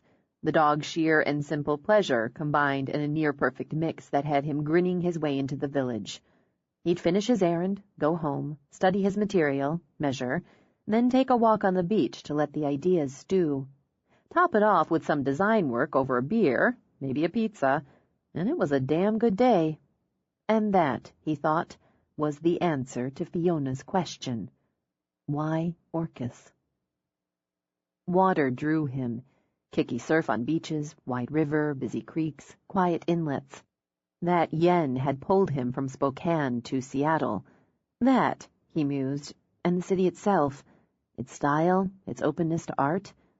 The nightlife, the movement, he supposed, had appealed at that stage of his life, as Nina had, for a while. He'd had good years there, interesting, creative, successful years, but too many people, too much movement, and not enough space. He liked the idea of an island, self-contained, just a little apart and surrounded by water. Those wicked twisting roads offered countless views of blue and green, and the pretty boats that plied it, the green-knuckled clumps of rough land that seemed to float on it. If he wanted more, he could drive into a village, have a meal, watch the tourists. If he wanted solitude, he could stay home.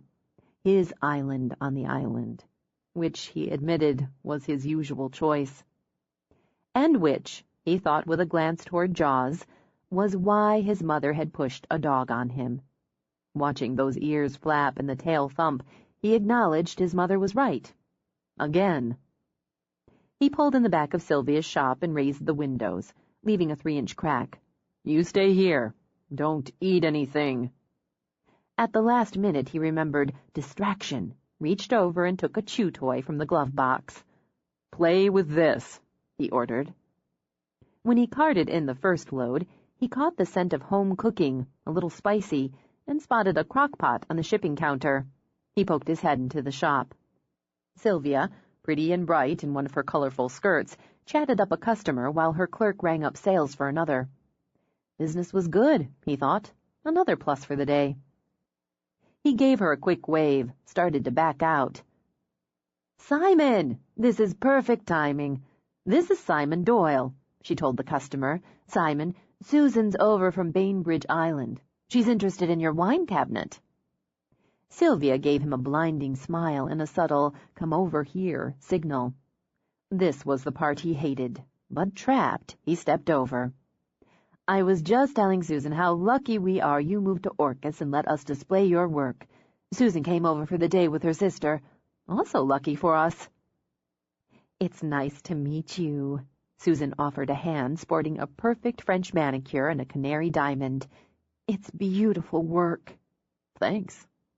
He rubbed his hands on his jeans. Sorry, I've been working. I'm just dropping off some new pieces. Anything as impressive as this? Smaller pieces, actually. The sister wandered over, holding an earring up to each ear. Susan, which pair? Susan angled her head, tipped it side to side. Both. Dee, this is the man who made the bowl I'm buying for Cherry's birthday, and this cabinet I can't seem to walk away from. Simon Doyle. I love the bowl. Dee gave Simon's hand a hard, fast shake. But she saw it first. Sylvia said you might be persuaded to make another. Simon's just brought some new pieces in. Really? Dee glanced from Sylvia back to Simon. Any bowls? A couple, he began. Why don't I go unpack so you can take a look? Sylvia suggested. That'd be great. First pick, Dee said, giving her sister a little poke. There's more in the truck, I'll go. No, I'll take care of it. Sylvia patted Simon's arm and gave it a warning squeeze. Why don't you tell Susan more about the cabinet? It's our current showpiece, she added, then glided off before Simon could find an escape hatch. He hated the selling part, the feeling of being on display as much as the work. I love the tones of the wood. Susan traced a hand down the grain. And then the detail. It's elegant without being ornate and showy. It suits you. Her face lit up. That's a clever thing to say. I'd tell you if it didn't. You like the understated and the unique. You don't mind if it's impractical, but you're happier if it serves a purpose. God, you nailed her. Psychic woodworker, Dee said with a laugh. You'd better buy it, Susan. It's karma. Maybe it is. Susan opened the doors again, slid open one of the drawers. Smooth as silk. I appreciate good work. Me too. He noted that Sylvia had stocked it with some excellent wine glasses and a couple bottles of good wine. How long have you been working with wood? According to my mother, since I was 2. Time well spent. Sylvia said you moved to the island. From where? He felt his skin begin to itch. Spokane via Seattle. Doyle, Dee murmured. I think I read something about you and your work some time ago in the art section. Maybe. Susan tilted her head again, as she had when judging her sister's earring choices. Not much on self-promotion, are you? The work should speak for itself. I absolutely agree with that, and in this case it does. I'm buying it. Ladies, Sylvia called from the doorway, why don't you come into the stockroom? Dee, I think we have your bowl. Simon, I brought the puppy in. I hope you don't mind. I know this is taking a little longer than you planned, and he was so happy to see me. A puppy. Careful, Dee said as her sister bolted for the stockroom. She'll want to buy him, too. She's wild about dogs. It took another 30 minutes, with Sylvia cagily blocking his escape, and Jaws being stroked and cuddled into delirium. He loaded boxes and bags into their car and decided the entire event had been more exhausting than pulling a stump.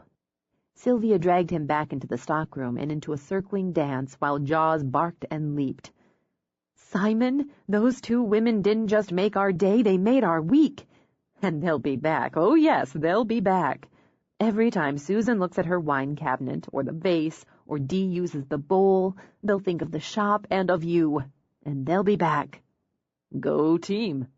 "Simon, we sold pieces as we unpacked them, and the cabinet, I honestly thought we'd have it on display until well into the tourist season. You have to make me another." She plopped down on the little sofa where she'd served her two customers lemon water. "Then I'd better get to work." "Be excited.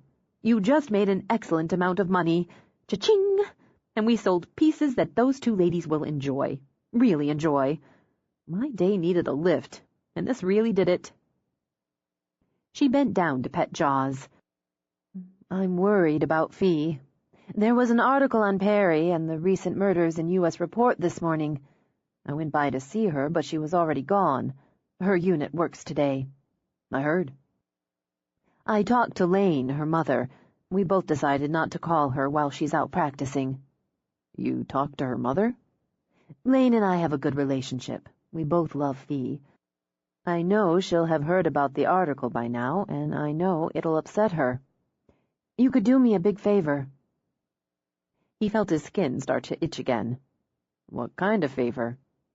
"I made her minestrone." She gestured to the crock pot. "And a round of rosemary bread. She should be getting home soon, if she's not home already. Would you take it by?" "Why? You should take it by." "I would. I planned to, but it occurs to me it'd be good to have someone else around, someone closer to her own age. And this one."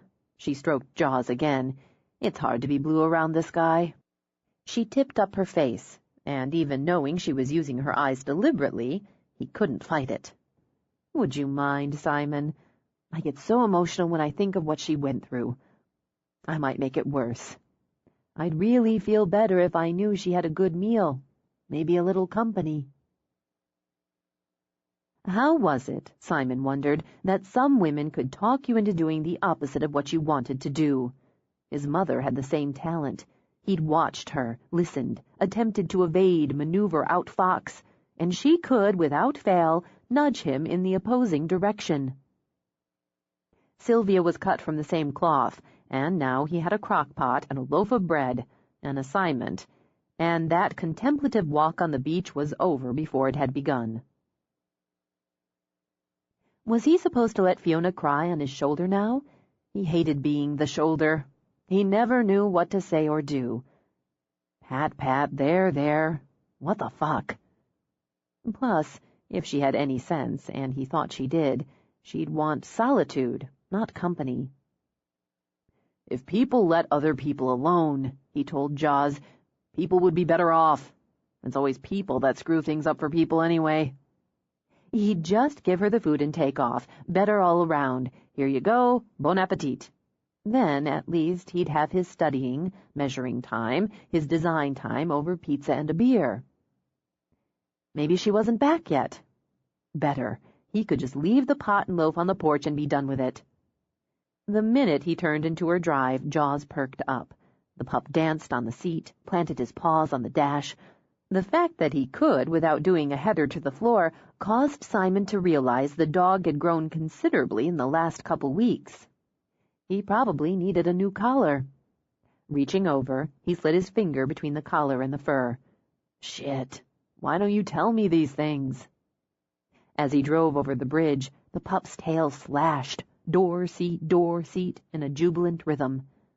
"Glad somebody's happy," Simon muttered. The truck sat in the drive, the dogs raced in the yard. "We're not staying," he warned Jaws. "In and out." He let the dog out first and considered that, what with stump hauling with Gary and Butch, a visit to town, the adoration of women, and now the unscheduled playdate with pals, this had turned into the canine version of a day at Disney World for Jaws. He retrieved the pot and the foil-wrapped bread. Fiona stood in the doorway now, leaning casually on the jam, and to Simon's puzzled surprise, She was smiling. "Hi, neighbor." "I had to go into Sylvia's. She asked me to drop this off." She straightened to take the lid off the pot and sniff. Minestrone. I'm very fond. Bring it on back."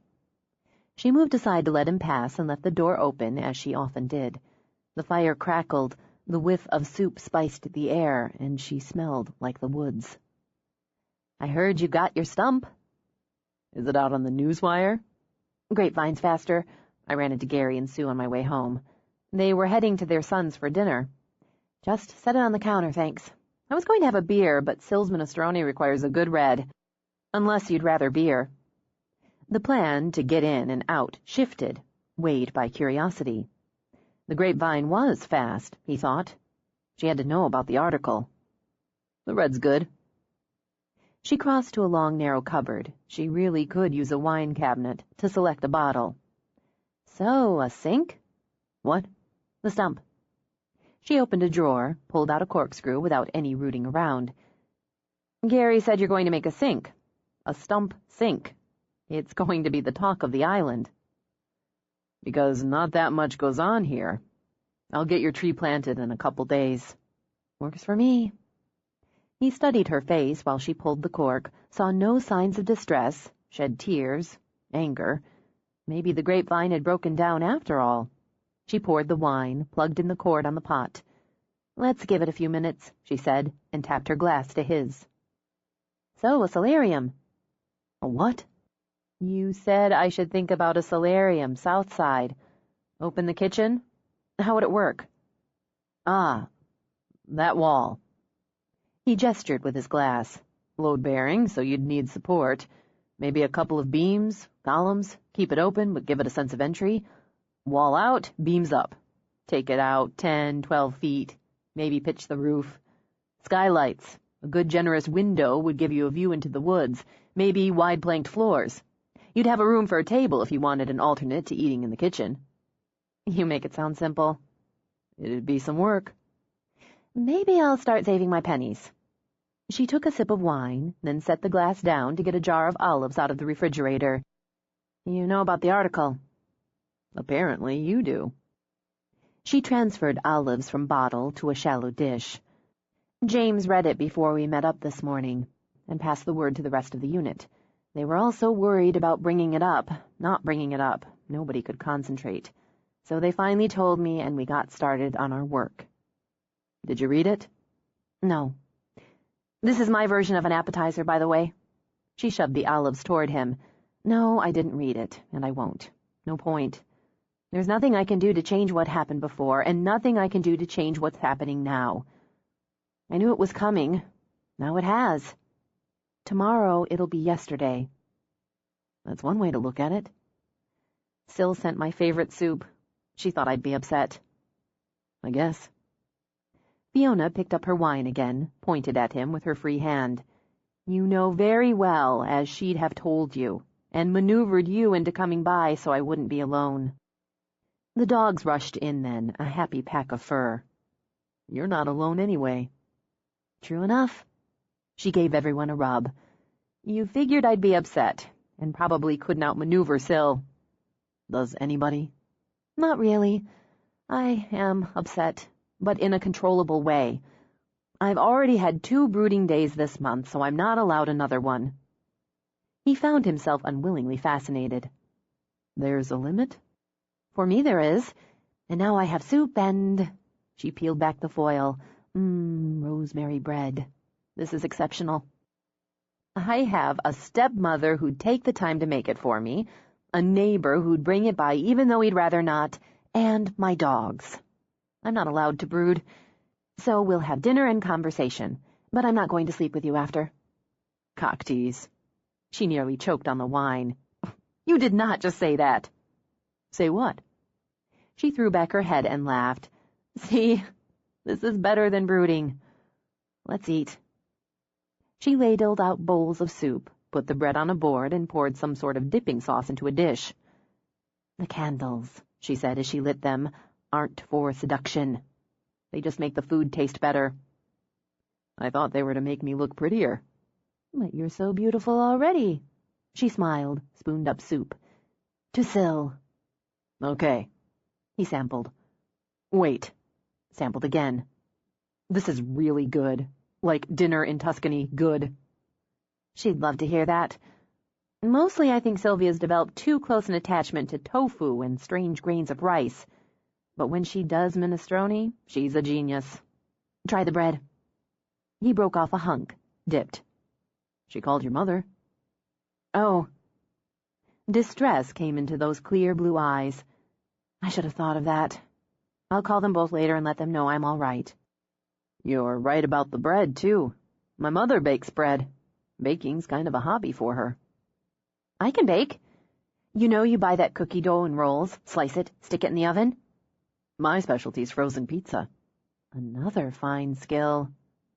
He went back to his soup. Everyone I know who's divorced hates all parties involved, or at least coldly disdains. My father was a very good man. My mother's a lovely woman. At some point, they just stopped being happy together. I know there were fights and anger, probably some blame tossed around, but for the most part they handled it as well as it can be handled. It still hurt unbelievably for a while, but then it didn't, because he was a very good man and she's a lovely woman and they were happy again, and oddly came to like each other again. Then Dad met Syl and they were just beautiful together. She and my mother took the time, made the effort to get to know each other because of me, and they just hit it off. They really like each other. My mother sends Syl flowers every year on the anniversary of my father's death. Sunflowers, because they were my father's favorite. Okay. She pressed her hands to her eyes briefly. Enough of that. It gets me weepy. Tell me what you did today besides hauling a stump out of the woods. Before he could speak, the dogs wandered back in. Jaws scented the air and bulleted for the table. He plopped his paws on Fiona's leg and whined. Off. She snapped her fingers, pointed to the ground. He sat, but the tail swished and the eyes shone with anticipation. She shifted her gaze to Simon. You feed him from the table. Maybe. He keeps at me until... He broke off when she huffed out of breath. She rose, walked to the pantry. She got out small chew bones, one for Jaws and one each for the 3 dogs who looked at the puppy with pity. These are yours. She laid the bones across the room. Go ahead. Distract, she said to Simon. Replace, discipline. As long as you give in and feed him from the table, and people food isn't good for his diet, he'll keep begging. And you're teaching him to be a nuisance by rewarding bad behavior. Yes, Mom. Keep it up and you'll raise a counter-grazer. I've had more than one student who's chowed down on the Thanksgiving turkey, the dinner party rack of lamb, or the Christmas ham because they weren't taught proper manners. One stole a neighbor's steaks right off the grill. Was that a fetch retrieve? Because that could be a good skill. She shook her spoon at him. Mark my words. Anyway, other than the stump? Nothing much. I had some work, and I took some pieces into Syl's, which is why I'm eating soup. It wasn't a chore after all, he realized, this dinner conversation with candlelight and dogs gnawing on rawhide. She's buzzed because a couple of women were in there when I came in, and they walked out loaded down. She's shipping the wine cabinet because it was too big for their car. The wine cabinet? Her spoon stopped halfway to her mouth. You sold my wine cabinet? That's one way to look at it. She sulked a moment, then shrugged. Well, hell. Congratulations. It suited her. He shrugged back when Fiona's eyes narrowed. Susan from Bainbridge Island, canary diamond, good leather jacket, stylish boots. Subtle but expensive Susan from Bainbridge Island. What am I, obvious and cheap? If you were cheap, we'd be having sex now. Soup later. That's supposed to be funny. It is, but only a little. What do you do when you're out with your unit, like today? Don't you just know all the stuff anyway? It's essential to practice, individually and as a team. We work a different problem over different terrain at least once a month. Then we can go over any mistakes, any flaws, or any room to improve. We worked a cadaver find today. Simon frowned at his soup. Nice. Happy to change the subject if you're sensitive. Where'd you get the cadaver? Corpses are us? They were out. We use cadaver material, bone, hair, body fluid, in a container. Mai, as base operations, plants it earlier. Then we set up, just as we would for a real search, assign sectors, and so on. He tried to think if he'd ever had a more unusual conversation over minestrone. Absolutely not. How does the dog know it's supposed to find a dead person instead of a live one? That's a good question. Different command. For mine, I use find for a live search and search for cadaver work. That's it? There's more, but most of it deals with the cross-training, the early work, the advanced work. Jaws might be good at it. He found a dead fish today, no problem. Actually, he could be. He can be taught to differentiate between the scent of a dead fish or animal and human remains. And not to roll in it when he finds it? Definitely. Might be worth it just for that. He glanced over to see Jaws bellying toward the table. Fiona simply turned, pointed. Jaws slunk back to the other dogs. He responds well, see? Not only to you, but to another handler. That's another essential skill. I think he responds better to you, and I'm not sure that's all that helpful. She nudged her bowl aside. Maybe not, but this has been. I wouldn't have brooded because it's against the rules, but I'd have come close on my own. He studied her while the candlelight flickered. You don't look like hell tonight. Oh, my goodness. She fluttered a hand at her heart. Am I blushing? I figured you would, he added, unperturbed. A full day out on maneuvers, or whatever they are. Unit training. Sure, and the fallout from the article. But you look good. Wow. From not looking like hell to looking good in one leap. What could be next? Your smile. I also figure you have to know it's your best feature, the most appealing, the sexiest thing about you. That's why you use it so often. Really? See, like right now. Still smiling, she rested her chin on her fist. I'm still not sleeping with you tonight. This wasn't a date. I may want you to take me on a date before we sleep together. I haven't decided. You haven't decided. That's right. It's one of the privileges of the female to decide these things. I don't make the rules, so I'm not going to sleep with you yet. Maybe I don't want to sleep with you. Because I'm not your type, she said with a nod. But I've already seduced you with my smile and softened you up with Sylvia's soup. I could lay you like linoleum. That's insulting. And provocative. But I won't, because I like you. You don't really like me that much. She laughed. I actually do. And I'm not altogether settled tonight, so it wouldn't be what it should be. But I'll take this. She rose to walk around the table and slid into his lap. She grazed her teeth over his bottom lip, then soothed it with her tongue before sinking them both into the kiss. Comfort and fire, she thought, promise and threat. The hard body and thick, soft hair, the rough stubble and smooth lips. She sighed into it, retreated, then locked her eyes on his. A little more, she murmured, and took his mouth again. This time his hand slid up her sides, skimmed her breasts. Possessed. Small and firm, with her heart thudding under his palms. Fiona. She broke the kiss to lay her cheek to his. You could convince me. We both know it. Please don't. It's so unfair, but please don't. Some women, he thought, had the power to turn a man in the opposite direction from what he wanted. It seemed his fate to run up against them. And damn it, to care. I need to go. Yeah. She drew back again, this time cupping his face in her hands. You do. But thanks, because when I'm restless tonight, it won't be over some damned article in the paper. Just call me Samaritan. For a moment, she rested her brow to his. I'll give you a container of soup and a bigger collar for Jaws. He's outgrown that one. He didn't argue as she gave him time to settle. And still, all the way home while the pup snored in the seat beside him, he could taste her, smell her. He glanced at the dog. "This is your fault," he muttered. "I wouldn't be in this situation except for you." As he turned into his own drive, he reminded himself to go buy a damn tree and plant it. A deal was a deal. 10. She got through it, got past it. Work and routine pushed her hour to hour.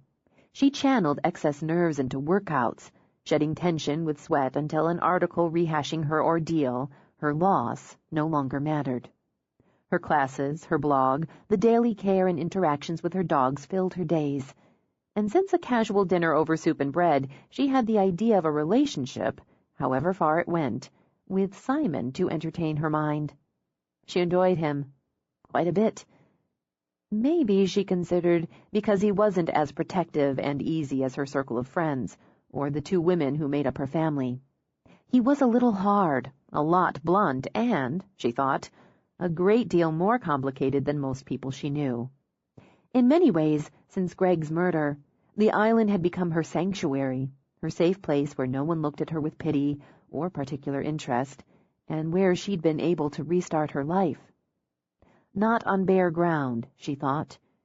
She was who she was at the core.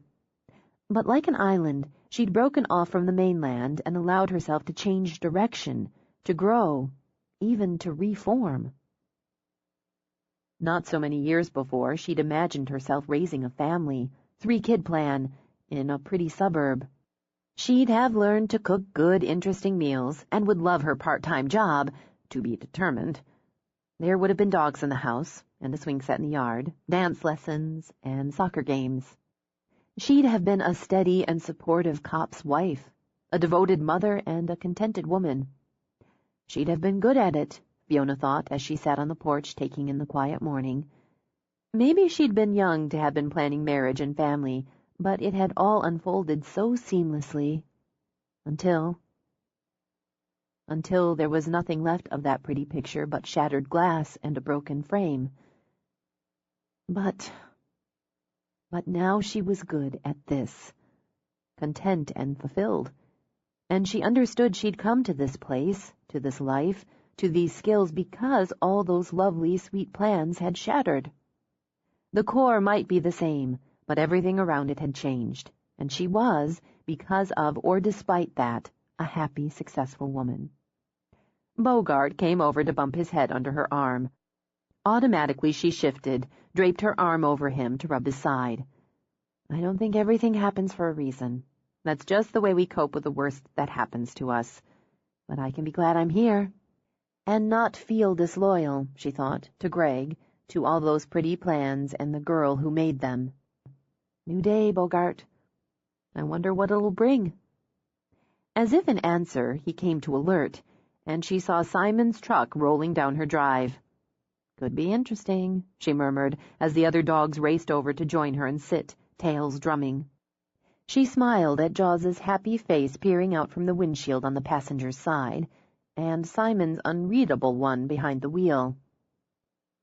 She rose and, when the truck stopped, gave her dogs the release signal. "A little early for class," she called when Simon stepped out, and Jaws leaped into the reunion with his buddies. "I've got your damn tree." "And so cheerful, too." She wandered over as he waded through the dogs. "Give me the coffee." He didn't wait for the offer, but took her mug, downed the rest of the contents. "Well, help yourself." "I ran out." Because he looked surly, unshaven, and sexy, she fluttered her lashes at him. "And still, here you are bright and early with a tree just for me."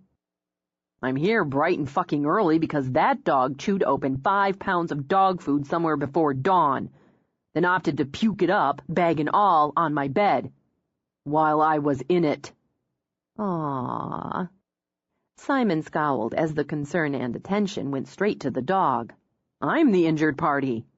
Ignoring him, Fiona rubbed the puppy, checked his eyes, his nose, his belly. "Poor baby. You're okay now. That's all right." "I had to throw out the sheets." From her crouch, Fiona rolled her eyes. "No, you clean off the puke, then you wash the sheets." "Not those sheets." He heaved like a drunk frat boy. "And whose fault is that?" I didn't eat the damn kibble. No, but you didn't have it stowed where he couldn't get to it, or better yet, in a lidded container. Plus, he's probably not ready to have free rein in the house. You should put up a baby gate. His scowl only deepened. I'm not putting up a baby gate. Then don't complain when he gets into something he shouldn't while you're sleeping or otherwise occupied. If I'm getting a lecture, I want more coffee. In the kitchen. Once he'd stomped out of earshot, she let the wheezing laugh escape. He's mad at you, isn't he? Yes, he's very mad. He'll get over it. Anyway, she gave Jaws a kiss on his cool, wet nose. It was his own fault. Rising, she walked to the back of the truck to get a look at her tree. She stood there, grinning still, when Simon strode out with his own mug of coffee. You got me a dogwood. It seemed appropriate when I bought it yesterday. But that was before this morning when I was reminded dogs are a pain in the ass. First, it's a beautiful tree. Thank you. Second, any and everything that depends on us can be pains in the ass. He booted on your bed because when he felt sick and scared, he wanted you. And third, she laid her hands on his shoulders, touched her mouth to his. Good morning. Not yet. She smiled, kissed him again. Marginally better. Well, let's plant a tree and see what that does for you. Let's put it over there. No. She changed direction. There. I thought you wanted it back in the woods where the stump was. Yes, but it's so pretty, and back there hardly anyone will see it but me. Oh, there, back there, just on this side of the bridge. Maybe I should get another one for the other side. You know, so they'd flank the bridge. You're on your own there. But he shrugged, opened the truck door. I'll go with you, give you a hand. So saying, she hopped nimbly in the back of the truck and sat on the bag of peat moss. He shook his head but maneuvered the truck around, eased to the bridge and parked again. When he got out to lower the tailgate, she slung the bag of peat moss over her shoulder. I'll get that. Got it, she said, and jumped down. He watched as she carted it over to the spot she wanted, set it down. When she came back, he took her arm. Flex, he ordered. Amused, she obeyed, saw his eyes register surprise when he tested her biceps. What do, bench press your dogs? Among other things. Plus, I have excellent protoplasm. I'll say. He climbed up to pull the tree to the tailgate. Get the tools, muscle girl. There should be an extra pair of work gloves in the glove box. The dog sniffed around, but soon lost interest. He said nothing when she hauled over the bag of soil he'd bought to mix with the peat. Still nothing when she walked back to the house, trailing the dogs. But he stopped digging to watch her walk back carrying 2 pails like some lean, muscled milkmaid. My hose won't reach this far, she told him, and he was gratified she was at least a little winded. If it needs more water, I can get it from the stream. She set the buckets down. The dogs immediately began to lap at the water.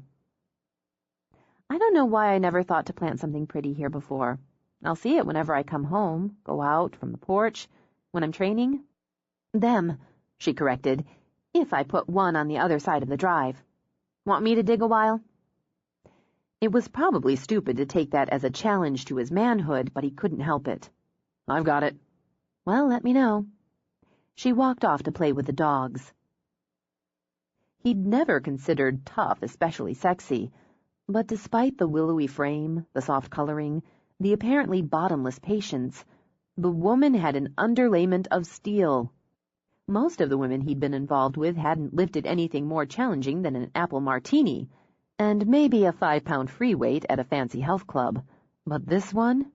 She shouldered a sack of dirt like a seasoned laborer. And damn if it wasn't sexy. And it made him wonder just what that body would look like, feel like, when he got her naked. Maybe he needed to push a little harder on that goal, he thought, and put his back into the digging. She came back when he cut open the bags of soil and peat to mix into the hole. Hold off on that a second and I'll do it. But I want to show you something first.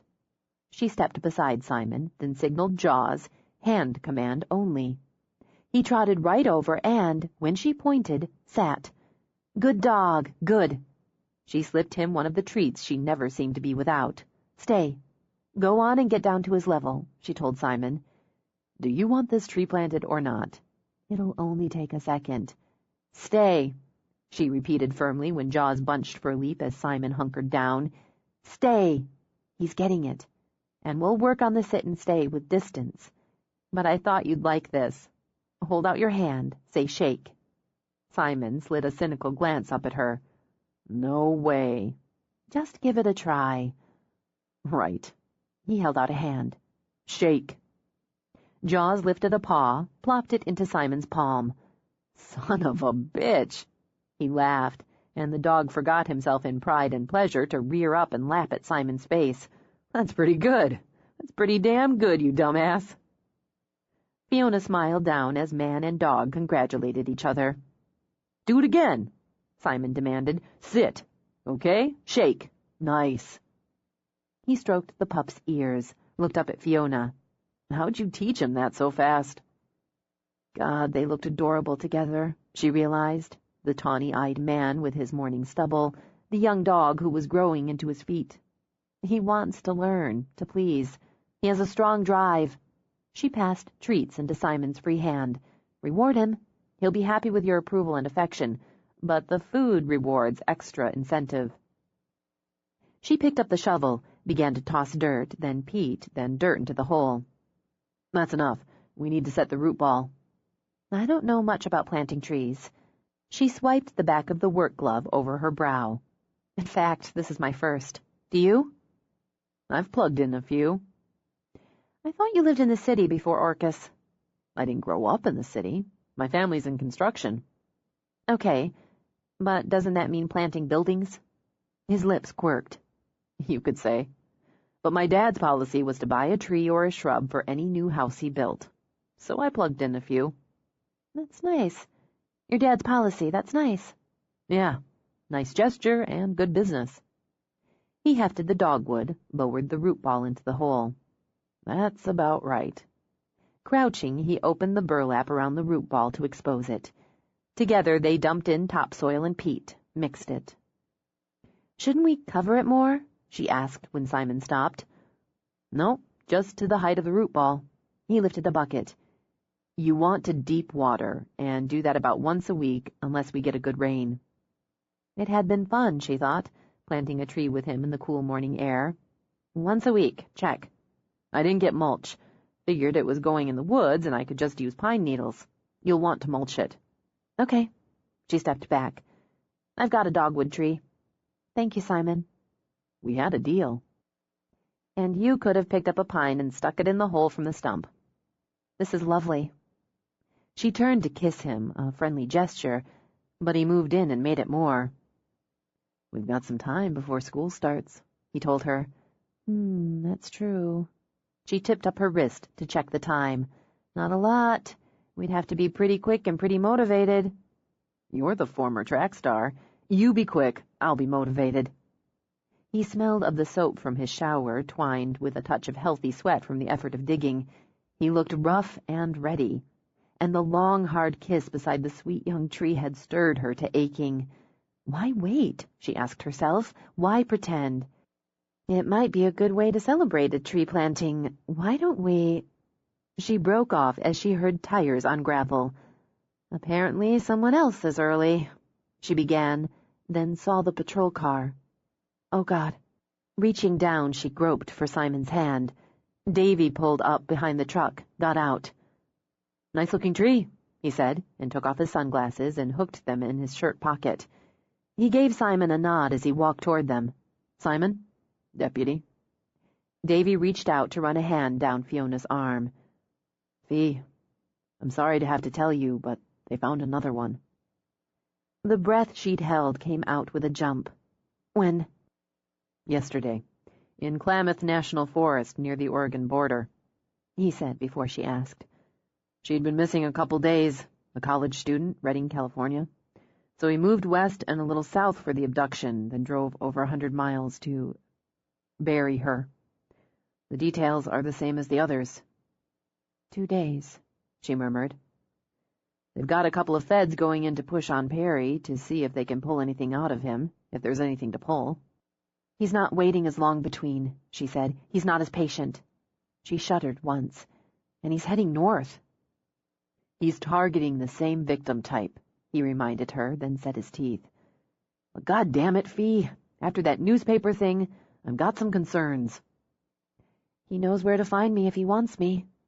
Panic wanted to beat its wings in her throat, and panic, she reminded herself, solved nothing. Nothing. And still those wings fluttered. "If he wants to finish Perry's work, a kind of homage, he can find me. I'm not stupid, Davy. It's something I considered when I knew there was going to be an article." "You could move in with Sylvia or Mai for a while. Hell, Fee, you can stay with Rachel and me." "I know. But the fact is, I'm as safe here as anywhere. Safer, maybe, with the dogs." Her sanctuary. She had to believe it, or the panic would win. "Nobody can get near the house without me knowing." Davy glanced toward Simon. "I'd feel better if you had more than the dogs." "I've got a gun, and you know I can use it. I can't uproot my life on the possibility he may decide to come here in a week, a month, 6 months." She dragged a hand through her hair, ordering herself to stay sensible.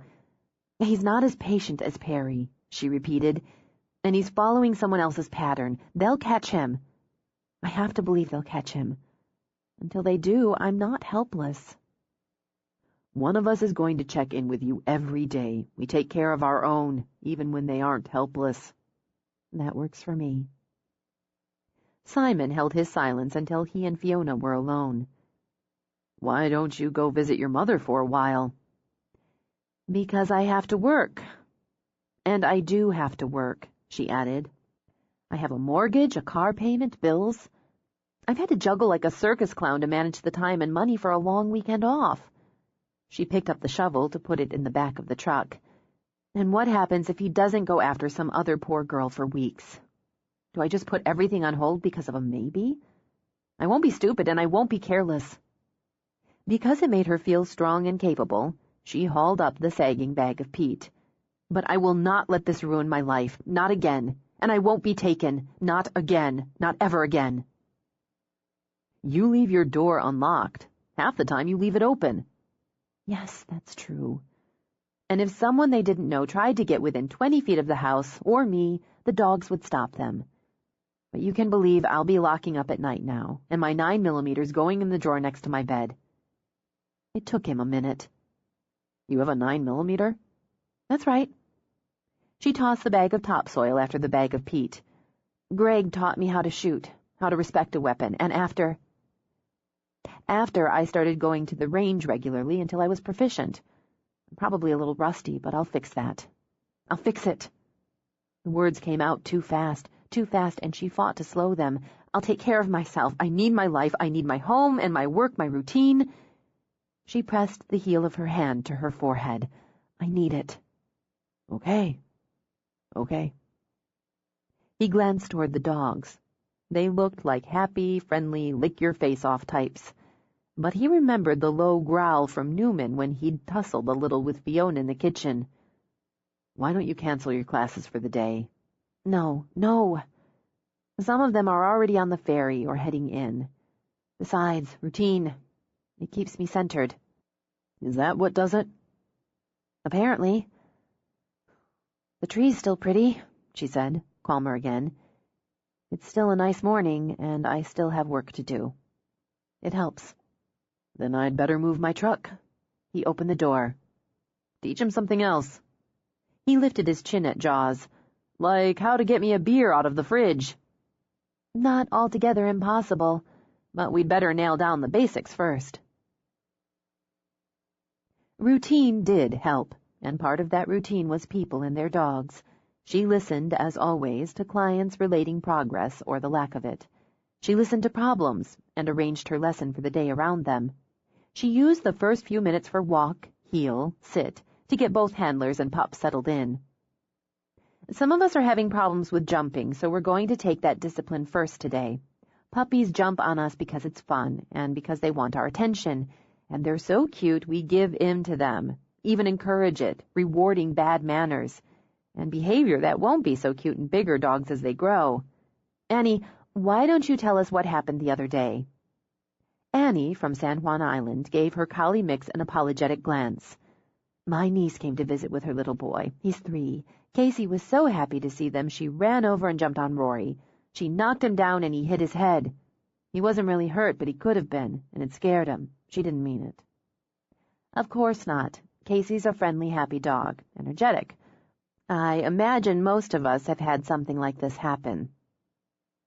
Or at least scratched legs, dirtied pants, shredded hose."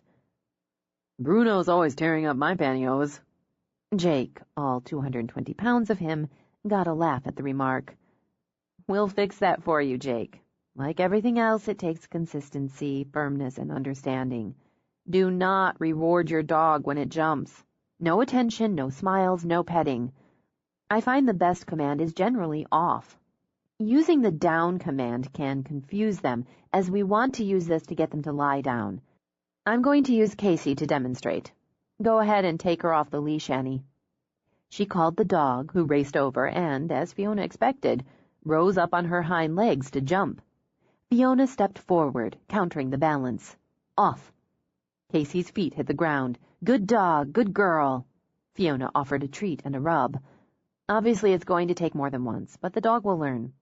The instinct is to step back when a dog jumps to take their weight, but by stepping forward, the dog can't get its balance. You use the step and the command both firm, and when your dog has all 4 feet on the ground again, not before, you offer praise and reward. She demonstrated again. You and everyone in your family have to get on board with this. The discipline can't come from just you. Don't let your kids encourage jumping because it's fun for them too. Call her back, Annie, and repeat what I just did if she jumps. Step forward, say off, then reward. Fiona nodded in satisfaction as the routine played out. Okay, let's spread out so everyone can work on this. We move on to how to teach your dog not to jump on others next. She walked around, offered advice, encouragement. People needed praise and reward too, she knew, so she doled them out. She ended the class with a second round of sit and stay. Good job, everybody. I've got a tip for you this week since spring's coming. Some of you might be planning a garden or have one already started. I just blogged about this, so you can refer to that if and when you need a reminder.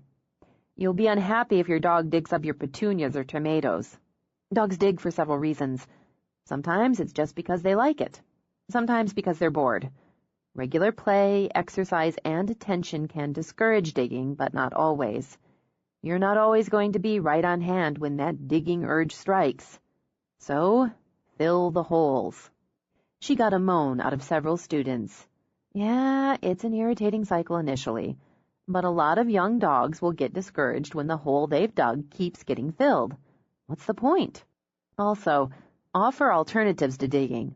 Playtime, a walk, a chew toy. Distract. But because some will just, well, dig in, I advise you to put a few additives in the dirt you replace. Chili pepper's a good deterrent, and so is dog poop. Seriously, sometimes a dog digs to find a cool spot. If you have enough room, you might designate some shady spot in the yard for him to dig and clear and hang out in when it's hot. Last, those of you who have no plans to breed your dog and haven't already made arrangements for spaying or neutering, it's time. She didn't lecture on the subject, yet. As her students began heading out, she strolled over to Simon. I saw your face. That's because it's right here, on the front of my head. The look on your face when I mentioned neutering. She gave him a poke. He'll still be a guy. Balls don't make the man. Easy for you to say, sister. And what are you going to say the first time he catches a whiff of some sexy bitch in heat and runs off to bang her? Score? She poked him again. And following those instincts, he could get hit by a car on the road, get lost. Now, do you really want to add to the stray and or unwanted dog population? The number of dogs put to sleep every year just so yours keeps his balls and scores? He's more into dead fish than sex. For now. Responsibly neutering him will help his behavior. Odds are he'll be somewhat calmer.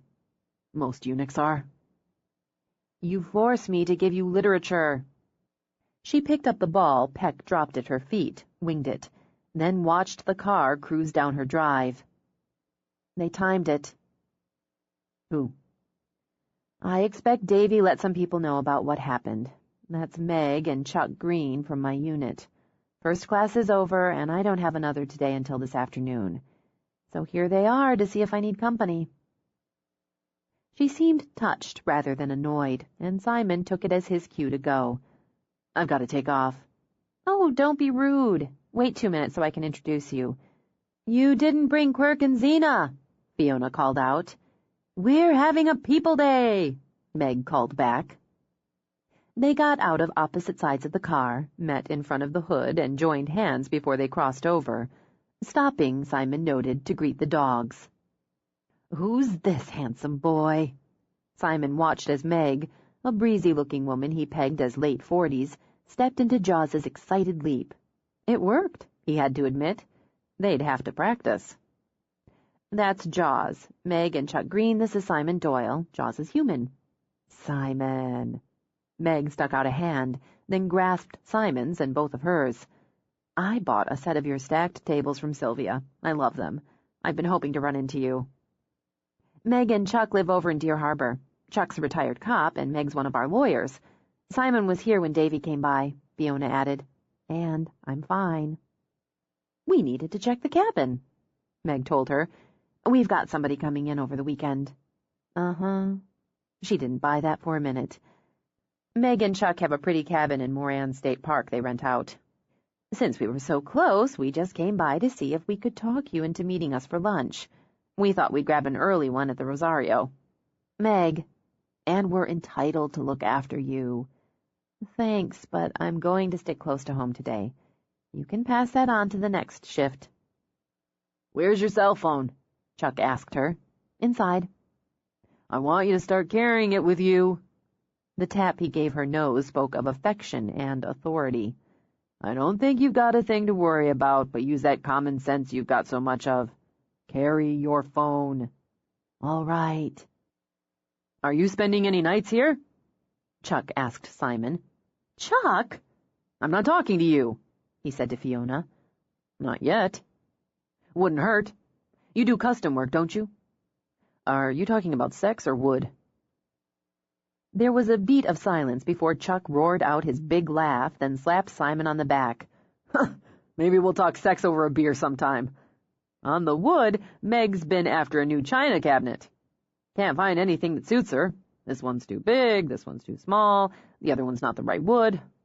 If she could tell you what the hell it is she wants and you make it, I'd stop hearing about it. We could talk about that. You'd want to show me the space. If you've got time this afternoon after 3. Chuck reached in his wallet and pulled out a business card. Home address is on there. Okay. More like 4. That'll work. Well, come on, Meg, let's get this party started. You? He pointed at Fiona, then kissed her cheek. Put your phone in your pocket. Yes, sir, Sergeant Green. You take care, Fee. We'll see you this afternoon, Simon. They walked back to their car as they'd walked from it, hand in hand. They've been married over 30 years, and they still hold hands, Fiona murmured.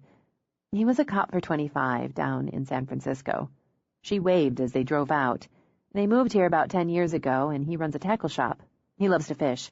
She does real estate and some family law. Did they get married when she was 12? Oh, boy, she'd love that. She's in her late 50s. He had his 63rd birthday in January. And yeah, they both look easily 10 years younger. I think it's love and happiness. Or just lucky genes. She picked up the ball one of the dogs had dropped hopefully at her feet. Threw it again. I'm telling you because I always want to know about people, so I tend to give backgrounds, but also because it might help you with the design. She tilted her head, since you're so strict about it. Anyway, Chuck figures everybody can find every place on the island. I can give you directions. I'll find it. All right. I've got to go clean my house, do some laundry and other exciting domestic chores before my afternoon session. I'll see you later then. He called the dog, headed for his truck. He didn't kiss her goodbye, Fiona thought, and sighed a little, thinking of the Greens holding hands. He boosted the dog in, hesitated, then shut the truck door and strode back to her. He gripped her shoulders, drew her up and into a kiss that was hard and brief and satisfyingly hot. "Put your phone in your pocket." When he went back to the truck, drove off without another word, she smiled after him. Part 2. The great pleasure of a dog is that you may make a fool of yourself with him, and not only will he not scold you, but he will make a fool of himself, too. Samuel Butler. 11. 2 days later, Fiona started her day with a call on a missing elderly man who'd wandered out of his daughter's home on San Juan Island. She alerted her unit, checked her pack, added the necessary maps, and, choosing Newman, was on her way to Deer Harbor in Chuck's boat. With Chuck at the helm, she briefed the unit while they carved through the passage. The subject is Walter Dietz, 84. He has early-onset Alzheimer's and lives with his daughter and her family on Trout Lake. They don't know what time he left the house. The last time anyone saw him was before he went to bed at about 10 last night. "There's a lot of wooded area around the lake," James put in. "Do we have any information on what he's wearing?" Lori rubbed Pip's head. "It's pretty chilly out." "Not yet. I'll talk to the family when we get there. Mai, you'll be working with Sheriff Tyson." "Yeah, we've worked with him before. Is this the first time he's wandered off?" "Don't know yet. We'll get all that." The search began just after 6, and the family notified the authorities by 6:30, so they've been searching for about 90 minutes. Mai nodded. "Tyson doesn't waste time. I remember from before." "They've got a couple of volunteers picking us up, driving us to the location." By the time they got to the lake, the sun had burned away the mist. Tyson, brisk and efficient, greeted them. "Thanks for the quick response. Dr. Funaki, right? Your base?" "Yes." "Sale, show Dr. Funaki where she can set up. The son-in-law and his boy are out on the search. I've got the daughter inside." He got dressed, brown pants, blue shirt, red cotton jacket, navy Adidas sneakers size 10. She says he's wandered once or twice but hasn't gone far. He gets confused. "Is he on any meds?" Fiona asked him. "I had her make a list for you. Physically, he's in good shape. He's a nice guy. Used to be sharp as a tack. Taught my father in high school. History. He's 5'10", about 165 pounds, full head of white hair, blue eyes." He led her inside a spacious, open floor plan house with killer views of the lake. "Mary Ann, this is Fiona Bristow. She's with Canine Search and Rescue." "Ben, Sheriff Tyson said you'd need some things of Dad's for the dogs to smell. I got his socks and his pajamas from last night." "That's good. How was he feeling when he went to bed last night?" "Fine. Really fine." Her hand fluttered to her throat and away again. Fiona could hear barely controlled tears in her voice. "He'd had a good day. I just don't know when he left. He forgets and gets confused sometimes. I don't know how long he's been gone. He likes to take walks. Keep fit, he says. He and my mother walked miles every day before she died last year." "Where did they like to walk?" "Around the lake. Some light hiking in the woods. Sometimes they'd walk over to see us. This was their house, and after Mom died, and when Dad started having trouble, we moved here. It's bigger than our house, and he loves it so much. We didn't want him to have to leave his home." "Where was your house?" "Oh, it's about 3 miles from here." "Could he have gotten confused, tried to walk there to find you?" "I don't know." She pressed her knuckles to her lips. "We've lived here for nearly a year now." "We checked Mary Ann's old place," Tyson added. "Maybe he and your mother had a favorite spot or route." "They had so many. Even 5 years ago, he'd have been able to find his way through the woods around here in the dark, blindfolded." Her eyes teared up. "He taught Jarrett, our son, how to hike and camp and fish. He'd declare hook and line day, hook school and drop a line so he and Jarrett could... Oh, God, wait." She dashed away. "How's his hearing?" Fiona asked Tyson. "He wears a hearing aid, and no, he didn't take it. He's got his glasses, but..." He broke off when Mary Ann rushed back. "His fishing gear. He took his fishing gear, even his old fishing hat. I don't know why I didn't think of it before."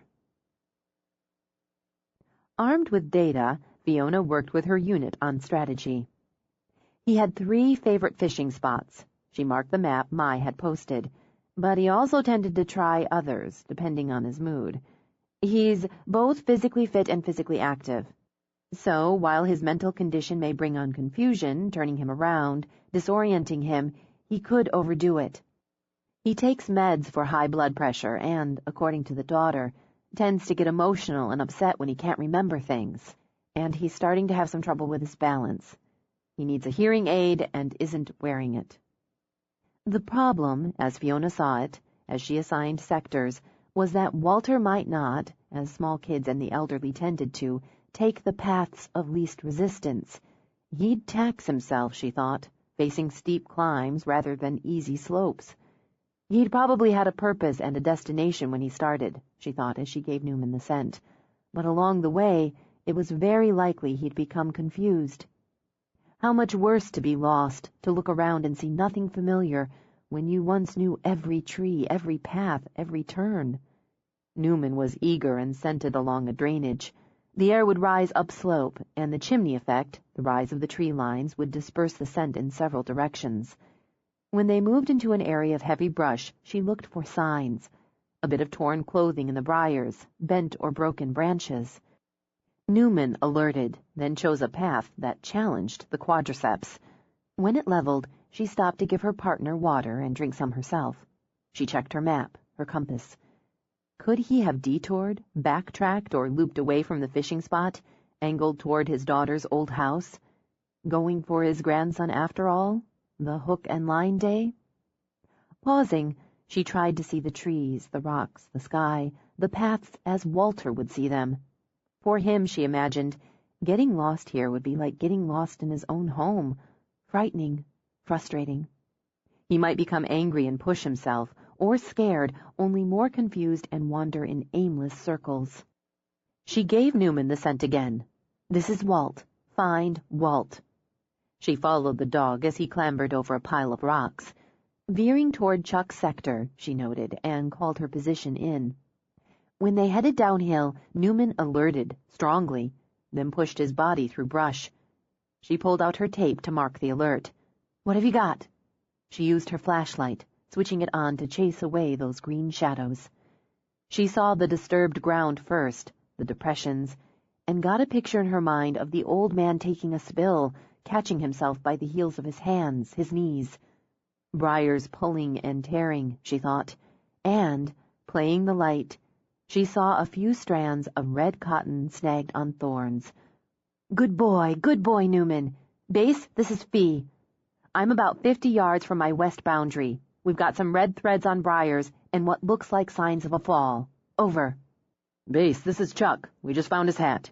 Fee, Quirk's alerting in your direction. We're moving east. My boy's got something. I'm going to... Hold on. I see him. He's down. Ground falls off here. We're going down to him.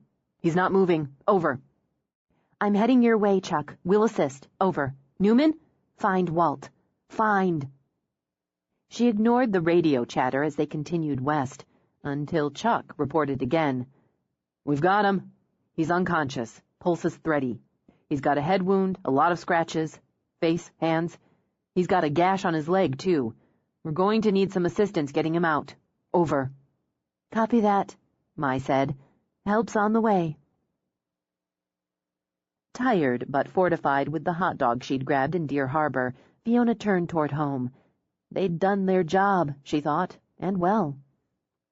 Now she had to hope Walter's physical stamina would hold the line against his injuries. We did what we could, right? She reached over and gave Newman a pat.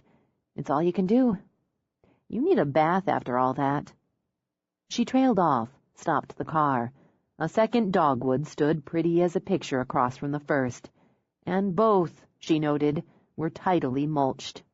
Uh-oh, she said as her heart sighed. Direct hit. Peck and Bogart, thrilled to see her, raced to her car, back to the house as if to say, come on home.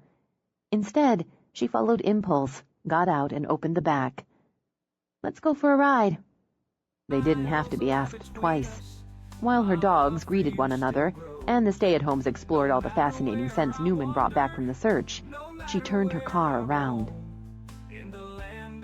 On the porch of his shop, Simon sanded the table. The warm day, the sweet air had tempted him outside. With the care and precision of a surgeon, he smoothed the sleek walnut legs.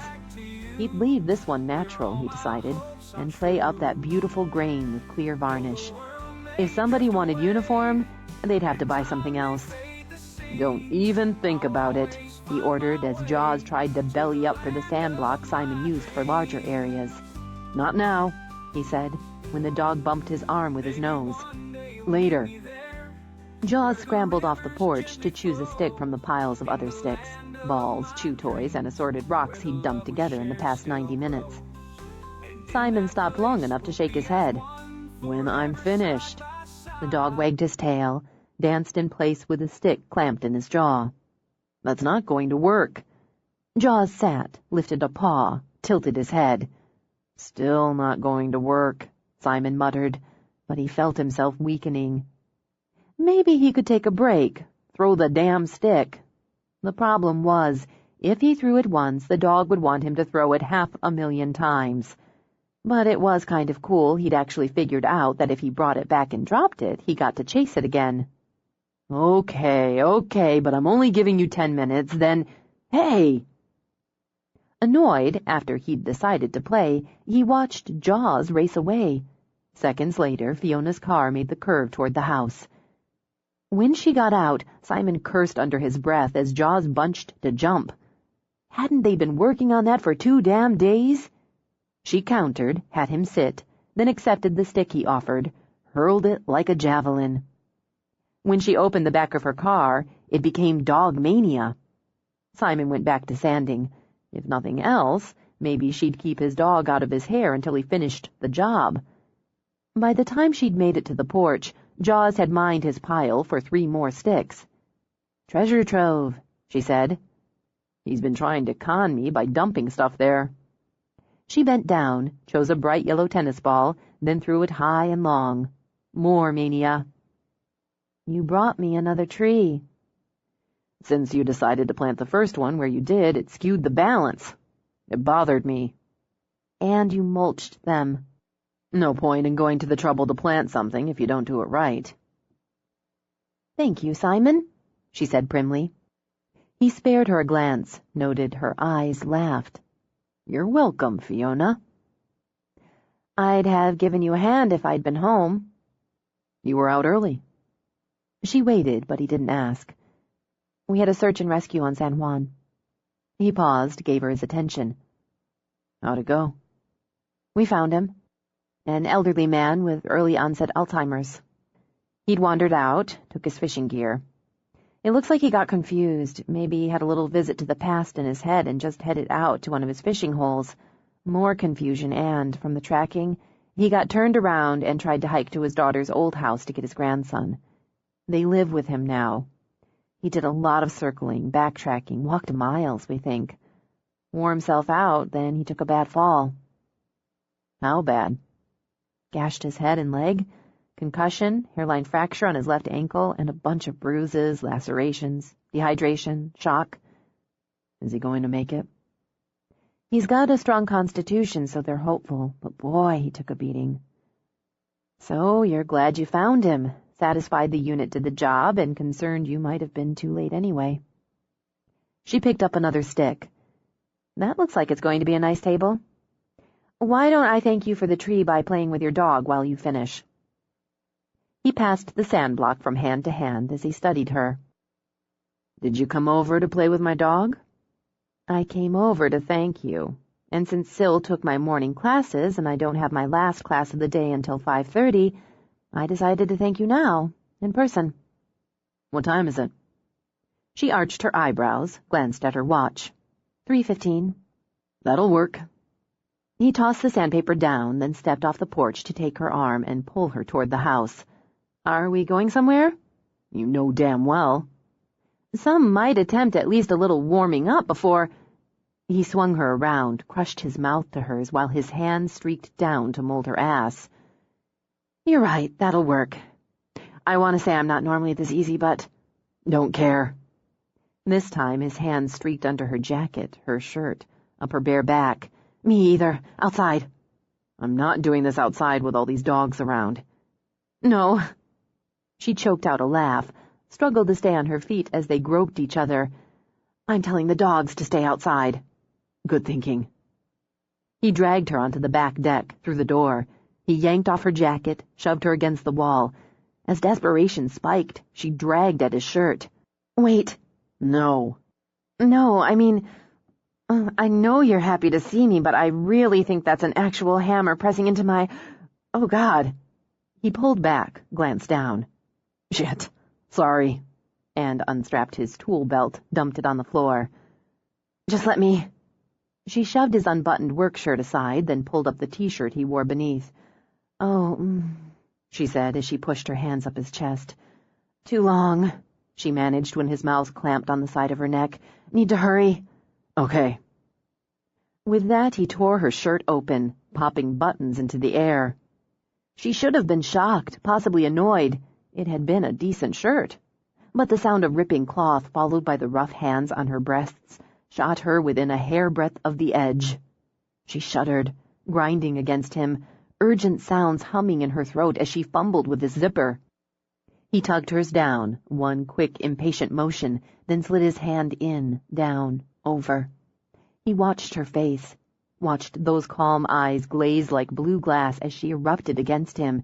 Then he took her mouth again and drove her until she went limp. "No, you don't," he murmured when she started to slide down the wall. The simplest solution was to toss her over his shoulder and find the handiest flat surface. He dumped her on the dining room table, shoved debris aside. Whatever crashed and shattered could be replaced. Because he wanted her naked, he pulled off her boots. "Your belt, undo it." "What? Oh."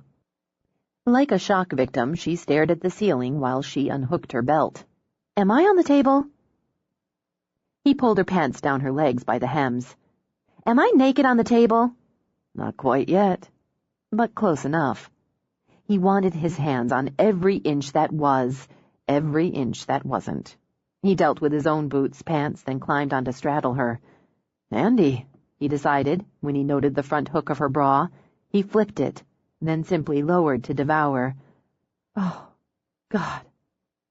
She arched, her hands fisting on the table before she dug her fingers into his back. Thank God. Don't stop. Just don't stop. He used his teeth, and she thought she'd go mad. Too much, this tidal wave of needs and pleasures and demands, and yet her body consumed them, starved for more. She heard cloth ripping again and realized he'd torn her panties away. She was being ravished, she thought as she gasped for air, and the little kernel of shock only added to the wild thrill. She tried to say his name, to slow things down, just enough to breathe, or to give back. But he shoved her knees back and drove into her, hard as steel, fast as lightning, and she could only cry out and ride the storm. She closed around him when she came, squeezing like a fist. The sensation only whipped him on. He'd wanted her, and that want had sharpened over the last days. But now, with that long, tight body quaking under his, those surprising and sexy muscles taut under his hands, that want turned its keen edge inside him. He took until she went lax, then took more until that edge sliced through him and emptied him out. She heard music. Angels singing, she thought, dizzy. It seemed odd for angels to sing after table sex. She managed to swallow on a throat wildly dry. "Music," she murmured. "My phone. In my pants. Don't care." "Oh, not angels." "Nope. Def Leppard." "Okay." She managed to find the energy to lift her hand, stroke it down his back. "Once again, I have to say thank you, Simon." "No problem." She let out a rusty laugh. "That's good, because I don't think I did much of the work." "Am I complaining?" She smiled, closed her eyes, and kept stroking his back. "Where are we, exactly?" "It's the dining room/downstairs office area, for now." "So we had sex on your dining room/workstation?" Yeah. Did you make the table? Yeah. It's very smooth. A giggle tickled her throat, then escaped. And remarkably sturdy. I do good work. He lifted his head then, looked down at her, and smiled.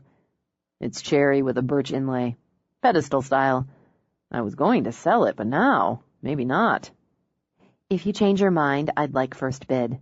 Maybe. Obviously, it suits you. She touched a hand to his cheek.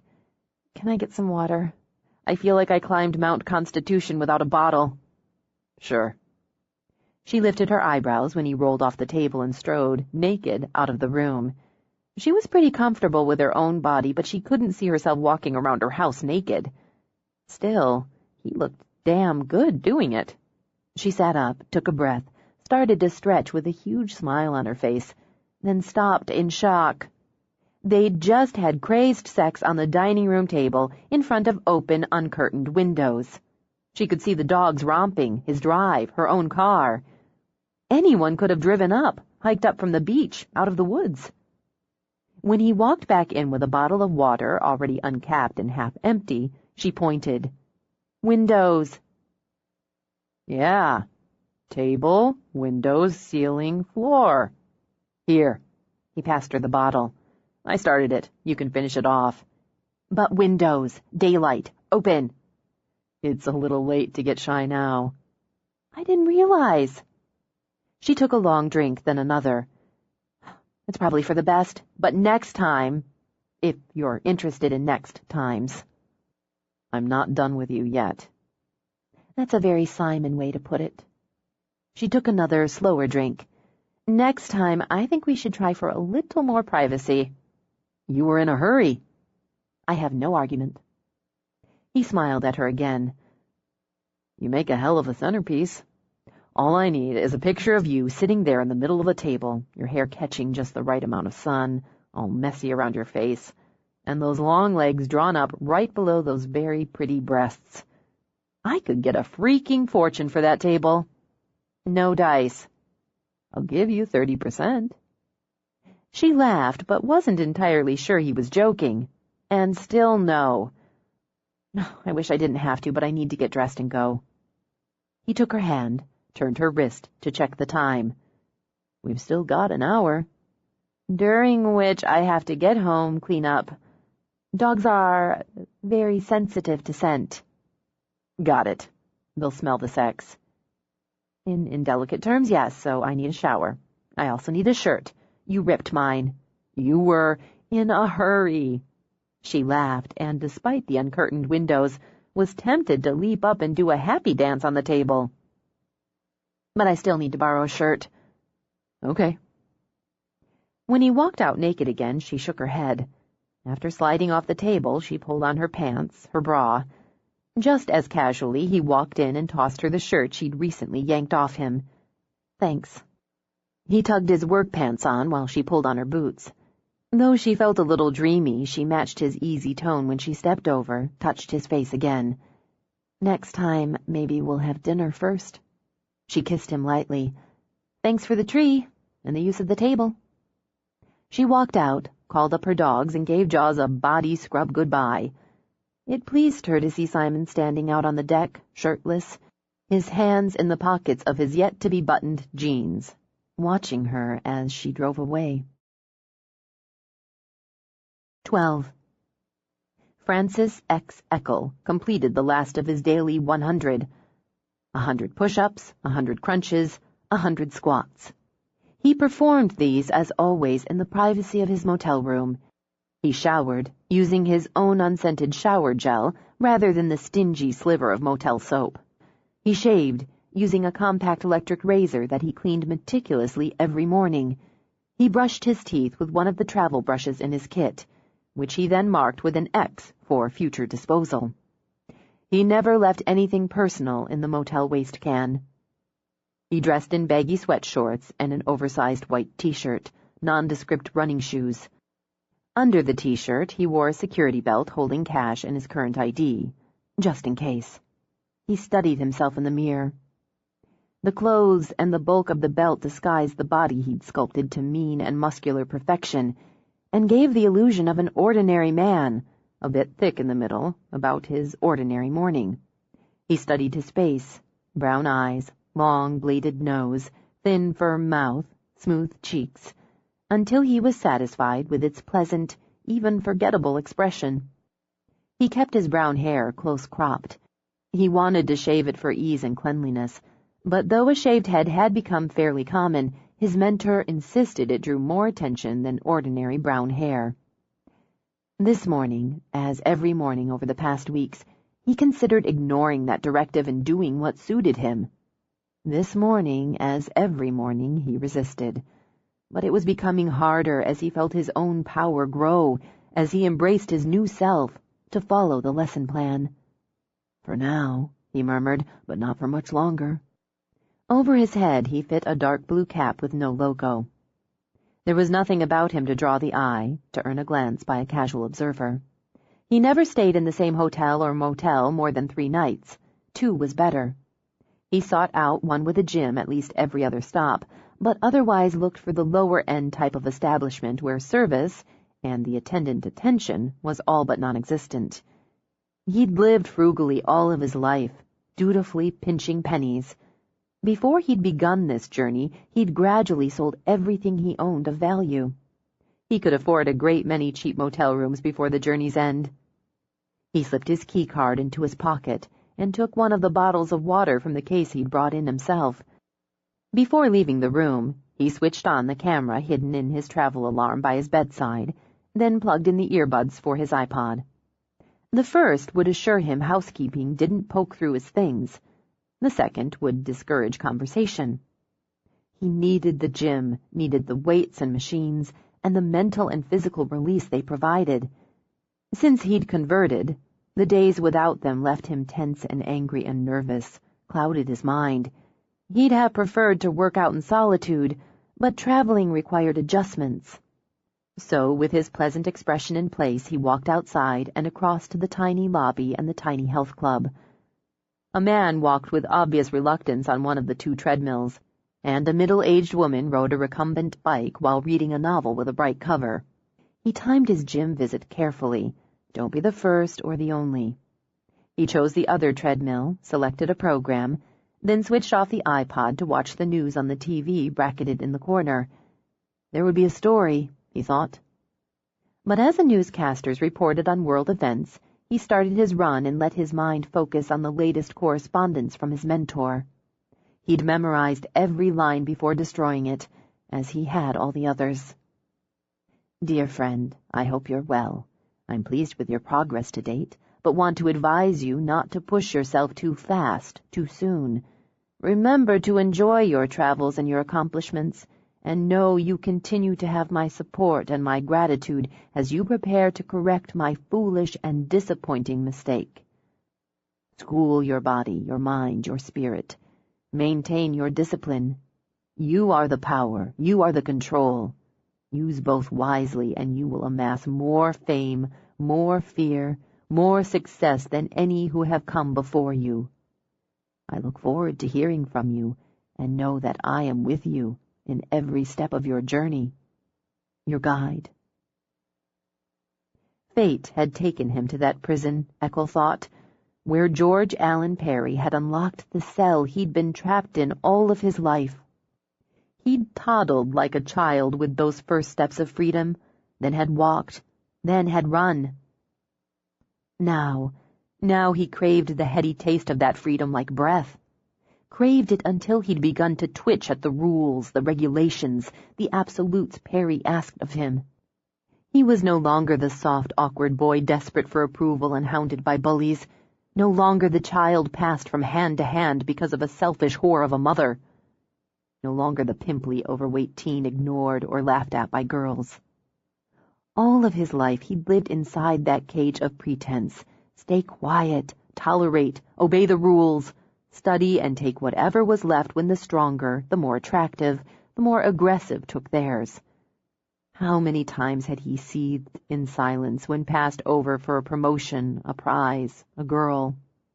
How many times had he, alone in the dark, plotted and imagined revenge against co-workers, students, neighbors, even strangers on the street? He'd begun these travels, as Perry had explained to him, before they'd met, but he'd carried the cage with him. He'd worked to discipline his body, pushing through pain and frustration and deprivation. He'd sought and found a rigid internal control, and still had failed in so many ways, because he'd still been locked in that cage, unable to perform with women when, at last, one deigned to sleep with him, forced to humiliate himself with whores, like his mother. No longer. Perry's creed preached that the act of sexual intercourse diminished a man's power, gave that power to the woman, who would always use it against him. Release could be gained in other, more potent ways only a relative few dared practice. With that release, power and pleasure rose. Now that the cage was open, he'd discovered in himself both an aptitude and an appetite for that release, and the power that charged through it. But with the power came responsibility, and that, he could admit, he found difficult to navigate. The more he gained, the more he wanted. Perry was right, of course. He needed to maintain his discipline, to enjoy the journey and not rush it. And yet, as he pushed up the speed and resistance on the treadmill, Francis promised himself and his absent mentor he would refrain from seeking his next partner for at least 2 weeks. Instead, he would travel a bit more, meandering. He would allow his power to recharge, feed his mind with books. He wouldn't head north, not yet. And while he recharged and fed, he'd monitor Perry's disappointing mistake through her blog, her website. When it was time, he would correct that mistake, the only payment Perry asked of him, the price for tearing down the cage. He looked forward, like a child to a parent's applause, to Perry's approval when he took, strangled, and buried Fiona Bristow. Bringing her image into his mind pushed him through the next mile while sweat ran down his face, his body. His reward came when the newscaster reported on the discovery of a young woman's body in the Klamath National Forest. For the first time that morning, Eckel smiled. On Sunday, Mai and her dogs came for a visit. Saturday night's rain left the air cool and fresh as sorbet, and teased out a haze of green on the young dogwoods flanking the bridge. In the field the grasses sparkled with wet, while the creek bubbled busily, and the dogs romped like kids in a playground. On the scale of lazy Sunday mornings, Fiona rated this one a solid 10. With Mai, she relaxed on the porch with the mochachinos and cranberry muffins the vet had bought in the village. It's like a reward. Slumped down, eyes half open behind the amber shades of her sunglasses, Mai broke off another piece of her muffin. Mornings like this, they're like a reward for the rest of the week. All the get up, get going, get it done mornings.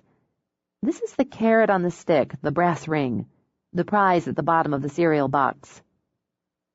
In my next life, I'd like to come back as a dog because really, in the great scheme, every morning is the prize at the bottom of the cereal box for a dog.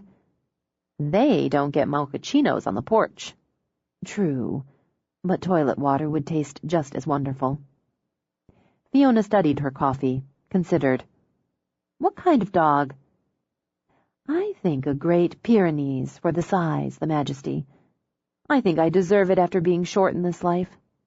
It's a nice choice. Well, I've given it some thought.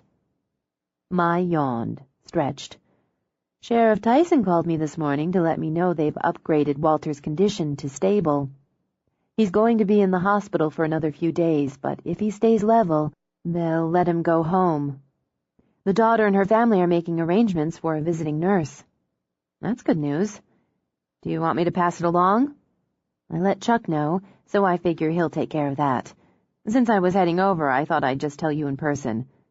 By the way, I really like your trees. Aren't they great? Just looking at them made Fiona smile. I don't know why I didn't think of it before. Now I'm thinking maybe I should plant something splashy at the far end of the drive, like an entryway. It'd be a kind of landmark for new clients, too. Turn in at the drive with the whatever I decide on. Mai tipped down her glasses to peer at Fiona over the tops. Moving out of the low-key stage? and I worried you'd put a gate up." Sipping her coffee, Fiona watched the dogs troop around the yard in what she thought of as the peeing contest. "Because of Vicky Scala?" she said, referring to the latest victim. "A gate wouldn't do me much good if... and it's a big if." But like Mai in her next life as a dog, she'd given it some thought. "It makes me sick to think about those girls and their families. And there's nothing I can do, Mai. Nothing at all." Mai reached over, squeezed Fiona's hand. "I shouldn't have said anything." "No, it's okay. It's on my mind. How could it not be? And I'm scared. You're probably the only one I can say that to, just flat out."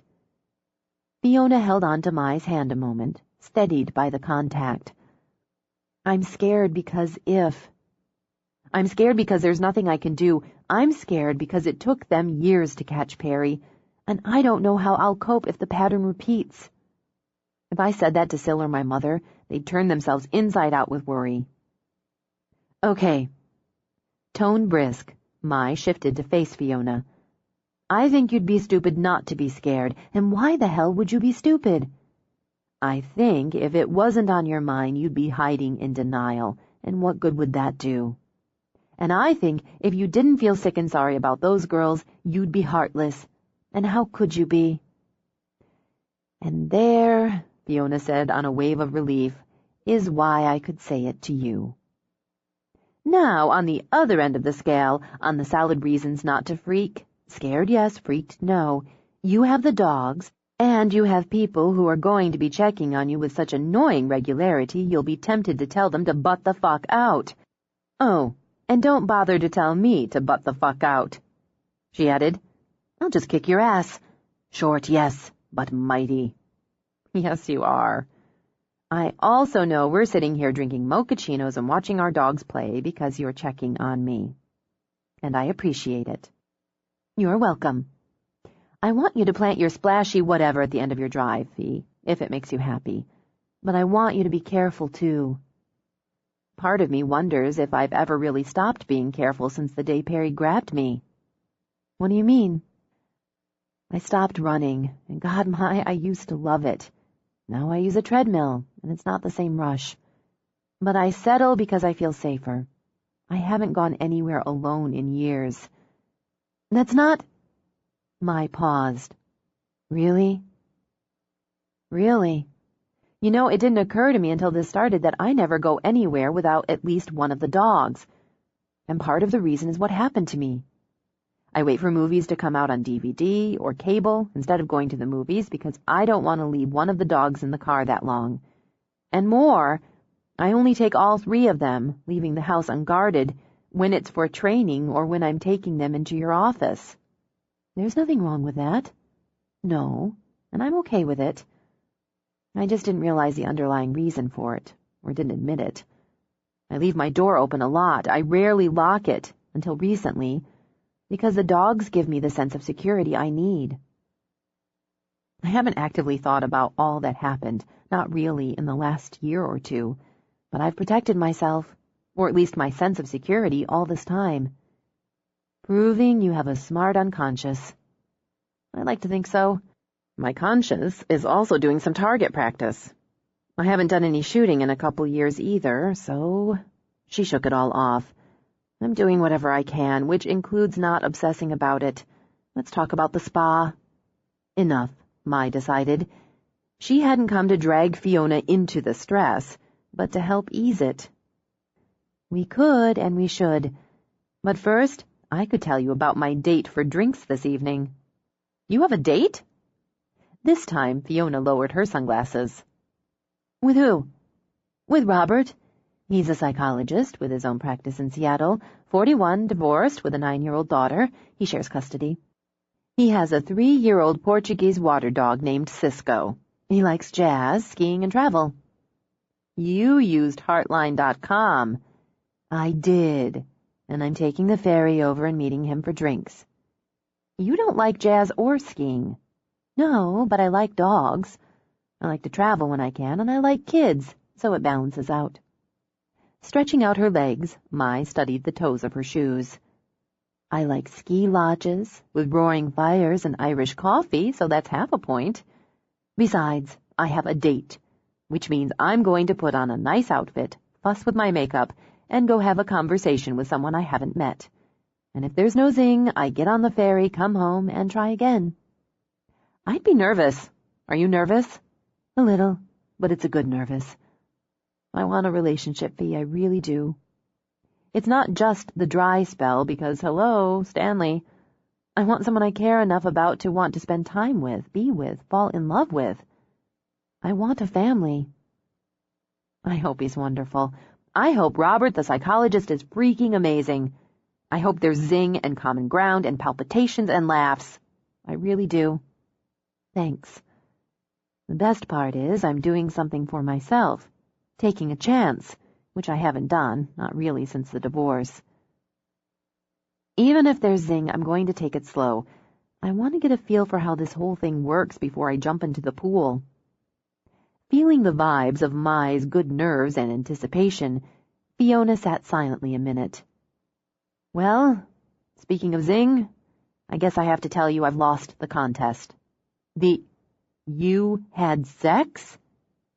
Mai scooted around in her chair, whipped off her sunglasses. You had sex and didn't tell me?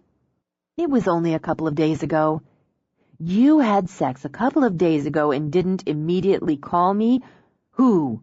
Well, shit, why would I even ask? It has to be Simon Doyle. It could have been a new client I was suddenly hot for. No, it was Simon, who actually is a new client you're hot for. Details. The nitty and the gritty. He gave me the trees. Oh. Mai sighed, turned to look at them. Oh, she sighed again. I know. The first one was part of a deal, a trade for the stump he wanted. The stump sink, I heard about it. I said maybe I should get another, and he got it, planted it, when we were out on the search.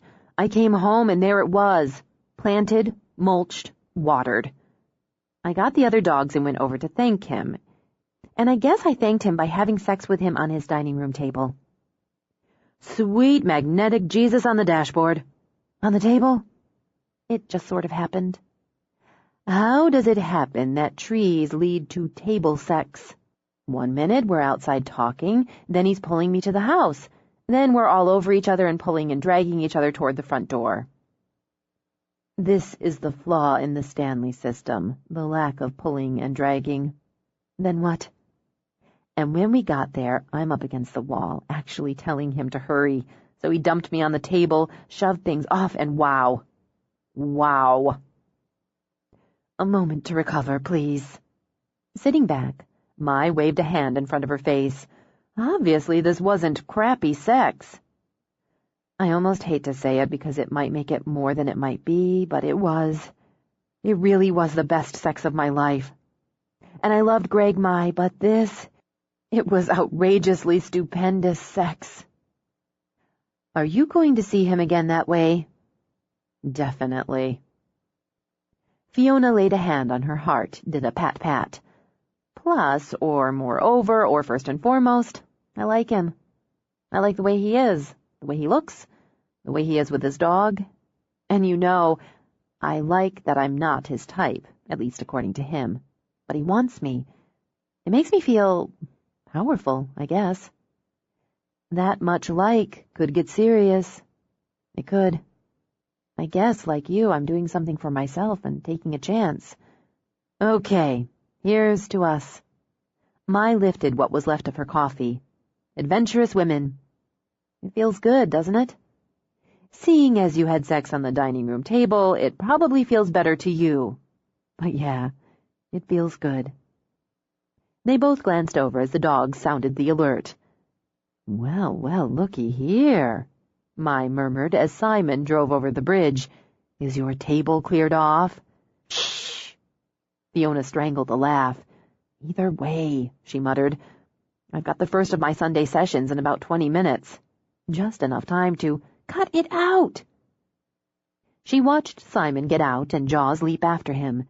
Jaws raced for her dogs, then stopped to sniff and wag at and around Mai's. No aggression, she commented. No shyness. He's a damn happy dog. Simon walked over, held out a collar. The one I borrowed before? Dr. Funaki? My. Nice to see you, Simon, and with such good timing, as I have to go. But first, Jaws, come here. Here, Jaws. The pup reacted with joy, bulleting over and onto the porch. Mai held her hand out, palm first, as he bunched to leap. He shivered, so obviously dying for just one jump, but stayed down. What a good dog! She stroked, rubbed, smiled up at Simon. He reacts well to a group, is cheerfully friendly, and he's learning his manners. You've got a winner here. He's stealing my shoes. The chewing stage can be a problem. No, he's not chewing them anymore. He just steals them and hides them. I found my boot in the bathtub this morning. He's found a new game. Mai ruffled his ears while the other dogs came up to bump and squeeze in for attention. Your shoes carry your scent, obviously. He's attracted to and comforted by your scent, and he's playing with you. Aren't you clever? She gave Jaws a kiss on the nose, then rose. It's time to think about neutering. What are you two, a tag team? Read the literature I gave you.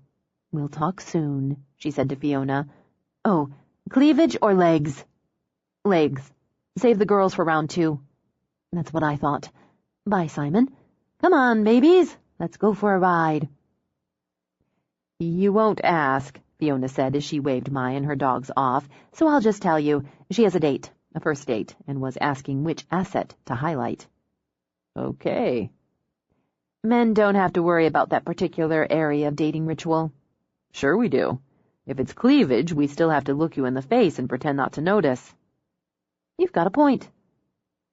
Since he stood on the steps, she laid her hands on his shoulders, leaned in for an easy kiss. So, I've got a class in a few minutes. Did you time this visit to check up on me? I returned the collar. So you did. If you want, you can stay for the class. It might be good for Jaws to interact with another set of dogs. It's a small group, and we're going to work on some basic search skills. I'd like to see how he does. We've got nothing else going on? Teach him something else. Now? I need a distraction. I've been thinking about getting you naked since I got you naked. So teach him something else. She slid her hands up, brushed them over his cheeks. You know, that's oddly romantic. Romance? I'll pick a couple wildflowers next time I think about getting you naked. And this isn't distracting me, so... Where the hell is he? Simon scanned the porch, turned. Ah, shit. Fiona grabbed his arm as he braced to run. No, wait, he's fine. She studied Jaws as he climbed up the ladder of the sliding board after Bogart. He wants to play with the big guys. If you run or call out, you'll break his focus and balance.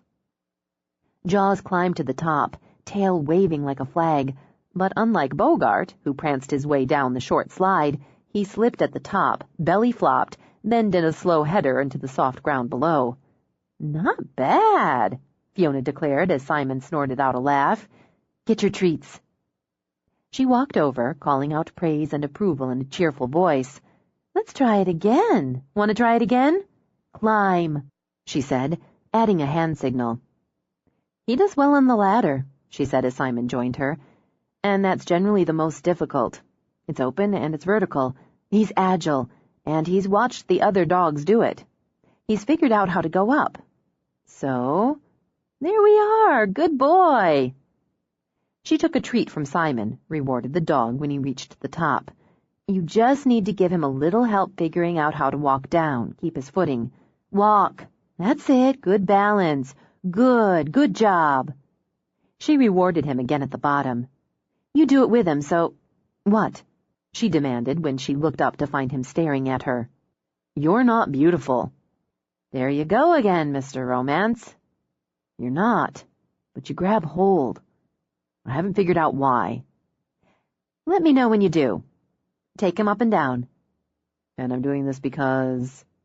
He's learning how to navigate unstable footing. It gives him confidence, enhances his agility, and he likes it. She stepped back, watched the two of them play the game a few times. not beautiful, she thought. The observation, and the fact that he just said it, should have been a flick to the ego, even though it was perfectly true. So why had it amused her, at least for the few seconds between that and his next comment? You grab hold. That made her heart flutter. The man incited the oddest reactions in her. I want him, Fiona said when Jaws all but swaggered down the slide. You've got your pronouns confused. Me. You want me. I admire your ego, but I meant him. Well, you can't have him. I'm getting used to him, and besides, my mother would be seriously pissed if I gave him away. I want him for the program. I want to train him for S&R. Simon shook his head. I've read your website, your blog. When you say train him, you mean us. Those crazy pronouns again. You read my blog? He shrugged.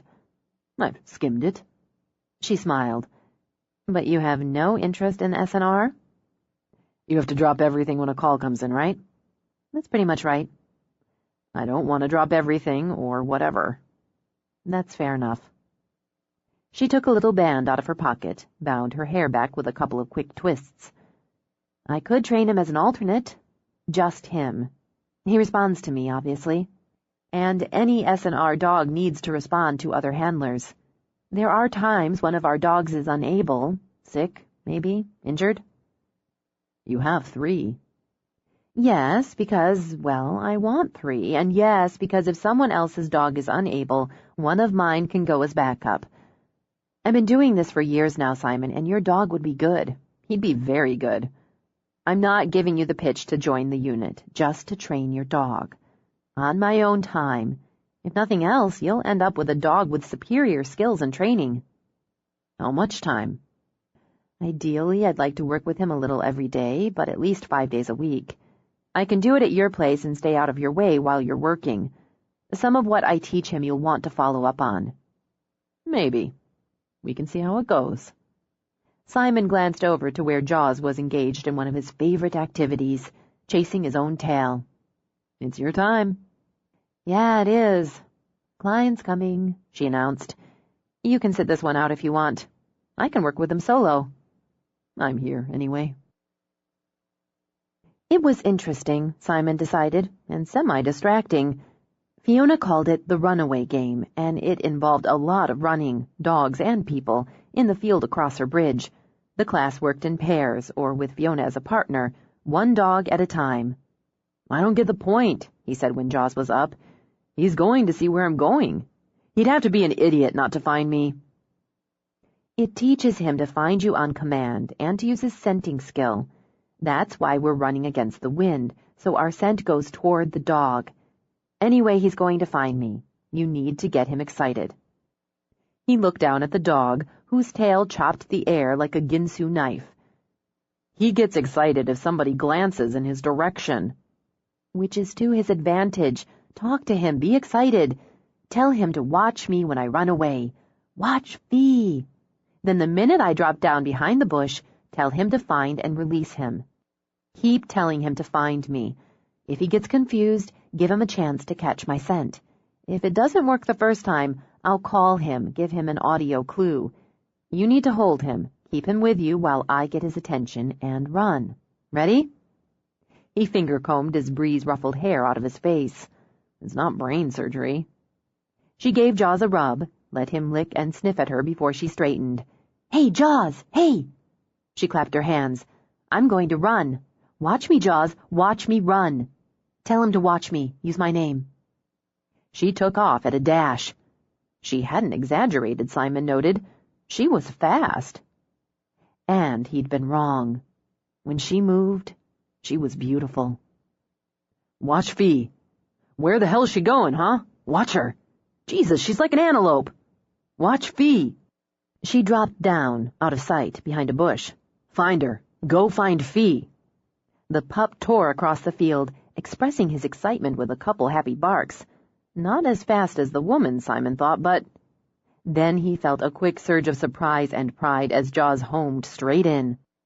A couple of the other dogs had needed the hider to call out, and one had required the visual clue of the hider waving a hand beside the bush. But not Jaws. Across the field he could hear Fiona laughing and praising, even as his temporary classmates applauded. Not half bad, Simon thought. Not bad at all. She ran back with the dog happily chasing her. We do it again right away. Praise first, reward, then we go again. He aced it, Simon murmured when the class was over. 3 times in a row, different hiding spots. He's got the knack. You can work with him at home with objects. Use something he likes, that he knows the name of, or work to teach him the name. Show it to him, then make him sit, stay, and go hide it. Easy places at first. Go back, tell him to find. If he can't find it, guide him to it. You want success. Maybe I should tell him to find my tennis shoe. I don't know where the hell he put it. He looked at her, a long, thorough look that had her raising her eyebrows. You run like the fucking wind, Fiona. You should have seen me run the 400-meter hurdles in college. That was amazing. Probably because you have legs up to your ears.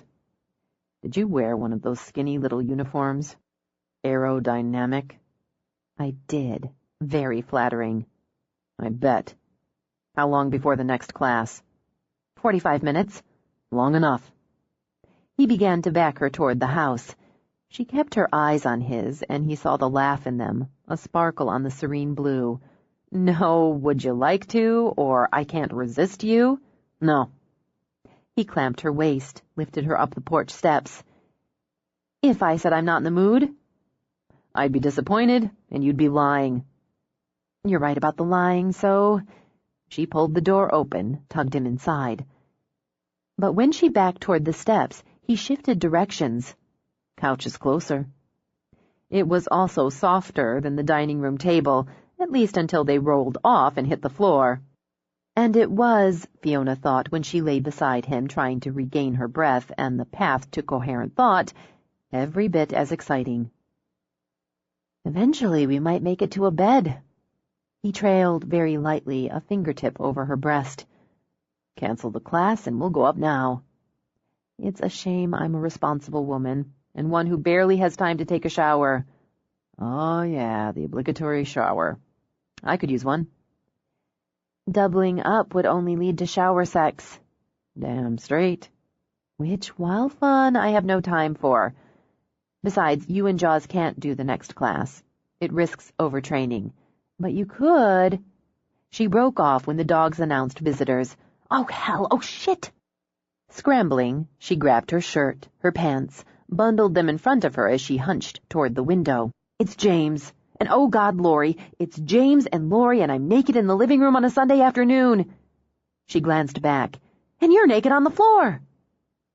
She looked so sexily flustered, a little wild in the eye and pink from her toes to her hairline.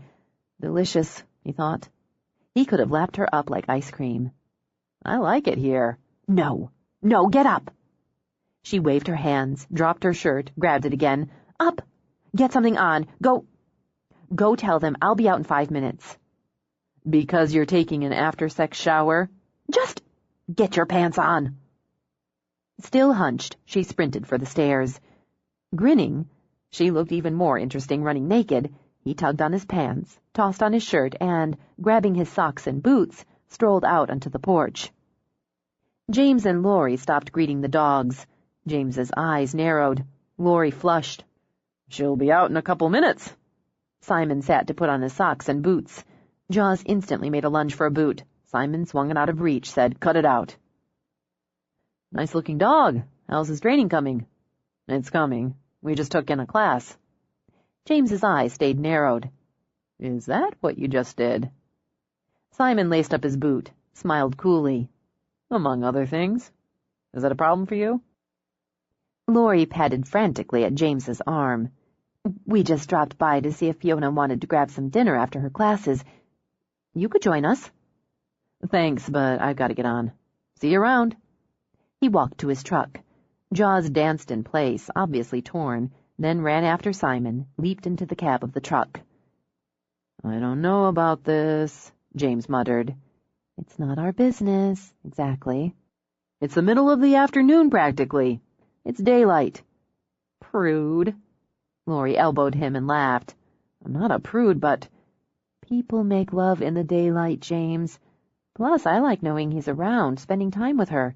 Didn't you say we should come by just to check on her?" "Yeah, but we're her friends."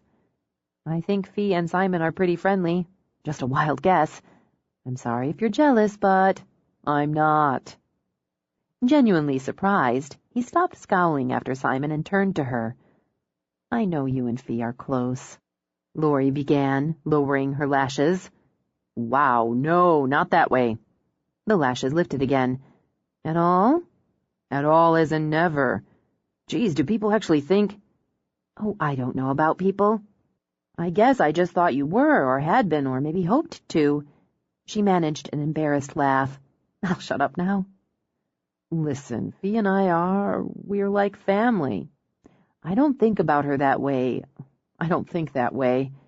He paused until she looked at him, looked in his eyes.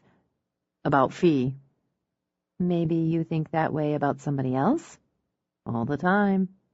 "Oh." She laughed again. "Thank God." He started to touch her. She started to let him, and Fiona rushed out of the house.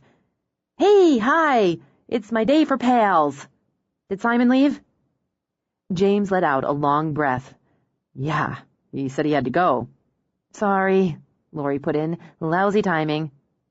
Actually, it could have been worse, or much more embarrassing for all. Let's just close the door on all that. So," she offered a big, bright smile, "what are you two up to?" 13. Organic milk. Fiona unloaded the items she'd picked up for Sylvia. Free-range eggs, goat cheese, lentils, brown rice, and one shiny eggplant. Yummy. "I shudder to think what you've got in the car." "Besides Bogart, you're better off not knowing." "Fat, salt, starch, and sugar." "Maybe, but also a couple of very pretty apples.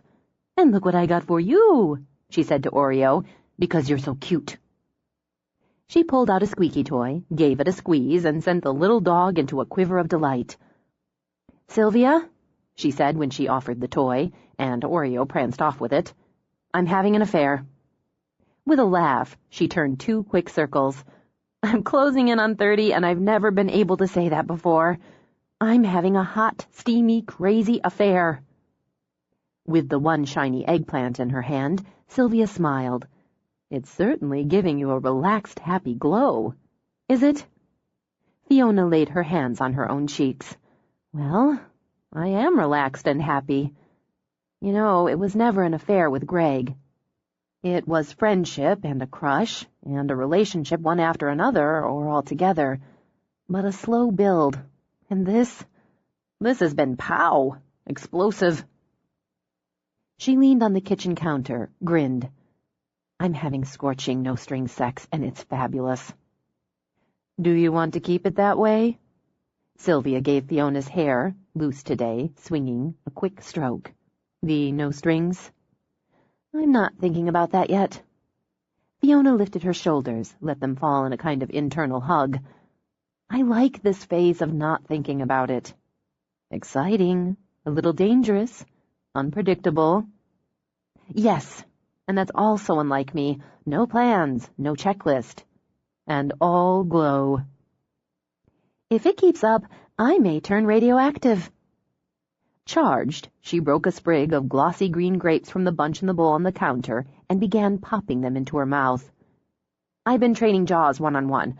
Over a week now, which means either I go over there or Simon brings a dog to me, and we don't always... There isn't always time, but there's always heat." "Don't you ever go out? I mean, wouldn't you like to go have dinner or catch a movie?" "I don't know, that all seems..." She whisked a hand through the air. "Outside right now." "Maybe we will, or maybe it'll burn off. But right now I feel so involved, so excited, so... cliché time. Alive. I'm a walking buzz. Did you ever have one? A hot, steamy affair?" "Yes, I did." After tucking the eggs away, Sylvia closed the refrigerator. "With your father." Fiona patted a hand to her throat as a grape threatened to lodge. Seriously? I think we both decided it was just sex, just a fast, exciting ride during that no-thinking phase. Hold on a minute, because I want to hear this, but I don't want to get a picture in my head. That's too weird. Okay. She squeezed her eyes shut, nodded. No video. You and Dad. Sylvia licked her fingertip, made a hissing sound. Scorching. I was managing Island Arts in those days. I have many, many fond memories of the stockroom. I must say, wow, Dad in the stockroom. Exciting, a little dangerous, unpredictable. Like you, Fiona murmured. Not so much like him, or my perception of him. We were like teenagers. She sighed, smiled. God, he made me feel that way. Of course, I was much too unconventional to consider marriage, so I imagined we'd just continue as we were until we stopped. And then, I don't know, Fee, how or when or why, not specifically, but then I couldn't imagine my life without him. Thank God he felt the same. He was so nervous the first time he took me to meet you. I know I was young, but I knew he loved you because he was so nervous. He loved us both. We were lucky. Still, when he asked me to marry him, I thought, oh no, absolutely not. Marriage? Just a piece of paper, just an empty ritual. I thought absolutely not, but I said yes, and stunned myself. My heart, she murmured, laying her hand over it, my heart wouldn't say no.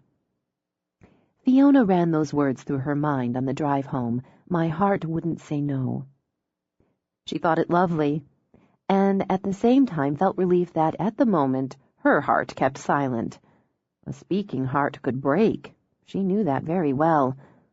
As long as hers remained content, she'd stay relaxed and happy. Spring was beginning to show her face as field and hill and forest steeped in green, sprinkled by the bold yellow of wild buttercups, like grains of shaken sunlight. Maybe there was a dusting of snow high up on Mount Constitution, but the contrast of white peaks against soft blue only made the shy blooms of the early white fawn lilies more charming, the three-note call of the sparrow more poignant. Right at the moment, she felt like the island, coming alive, blooming, busy with the business of being. Classes and clients and work on her blog packed her days, while her unit and training added the spice of satisfaction. Her own 3 dogs gave her love, entertainment, security. Her very hot neighbor kept her excited and aware, and had a dog she believed she could mold into a solid, even superior search and rescue dog. The police didn't have any news, not that they were sharing in any case, on the 3 murdered women, but there'd been no more abductions reported in 2 weeks. As she rounded a curve, she caught sight of the iridescent blur of a hummingbird zipping along a clump of red-flowering currant. If that couldn't be taken as a good omen, she mused, what could? No bad news, Bogart, just what is that song? The birds and the bees and the flowers and the trees? Hell, that's going to stick in my head. He thumped his glossy black tail, so she sang it again. I don't know the rest. Before my time, you know. Anyway, errands are done. We're nearly home. And you know what? Maybe I'll give Jaws's daddy a call. See if he wants to come over for dinner. I could cook. Something. It might be time we had ourselves a date and a sleepover. What do you say? Do you want Jaws to come over and play? Let's get the mail first. She turned into the drive, parked, and walked over to the box on the side of the road. She tossed the mail into one of the grocery bags. We'd better get this stuff put away so I can see if I actually have anything to make for dinner. The sort you make when somebody comes over. As she carried bags inside, she wished she'd had the idea earlier. Then she could have picked up something, put together an actual adult menu. I could go back, she mused, stowing frozen dinners, cans, pick up a couple of steaks. You know what? She tossed the mail on the table, put away the cloth bag Sylvia had given her for grocery runs. I could just call the pizza place and sweet-talk them into a delivery. Considering the options, she picked up the mail. Bill. Oh, and surprise! Bill. She lifted the padded mailing bag. Not a bill. Hey guys, maybe this is some pictures from one of our graduates. Her former clients often sent her photos and updates. Pleased to have something that wasn't a bill, she zipped open the bag. The gauzy red scarf fell onto the table. She stumbled back, revulsion and panic rising in her throat like burning reflux. For a moment the room spun around her, gray at the edges so the snake coil of the scarf boiled red. Pain crashed into her chest, blocking her breath until the gray swam with white dots. She groped behind her, clamped one white-knuckled hand on the counter as her legs liquefied. Don't faint, don't faint, don't faint. Bearing down, she sucked in air, hissed it out, and forced her quivering legs to move. Even as she reached for the phone, the dogs milling around her in concern went on alert. Stay with me. Stay with me. She gasped it out as hammers of panic slammed against her ribs. She swore she heard the strike of them cracking her bones like glass. Fiona grabbed the phone with one hand, a carving knife with the other. Damn it, Fiona, you left the door open again. Simon strode in, annoyance in every line. Faced with a woman, pale as wax, holding a very large knife and guarded by 3 dogs who all growled a low warning, he stopped short. You want to tell them to stand down? He asked, coolly, calmly. Relax. Relax, boys. Friend. Simon's a friend. Say hi to Simon. Jaws galloped in with a rope, ready to play. Simon walked to the back door, opened it. Everybody out. Go on out. Go outside. Go play. Still watching her, Simon closed the door behind the rush of bodies. Put down the knife. She managed another breath. I can't seem to let go of it. Look at me, he ordered. Look at me. His eyes on hers, Simon put a hand on her wrist and used the other to release the vise of her fingers on the handle of the knife. He shot it back into the slot on the cutting board. What happened? She lifted a hand, pointed at the table. Saying nothing, he walked to the table, stared down at the scarf, the open bag. Finish calling the cops, he told her, then turned when she didn't speak, didn't move. He took the phone. Speed dial 1. Sheriff's office, sorry. I need to just... She slid down, sat on the floor, and dropped her head between her knees. His voice was a vague buzz under the thunder of her heart in her ears. She hadn't fainted, she reminded herself. She'd armed herself. She'd been ready. But now all she wanted to do was come apart. Here, drink. Simon took her hand, wrapped it around a glass of water. Drink it, Fiona. Crouching, he guided the glass to her lips, watching her steadily. Your hands are hot. No, yours are cold. Drink the water. Can't swallow. Yes, you can. Drink the water. He nudged it on her, sip by slow sip. Davy's on his way. Okay. Tell me. I saw a hummingbird. And I stopped to get the mail. It was in the mail. I picked up the mail, brought it in with the groceries. I thought it might be pictures of one of my dogs. The students. I get them sometimes, but... He rose, took the bag by the corner with 2 fingers, flipped it over. It's postmarked Lakeview, Oregon. There's no return address. I didn't look. I just opened it. Right before you came in. Right before. I couldn't have walked in and scared you if you hadn't left your door open. You're right. The knot at the base of her throat wouldn't loosen. The water wouldn't wash it away, so she focused on Simon's face, the rich tea color of his eyes. That was careless. Comes from being relaxed and happy. Stupid. She pushed to her feet, set the glass on the counter. But I had the dogs. I had a weapon. If it hadn't been you, if it had been... He'd have a hard time getting by the dogs. Odds are he wouldn't. But if he did, goddamn if, Fiona, he'd have taken the knife away from you in 2 seconds. Her chin came up. So did her color. You think so? Look, you're strong and you're fast, but grabbing a weapon you have to use close in and can be used against you isn't a smart alternative to running. Her movements jerky, she yanked open a drawer, pulled out a spatula. the knot dissolved with anger and insult in its place. "Take it away from me." "For Christ's sake." "Pretend it's a knife. Prove your point, goddammit." "Fine."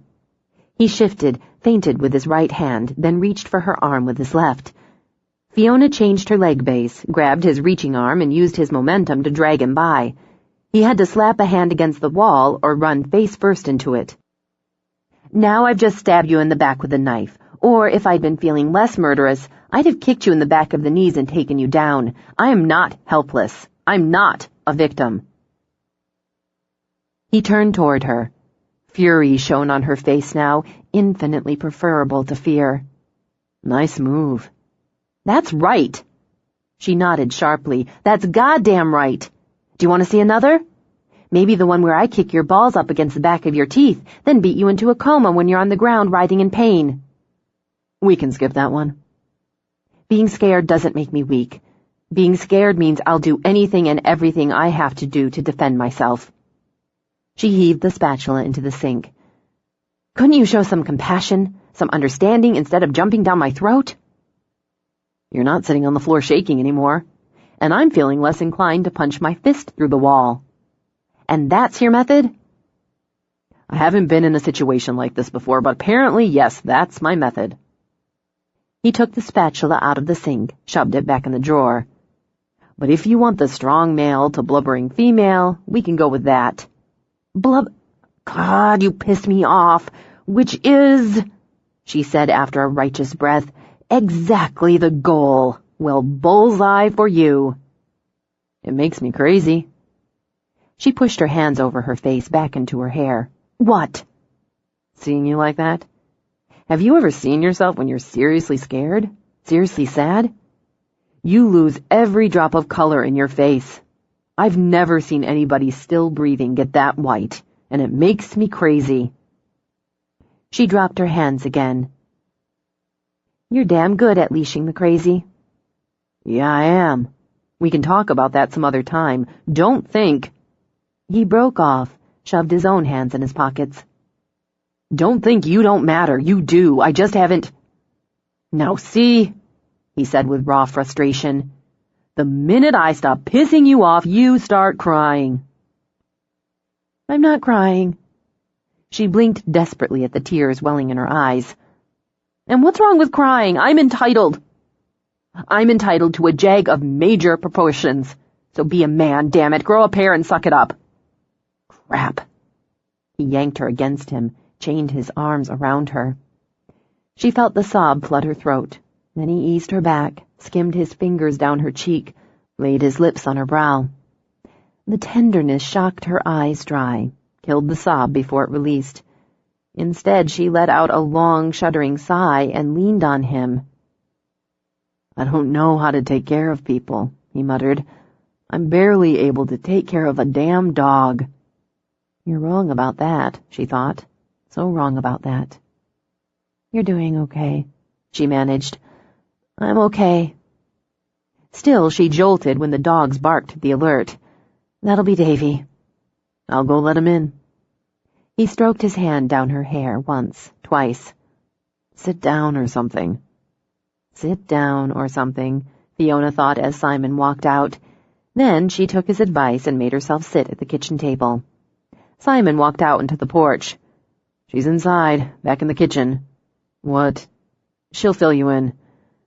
"I need about 20 minutes, and I need to know you'll be here that long." "All right." Simon headed to his truck, ordered Jaws to stay, then drove away. Calmer, Fiona thought. She was much calmer when Davy came in. "I haven't touched it since I opened it," she began. "I don't guess that's going to matter." She looked over his shoulder, frowned. "Where's Simon?" "He had something to do." Oh. The pressure on her chest returned, just for a moment. "Fine. It was in the mail. It's got an Oregon postmark." He sat first, took her hands. Just took her hands. "Oh, God, Davy, I'm scared senseless." "We're going to look out for you, Fee. If you want it, we'll have somebody parked outside the house 24 hours a day until they catch this bastard."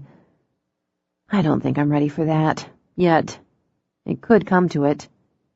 Have you gotten any unusual calls, any hang-ups, anything troubling on your website or blog? No, this is the first thing. And I know it might not be from him. It's probably not. It's from some vicious person who read that damn article, got my address. It's just as likely. Maybe it is. He released her hands, took out 2 evidence bags. I'm going to take these in. We'll do what we can. There's a federal task force on this now, and we'll probably need to turn these over to them.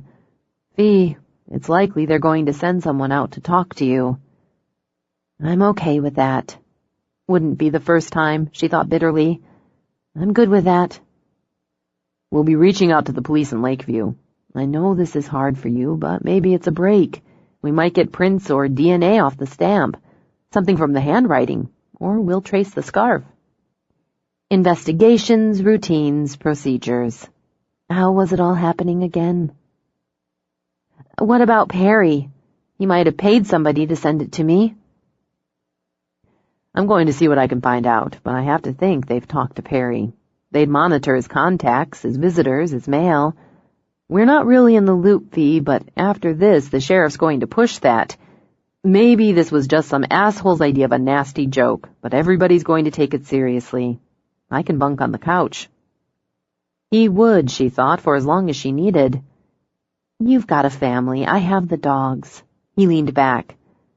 Do you have anything cold to drink? She cocked her head. Because you're thirsty or because you don't want to leave me alone? He gave her a hard stare.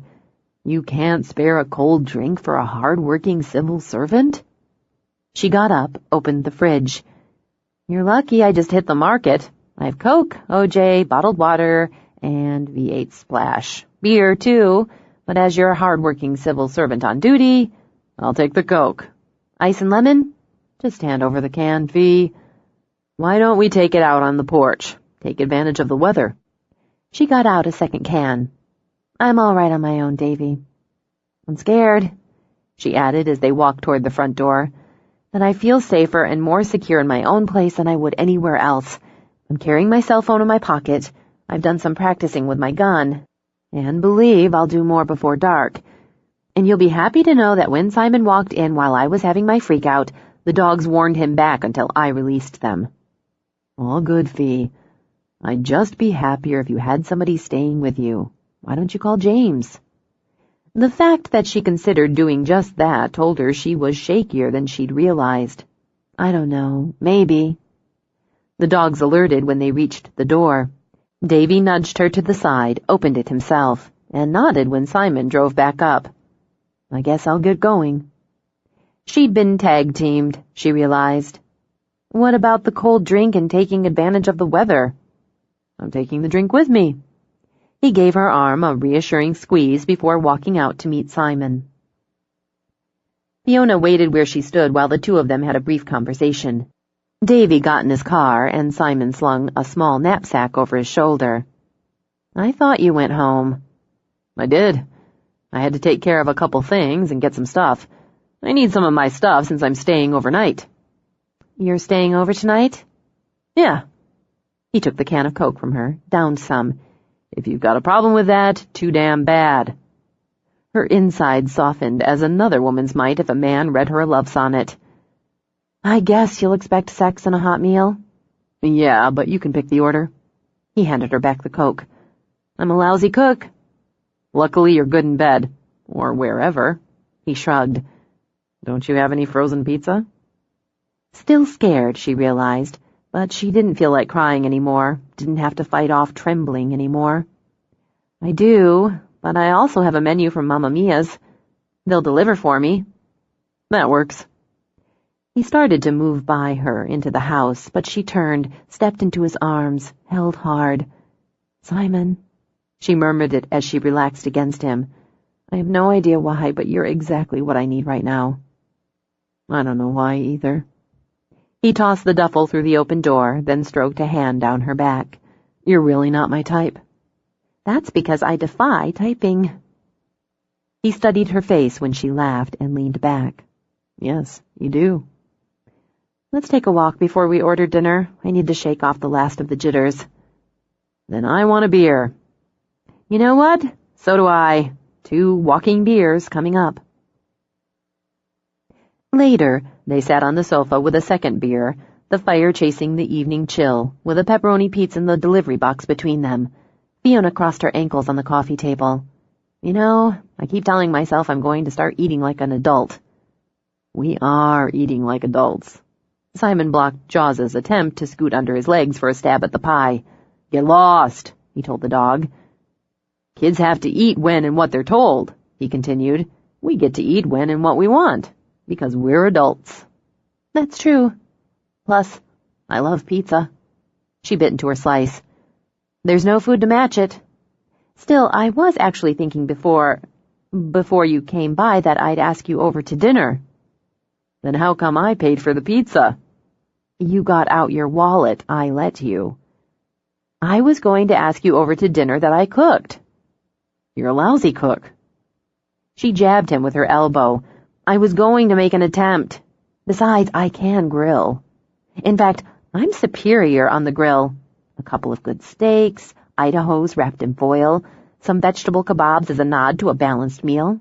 That's where I rule. You cook like a guy. He picked up a second slice. I admire that. I guess I owe you a steak dinner, since you paid for the pizza, and you're keeping me company tonight. Tell me about leashing the crazy. It's not that interesting. Why don't you have a TV down here?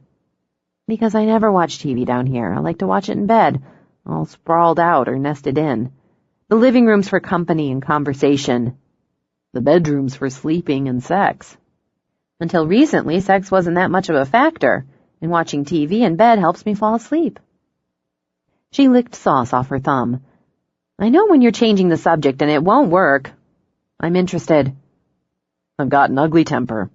I learned how to keep it under control. That's it. Define ugly temper. He took a pull on his beer. Fine. When I was a kid and someone pissed me off, tried to push me around, I'd go off. Fighting was my answer. The bloodier the better. You liked to brawl. I liked to kick ass, he corrected. There's a difference. Brawl? There's something good-natured about that word. I wasn't good-natured about it. I didn't pick fights. I didn't bully other kids. I didn't look for trouble. But I could find a reason to swing. I could find trouble, no problem. Then the switch would go off.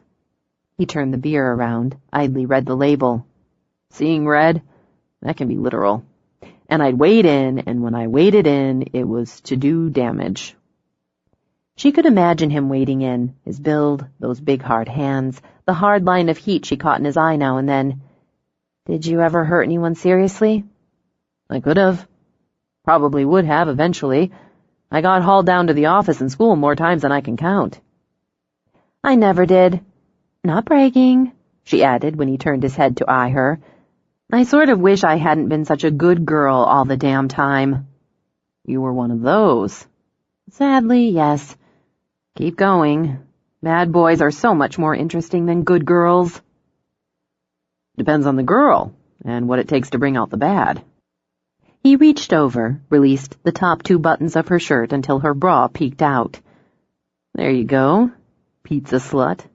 Anyway, he continued when she laughed, I got in some trouble, but I never started the fight, and there were always people around to back me up on that. My parents tried different things to channel it, sports, lectures, even counseling. The thing was, I got decent grades, didn't smart-mouth teachers. What changed? Junior year in high school, I had a rep, and there are always going to be the type who need to challenge the rep. New guy comes along, tough guy, he goes after me, I take him down. Just like that? No. It was vicious, on both sides. We hurt each other. I hurt him more. A couple weeks later, he and 2 of his buddies jumped me. I was with a girl, making out in the park. 2 of them held me while he took his shots. She's screaming for them to stop, screaming for help, and he's laughing and beating me until I don't even feel it anymore. At some point, I blacked out. Oh my God, Simon. When I came to, they had her on the ground, holding her down. She's crying, begging. I don't know if they'd have raped her. I don't know if they'd have gone that far, but they didn't get the chance. I went crazy, and I don't remember any of it. I don't remember getting up off the ground and going after them. I beat 2 of them unconscious. The 3rd ran off. I don't remember any of it," he repeated, as if it still troubled him. "But I remember coming out of it, out of that red zone, and hearing the girl I was half in love with, crying and screaming and begging me to stop. I remember the look on her face when I pulled in enough to see her. I'd scared her as much as the ones who jumped me and nearly raped her." Then she was a wimp, in Fiona's opinion. Instead of screaming and crying, she should have run for help. "How badly were you hurt?" "Enough for a couple days in the hospital. 2 of the 3 who came at me spent longer. I woke up in the hospital, a world of hurt. I saw my parents sitting together across the room. My mother was crying. You had to practically cut her arm off with a hatchet to make my mother cry. The tears were just running down her face." That, Fiona saw clearly, troubled him more than the memory lapse. That had been the mark that had turned his path, his mother's tears. "And I thought, that's enough. It's enough. I leashed the crazy." "Just like that?" "No, but eventually. Once you learn how to walk away the first time, or realize the one baiting you was an idiot, it gets easier." So, she thought, that's where the control had its roots. What about the girl? "I never made it past second base with her after all. She broke it off," he added when Fiona said nothing. "I couldn't blame her." "I can. She should have found a big stick and helped you instead of crying. She should have grabbed some rocks and started throwing them. She should have kissed your goddamn feet for saving her from being mauled and raped." He smiled. "She wasn't the type." "You have faulty taste in types." "Maybe. Up till now, anyway." She smiled, leaned over the takeout box to kiss him, and flipped open another button on her shirt. "Since I'm tonight's pizza slut, I say we take the rest of this upstairs, where it'll be handy if we want some after." "I'm a fan of cold pizza." "I've never understood people who aren't." She rose, held out a hand for his. 14. Simon woke with the sun in his eyes. At home he slept in a cave, shuttering the bedroom windows so he could get up whenever the hell he wanted. He considered it, like eating whatever and whenever, a perk of adulthood aided by being self-employed. Of course, the dog had changed that, demanding to be let out at questionable hours by jumping on the bed, or licking any body part that might hang over the bed, or his newest and fairly creepy method, standing beside the bed and staring at the human. Still, they'd worked out a routine where he let the dog out, stumbled back into bed, and caught some more sleep until Jaws wanted in again. So where the hell was the dog? And more important, where the hell was Fiona? Deciding they were undoubtedly together, Simon grabbed a pillow and put it over his face to block the light so he could sleep. No good, he realized in seconds. The pillow smelled of her, and her scent drove him crazy. He indulged himself for a moment, just breathing her in while a picture of her formed in his mind. The soft coloring, the sharp features, the long, strong body, the dash of freckles and clear, calm eyes. He'd thought if he figured out what there was about her he found so damn compelling, he'd get past it, or around it. But now that he had, at least partially, he found himself only more tangled up. Her strength, mind and body, her resilience, her humor, and what seemed an almost bottomless well of patience combined with an innate kindness and an easy, almost careless self-confidence. He found the mix fascinating. He shoved the pillow aside and lay there squinting at the light. Her bedroom, he thought, showed a strong, imaginative use of color. The walls glowed a coppery hue in the sunlight and formed a good backdrop for some decent local art, probably picked up at Sills. She'd indulged herself with a big iron bed with hints of dark bronze, along with that, copper and high-knobbed posts. No fuss, he thought. Even the obligatory female bottles and bowls on the dresser had a sense of organization, while the trio of dog beds across the room spoke of her passion and profession. Attractive lamps, simple in style, an oversized chair draped with a beautifully made throw, likely sills again, a low cabinet holding books, and he'd bet they were shelved alphabetically. Photos, trinkets. No clothes tossed around, no shoes left on the floor, no pocket stuff scattered on the dresser. How did anyone live like that? In fact, he noted, the clothes he'd peeled, tugged, and yanked off her the night before were nowhere to be seen, and the clothes she'd peeled, tugged, and yanked off him sat neatly folded on the chest under the window. And since he was lying there thinking about how she decorated and organized her bedroom, he obviously wasn't getting any more sleep. He used her shower, found it stingy on the pressure and the hot water. Her bathroom, he thought, needed some serious updating. The old fixtures should be replaced, the tile work redone, and the basic layout wasted space. Despite what he considered a poor design, it was tidy, organized, scrupulously clean. He dropped his towel on the floor, went out into the bedroom to dress, walked back into the bath, picked up the towel, and slung it over the shower rail. He dressed, thinking about coffee, then started out of the room. Walked back, snarling a little, and picked up the pillow he'd shoved off his face and onto the floor. Tossed it back onto the bed, muttered, but pushed his neatly folded clothes into his duffel. Satisfied, he started out again. God damn it! Since he couldn't shrug off the guilt line between his shoulder blades, he backtracked again, yanked the sheets into some semblance of order, then flipped the bold blue comforter up and over, and considered the bed made. Feeling put upon, he trudged downstairs and decided their better damn sight be coffee.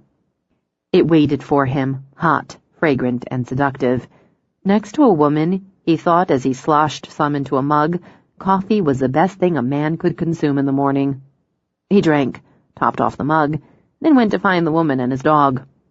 They were in the sunny side yard, fooling around on what he thought of as the playground equipment, while the other 3 dogs sprawled on the grass. He leaned against the porch post, drinking his coffee, watching the woman, her stone-gray hoodie zipped against the early morning chill, while she walked his dog up a teeter-totter. It tilted down at his weight when he passed the center, but rather than jump off, as Simon expected, he walked straight down. Good. Jaws got a treat, a pat before she directed him to the tunnel. Go through. She moved down the outside as he, probably Simon thought, wound through the inside. He wiggled out the far side. After his reward, she turned to a platform. Simon watched his dog leap on command, preen at the praise, then trot down the ramp on the other side and straight to the ladder of the slide. Up! Without hesitation, he climbed up, navigated the slide down. Amazed, Simon started over as Fiona turned Jaws to a lower platform. At her command, he jumped over it and, at the next, scrambled up a pile of logs. Call the circus, Simon said. At his voice, Jaws broke ranks and charged over. Morning. Fiona gave her dogs the release signal. Yeah. She'd done something to her hair, he noticed. Some kind of braiding deal at the sides that merged into one at the back. Where the hell did she find time to do that stuff? What are you doing up and out this early and playing recess? I have morning classes, including a one-on-one with a behavioral problem. She stepped into him the way she did, kissed him the way she did, light and easy. He liked light and easy well enough, but he pulled her back in for stronger. Off. She held a hand down to Jaws as he jumped, skimmed the other through Simon's hair. Your hair's still wet. So you found the shower and the coffee? Yeah. She smelled like spring, he thought, with just a hint of heat. I'd rather have found you in bed, but I settled. The dogs needed to go out, and since we were up and out, I thought I'd work with Jaws. It was his 3rd round with the obstacle course this morning. He thinks it's great fun, and he's picked up several skills. If you want to leave him here today, he can hang with the boys, and I'll work with him some between classes. Or if you want him with you, you can just drop by later and we'll work in a session. Stupid, Simon thought, that he'd gotten so used to the dog he'd hesitate over the offer of a day without the responsibility of him. Keep him if you want. Any special time I should come back for him? Any time. Play your cards right and you could get that steak dinner out of it since I know you'll be back. If I'd known you were coming by yesterday... Why did you come by yesterday? Maybe I wanted sex. Mission accomplished. He grinned at her, ran a finger over one of those fancy braids. The sex and pizza were a bonus. I had a reason, but I lost it with everything. There was a lot of everything. I'm glad you were here, whatever the reason. Oh, it's in the truck. I'll get it. Here. He pushed the empty mug into her hand. What's in the truck? The reason. Jaws grabbed a stick and bounded along with him. We're not going for a ride yet. To keep his legs from being bashed and poked, he took the stick. Give. Then tossed it. The entire pack of dogs gave merry chase. Simon lowered the tailgate, climbed in, and tossed aside a tarp. He muscled the chair out of the truck. Oh my God, is that mine? Is that my chair? Fiona scrambled over as he hauled it to the porch. She lit up, he thought, as if he'd given her diamonds. It's mine. I'm not sitting on that piece of crap when I'm over here. It's beautiful. Look at the color. It's what? Caribbean vacation, maybe? It's fun. It works with the house, the trim. Though he shrugged, her reaction brought him ridiculous pleasure. It won't look half bad around you. It's so smooth. She ran a hand along the side arm. The minute he set it on the porch, she plopped into it. Oh, and it's comfortable. Laughing, she rocked. An easy ride. So does it suit me? Yeah, it suits you. He picked up the old chair. What are you going to do with... Simon! She winced when he snapped one of the rungs, which also gave him ridiculous pleasure. Someone could use it. It's crap. Yes, but... I should at least recycle, so... He broke off another rung. There, recycled crap into kindling. Or... He tossed it and sent the dogs into another mad dash. Dog toy. He needed to go, he thought. If he was up this early, he ought to be working. When's your first class? The one-on-ones first. They ought to be here in about a half hour. I'm going to get more coffee. Is there anything around here that resembles breakfast food? Simon, you don't have to stay. I'm going to be alone here sometimes. I make you a chair and you can't spare a bowl of cereal? She rose, laid her hands on his cheeks. I have Fruit Loops. That's not a cereal. Frosted Flakes is a cereal. Out of stock. I do have Eggos. Now you're talking. It took a few days, but in the middle of her last afternoon class, Fiona spotted the mid-level American-made car easing down her drive and thought, the feds. Keep working on bringing your dogs to heel. Astrid, you're hesitating and tensing up. You have to show Rufus your pack leader. She stepped away from the class, turned to walk to the car. Her own tension eased when she saw the driver get out. He wore a dark suit over a stocky build, and the flecks of gray in his hair had multiplied since the last time she'd seen him. Special Agent Tawny. Fiona held out both hands. I'm so glad it's you. Sorry it has to be anybody, but it's good to see you. My partner, Special Agent Aaron Mance. The woman wore a suit as well, trim over a compact build. Her hair fell in a sleek blonde tail, leaving her strong, serious face unframed. Miss Bristow? If you could wait, I have about another 15 minutes to go.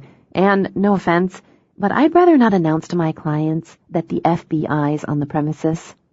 No problem, Tawny told her. We'll have a seat on the porch, watch the show. I'll wrap it up as soon as I can. Mance stood where she was for a moment. She looked pretty happy to see you. Not our usual reception. I was with her after she escaped from Perry. She felt comfortable with me, so I was on her during the trial. Mance studied the terrain, the house, the setup from behind dark glasses. And here you are again. Yeah, here I am again. Perry's in this, Aaron. There's not a doubt in my mind.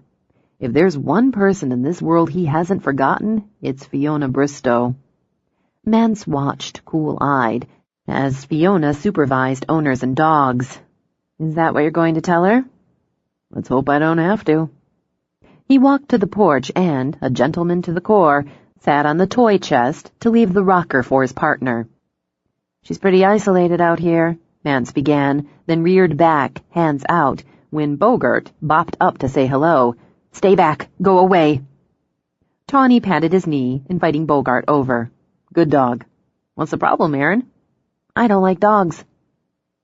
They'd only been partners a few months and were still learning each other's quirks and rhythms. What's not to like? Dog breath, shedding, big, sharp teeth. Bogart's tail whapped her legs as Tawny rubbed him. Mance got to her feet, moved out of range. Peck sauntered up, glanced at Mance, got the message. He bumped his nose on Tawny's knee. These must be your dogs. You read her file, didn't you? He asked Mance. They're S&R dogs. She has 3. Trains them, too. She started her own unit out here. You sound like a proud daddy. He glanced up, cocking his eyebrows at the edge of sarcasm. I find her a tough, admirable young woman, one who has helped us put a monster in a cell by standing up in court, hanging in, even after her fiancé was murdered. Sorry. The dogs make me nervous, and being nervous makes me bitchy. I read Greg Norwood's file, too. He was a good cop. Came off solid. A little old for her, don't you think? I'd say that was up to them. Proud and protective daddy. Is that you being nervous and bitchy? Just me observing. Jesus, here comes another one. She moved over another foot as Newman trotted onto the porch. By the time Fiona finished class, her 3 dogs were sprawled happily at Tawny's feet, and his partner stood rigidly at the far end of the porch. Sorry to keep you waiting. Did you make friends with the boys? I did. Agent Mance doesn't like dogs. Oh, sorry. I'd have kept them off the porch. Why don't we go inside? They'll stay out. Stay out, she repeated, and opened the front door. You're not fenced, Mance observed. Aren't you worried they'll run off? They're trained not to go past certain boundaries without me. Please sit down. Why don't I make some coffee?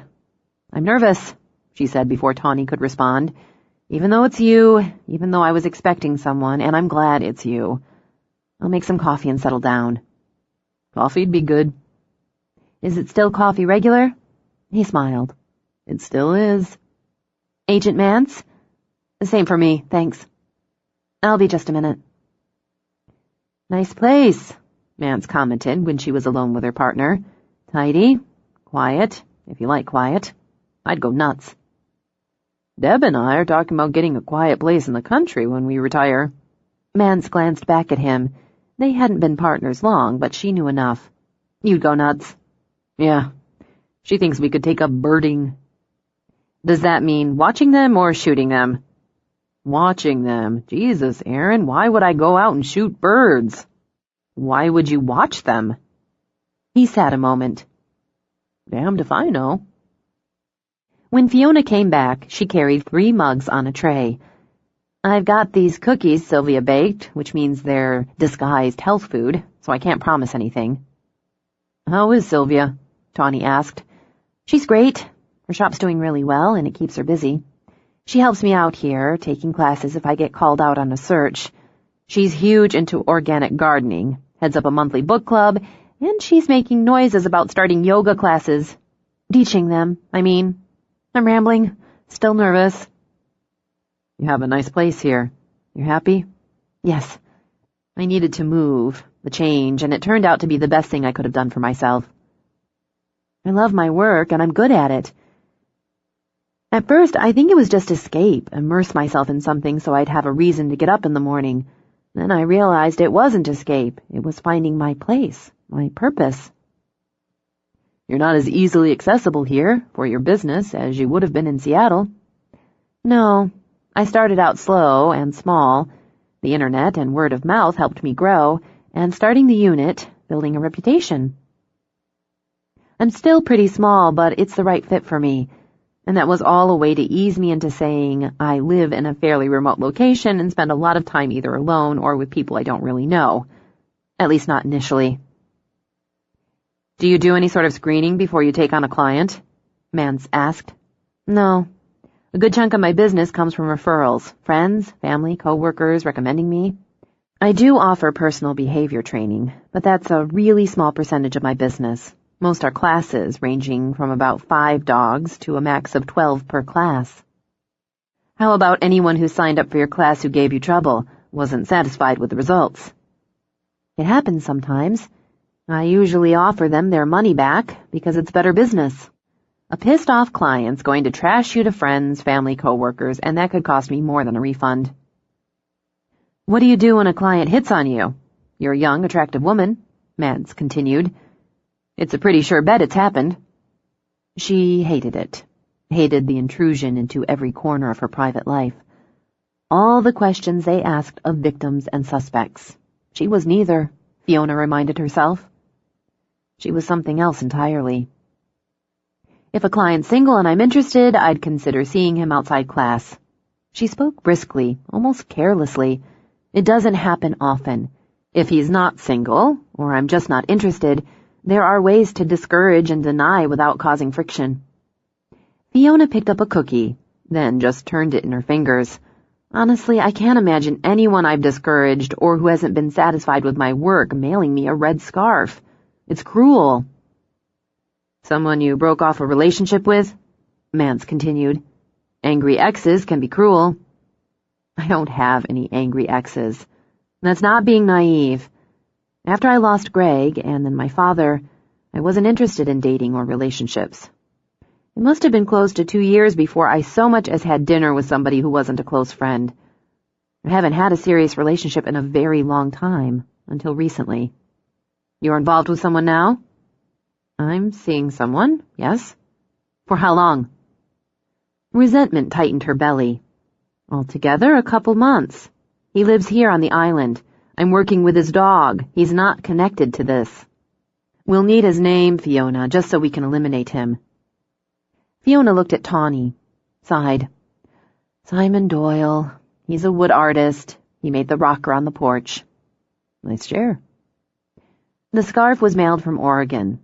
Simon hasn't been off the island. Agent Tawny, we all know there are 2 possibilities. The first is somebody following the news reports of the murders. Somebody who read the article that brought me into it, sent me that scarf as a sick joke, or for some prurient thrill. If that's the case, it's unlikely you'll ever find out who it was. The second is whoever's following Perry's pattern sent it to me as a warning, a tease. If that's the case, I have to hope you find out who he is and stop him, really soon. Because if you don't, at some point he's going to come at me and try to correct Perry's mistake. You hung tough through everything that happened before. You're going to need to hang tough again. The scarf mailed to you is the same as those used on the 3 victims. The same manufacturer, the same style, even the same dye lot. So, her skin went cold, numbed under a sheath of ice. That's probably not a coincidence. We've traced the outlets, and we know this specific scarf, this dye lot, was shipped to those outlets at the end of October of last year for distribution in the Walla Walla area. Near the prison, she murmured. Near Perry. Why would he buy them there if he didn't live or work or have business there? A prison guard. She fought to keep her voice steady. An inmate who was released, or a family member, or... Fiona, believe me, trust me, we're covering all possibilities. Agent Mance and I have interviewed Perry. He claims he doesn't know anything about these murders. How could he? He's lying. Yes, he is. But we haven't been able to shake him. Not yet. We've had his cell searched multiple times. All of his correspondence is being analyzed. We've interviewed prison officials and inmates he interacts with. We're watching his sister and are in the process of identifying, locating, and contacting anyone, former inmates, prison personnel, outside contractors and instructors, he may have had contact with since he went in. A long time. She set the cookie aside. She'd never be able to swallow it now. Do you think he's directing this, or at least lit the fuse? At this point, we have no proof. I'm not asking for proof. She paused to smooth the sharp edge out of her tone. I'm asking what you think. I trust what you think. If he isn't directing it or hasn't incited it, he'd be furious. He'd control the anger, but I'd have seen it. She nodded. Yes, he'd have seen it. They knew Perry, she and Tawny. They knew him all too well. This was his power, his accomplishment, Tawny continued. Having someone else pick up that power, claim new accomplishments while he's locked up? Insulting, demeaning. But selecting or approving the person to continue for him, he'd find pride and pleasure in that. And that's what I saw when we talked to him. Under the control, the feigned ignorance, he was proud. Yes. She nodded, then got to her feet to walk to the window to comfort herself watching her dogs roam the front yard, the field. That's what I think, too. I've studied him, too. I needed to. I needed to know the man who wanted to kill me, who killed the man I loved because he failed with me. I read the books, watched the TV specials, dissected all the articles. Then I put them away, put them aside because I needed to stop. He never has, she said, turning back. Not really, has he? He's just bided his time. But why didn't he send this proxy for me first, before I could prepare?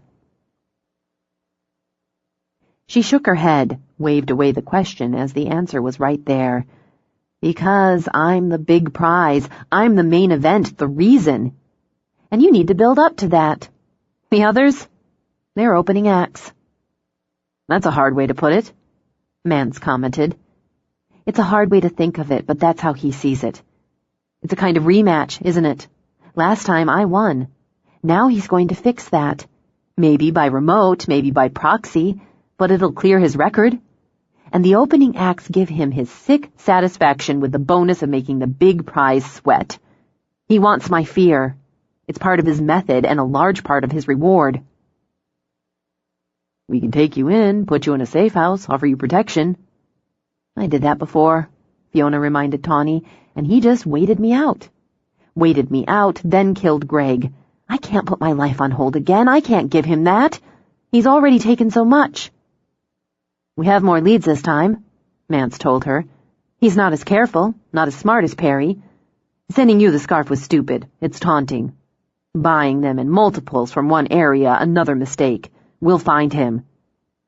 I believe you will, and I hope it's soon, before someone else dies. But I can't hide until you do. It's not being brave so much as realistic. And I have the advantage here. He has to come to me. He has to come onto the island. Your local police department can't monitor everyone who gets off the ferry. No, but if he does manage to get this far, he's not going to come up against a 20-year-old girl. At the very least, you should take more precautions, Mance advised. You should have better locks installed. You should think about an alarm system. I have 3 of them. I'm not being glib, she added. The dogs are always with me, and between the police and my friends, I'm being checked on several times a day. Simon's staying here at night. I'm actually going away next week for a couple of days with a friend and my stepmother. I have a friend staying here with his dog to watch mine and the house. You mentioned that on your blog. She smiled at Tawny. You read my blog? I keep up with you, Fiona. You said you were taking a quick mental health trip with girlfriends and intended to relax and pamper yourself. Spa, Mance said. Yeah. You didn't say where you were going specifically. No, because everyone and anyone can read a blog. I'll talk about it after if it seems interesting. But most of what I write about is dog-related. I'm not careless, Agent Tawny. No, you're not. Still, I'd like the information, where you'll be, the exact dates, how you'll get there. Okay. When his phone signaled, he held up a finger. Why don't you give them to Agent Mance? He suggested, and walked out onto the porch to take the call. We're driving up to Snoqualmie Falls next Tuesday, Fiona told her. Tranquility Spa and Resort. We're coming back Friday. Nice. Yeah, it will be. It's our version of a long weekend, as actual weekends are busiest for all of us. I'm going with Sylvie and a friend, Mai Funaki, our vet." Mance noted down the information, then glanced over as Tawny stepped back in. "We need to go." Fiona got to her feet even as Mance did. "They found another." "No. A 21-year-old woman's been reported missing. She left her off-campus housing at about 6 this morning, on foot, on her way to the university's fitness center. She never got there." "Where?" Fiona demanded. "Where was she taken?" "Medford, Oregon." "Just a little closer," she murmured. "I hope she's strong. I hope she finds a way." "I'm going to stay in touch, Fiona." Tawny pulled out a card. "You can reach me any time. My home number's on the back for you." "Thanks." She walked out with them, stood with her arms folded over her chest against her thudding heart, and the dog sitting at her feet as they drove away. "Good luck," she murmured. Then she went inside to get her gun. 15. Simon carved the scrolled detail into the header for the custom china cabinet while the fray blasted out of the radio. Meg Green, a woman who knew exactly what she wanted, except when she changed her mind, had asked to adjust the design 4 times before he hit the mark for her. To ensure she didn't adjust it again, he'd put aside other work to focus on the cabinet. It was a big, beautiful bastard, Simon thought, and would be the showpiece of Meg's dining room. Another few days and he'd be done with it, and between the staining and varnishing, he could get serious about the sink base, maybe work in a few pieces for Syl and have them done when she got back from the spa deal. If he delivered the stock while she was gone, she couldn't drag him into talking with her customers. That added motivation. Starting the day earlier meant he got a jump on things, which almost offset quitting at specific times each day instead of going until he'd had enough.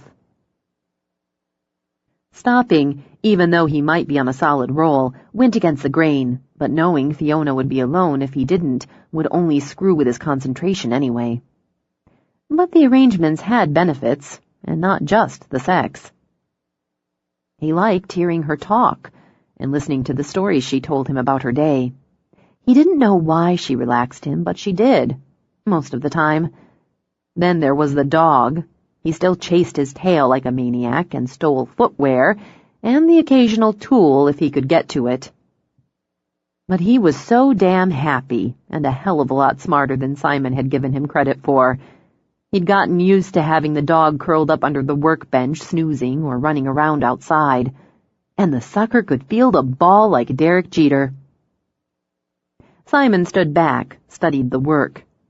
Somehow he'd gotten himself a dog and a woman, neither of which he'd particularly wanted, and now he couldn't imagine his days or his nights without them. He'd gotten more done than he'd expected, and glanced at the clock he'd hung on the wall. Funny, it felt like more than a couple hours since he'd started back up after the grab-a-sandwich, throw-the-ball break he'd taken. Frowning, he pulled out his phone, read the time on the display, and swore. "Damn it! Why didn't you remind me to change the batteries in that thing?" he demanded as Jaws trotted through the open shop door. Jaws only wagged his tail and dropped the stick he'd brought in. "I don't have time for that. Let's move." He tried to time his trip to Fiona's, so he arrived long enough after her final class to avoid the inevitable stragglers. Otherwise, she'd start introducing him to people, and there had to be conversations. But he aimed for timing it so she wasn't alone more than 15 or 20 minutes. It was, for him, a delicate balance. Now he was nearly 2 hours behind. Why hadn't she called? Wouldn't any normal woman call to say, "Hey, you're late, what's going on?" Not that they had a formal sort of arrangement. He said, "See you later" every day, left, then he came back. Nice and easy, no big deal. "Women are supposed to call," he told Jaws as they got into the truck, "and nag and bug you. It's the way of the world. But not her. There's never any, 'Are you going to be here for dinner?' or 'Can you pick up some milk?' or 'Are you ever going to take out that trash?'" He shook his head. "Maybe she's lulling me into complacency, stringing me along until I'm more hooked than I already am. Except she's not, which is one of the reasons I'm hooked. And I'm already taking out the trash because it's just what you do." The dog wasn't listening, Simon noted, because he had his head out the window, so he might as well save his breath. No reason to feel guilty because he was a couple hours later than usual, he told himself. He had his work, she had hers. Besides, he thought as he turned into her drive, if she'd called, he wouldn't be later than usual. Maybe she hadn't been able to call. His stomach knotted. If something had happened to her... He heard the gunshots as he drove across the bridge where dogwoods bloomed snowy white. He floored it, then fishtailed to a stop even as Fiona's dogs charged around the side of the house. Gunshots ripped through the fear that buzzed in his head as he leaped out of the truck. He left the door swinging open as he ran toward them. When they stopped abruptly, he heard his own heart roaring in his ears. He pulled in the breath to shout her name and saw her. Not lying on the ground bleeding, but standing, coolly, competently shoving another clip into the gun she held. Jesus Christ! The anger flew through him, stampeding out the fear. Even as she started to turn, he grabbed her arm, spun her around. "What the hell are you doing?" "Careful, it's loaded." She lowered the gun, pointing it toward the ground. "I know it's loaded. I heard you blasting away like Annie fucking Oakley. You scared the hell out of me." "Let go. Earplugs," she said. "I can barely hear you." When he released her arm, she pulled them out. "I told you I had a gun, and I told you I'd be practicing. There's no point getting pissed off that I am." "I'm pissed off about the 5 years you shaved off my life. I had plans for them." "Look, I'm sorry. I didn't think to send out a notification I'd be getting in some target practice." Her movements as testy as her tone, she shoved the gun into the holster on her belt, then stalked over to set up a variety of cans and plastic water bottles she'd obviously killed before his arrival. "We can argue about that, seeing as you knew I'd be coming by and might have a strong reaction to gunfire." "I don't know anything. You just show up." "If you have a problem with that, you should have said so." "I don't." She pushed her hands through her hair. "I don't," she repeated. "Go ahead and take the dogs inside if you want. I won't be much longer." "What crawled up your ass? I know your face, so don't tell me about not getting pissed when you're already there." "It's got nothing to do with you. You should take Jaws inside. My dogs are used to the sound of gunshots. He's not." "Then we'll see how he deals." "Fine." She took out the gun, shifted into the stance he'd seen cops use on TV and in movies. As she fired away, Jaws moved closer to his side, leaning against him, but cocked his head and watched, as Simon did, the cans and bottles fly. "Nice shooting, Tex." She didn't smile, but walked over to set up fresh targets. Behind her, a few big leaf maples, boughs heavy with clusters of blossoms, shimmered in the sunlight. It made, to his mind, an odd contrast of violence and peace. "Do you want to shoot?" "What for?" "Have you ever shot a gun?" "Why would I?" "There are a lot of reasons. Hunting, sport, curiosity, defense." "I don't hunt. My idea of sport is more in line with baseball or boxing. I've never been especially curious, and I'd rather use my fists." "Let me see it." She put the safety on, unloaded it, then offered it to him. "Not as heavy as I figured." "It's a Beretta. It's a fairly light and very lethal semi-automatic. It'll fire 15 rounds. "Okay, show me." She loaded it, unloaded it again, showed him the safety. "It's double action, so it'll fire whether the hammer's cocked or not. The recoil's pretty minor, but it's got a little kick. You want to stand with your feet about shoulder distance apart. Distribute your weight. Both arms out, elbows locked, with your left hand cupped under your gun hand for stability. You lean your upper body toward the target." It was an instructor's voice, he realized, but not her instructor's voice. That was bright and charming and enthusiastic. This instructor was flat and cool. "And you remember all that when bullets fly?" "Maybe not. And maybe one-handed or a different stance would suit the situation better, but this is the best, I think, for target shooting. And like with anything, practice enough and it becomes instinctual. Tuck your head down to line up the sight with the target. Try the 2-liter bottle. He fired. Missed. A little more square, and with your feet pointed at the target. Aim a little lower on the bottle. This time he caught a piece of it. Okay, I wounded the empty Diet Pepsi. Do I get praise and reward? She did smile, a little this time, but there wasn't any light in it. You learn fast, and I have beer. Try it a couple more times. He thought he got the hang of it, and confirmed the hang of it didn't particularly appeal to him. It's loud. He put the safety on, unloaded it as she'd shown him. And now you have a bunch of dead recyclables in your yard. I don't think shooting cans and bottles comes close to shooting flesh and blood. Could you actually aim this at a person and pull the trigger? Yes.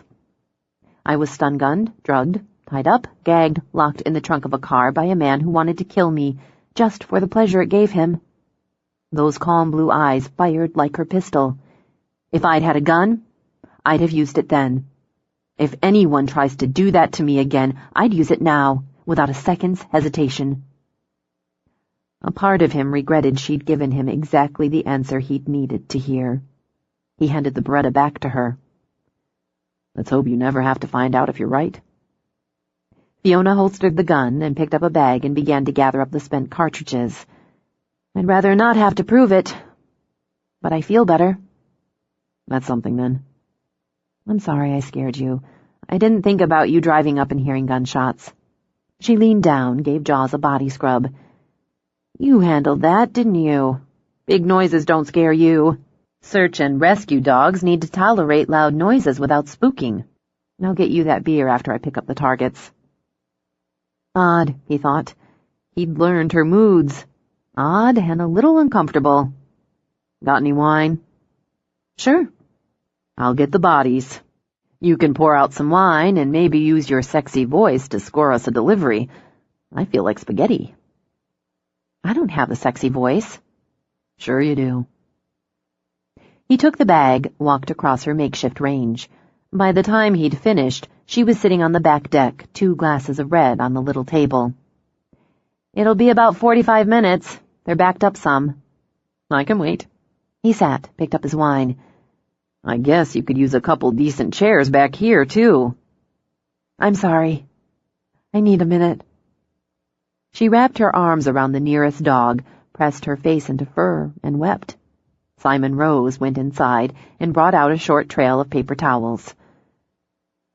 I was okay when I was doing something. She kept her arms around Peck. I shouldn't have stopped. Tell me where you put the gun, and I'll get it so you can shoot more soup cans. She shook her head and, on a long breath, lifted it. No, I think I'm done. God, I hate that. Thanks, she murmured when he pressed the paper towels into her hand. That makes 2 of us. So what set you off? The FBI was here. Special Agent Don Tawney. He's the one from the Perry investigation. He really helped me through all of that, so it was easier going through all this again with him. He has a new partner. She's striking, sort of like the TV version of FBI. She doesn't like dogs. She bent down to kiss Peck between the ears. Doesn't know what she's missing. Anyway. She picked up the wine, sipped slowly. It stirs up the ghosts, but I was ready for that. I traced the scarf, the one he sent me. It's a match for the ones used on the 3 victims. The same make, dye lot. He bought a dozen of them from the same store near the prison. Near where Perry is. So that squashes even the faint hope that somebody sent it to me as a sick joke. Fury burned a low fire in his gut. What are they doing about it? Following up, looking into, pursuing avenues, what they always do. They're monitoring Perry, his contacts, his correspondence, on the theory that he and this one know each other. They'll probably contact you because I told them you were staying here at night. She folded her legs up, drawing in. It occurs to me that I'm a lot of work to be involved with right now. It's not usually true, I don't think. I'm not high maintenance because I know how to maintain myself and I prefer it. But right now... So if you want to call a timeout, I get it. No, you don't. I do. She turned her head to meet his eyes straight on, and now he thought there was the faintest light in them.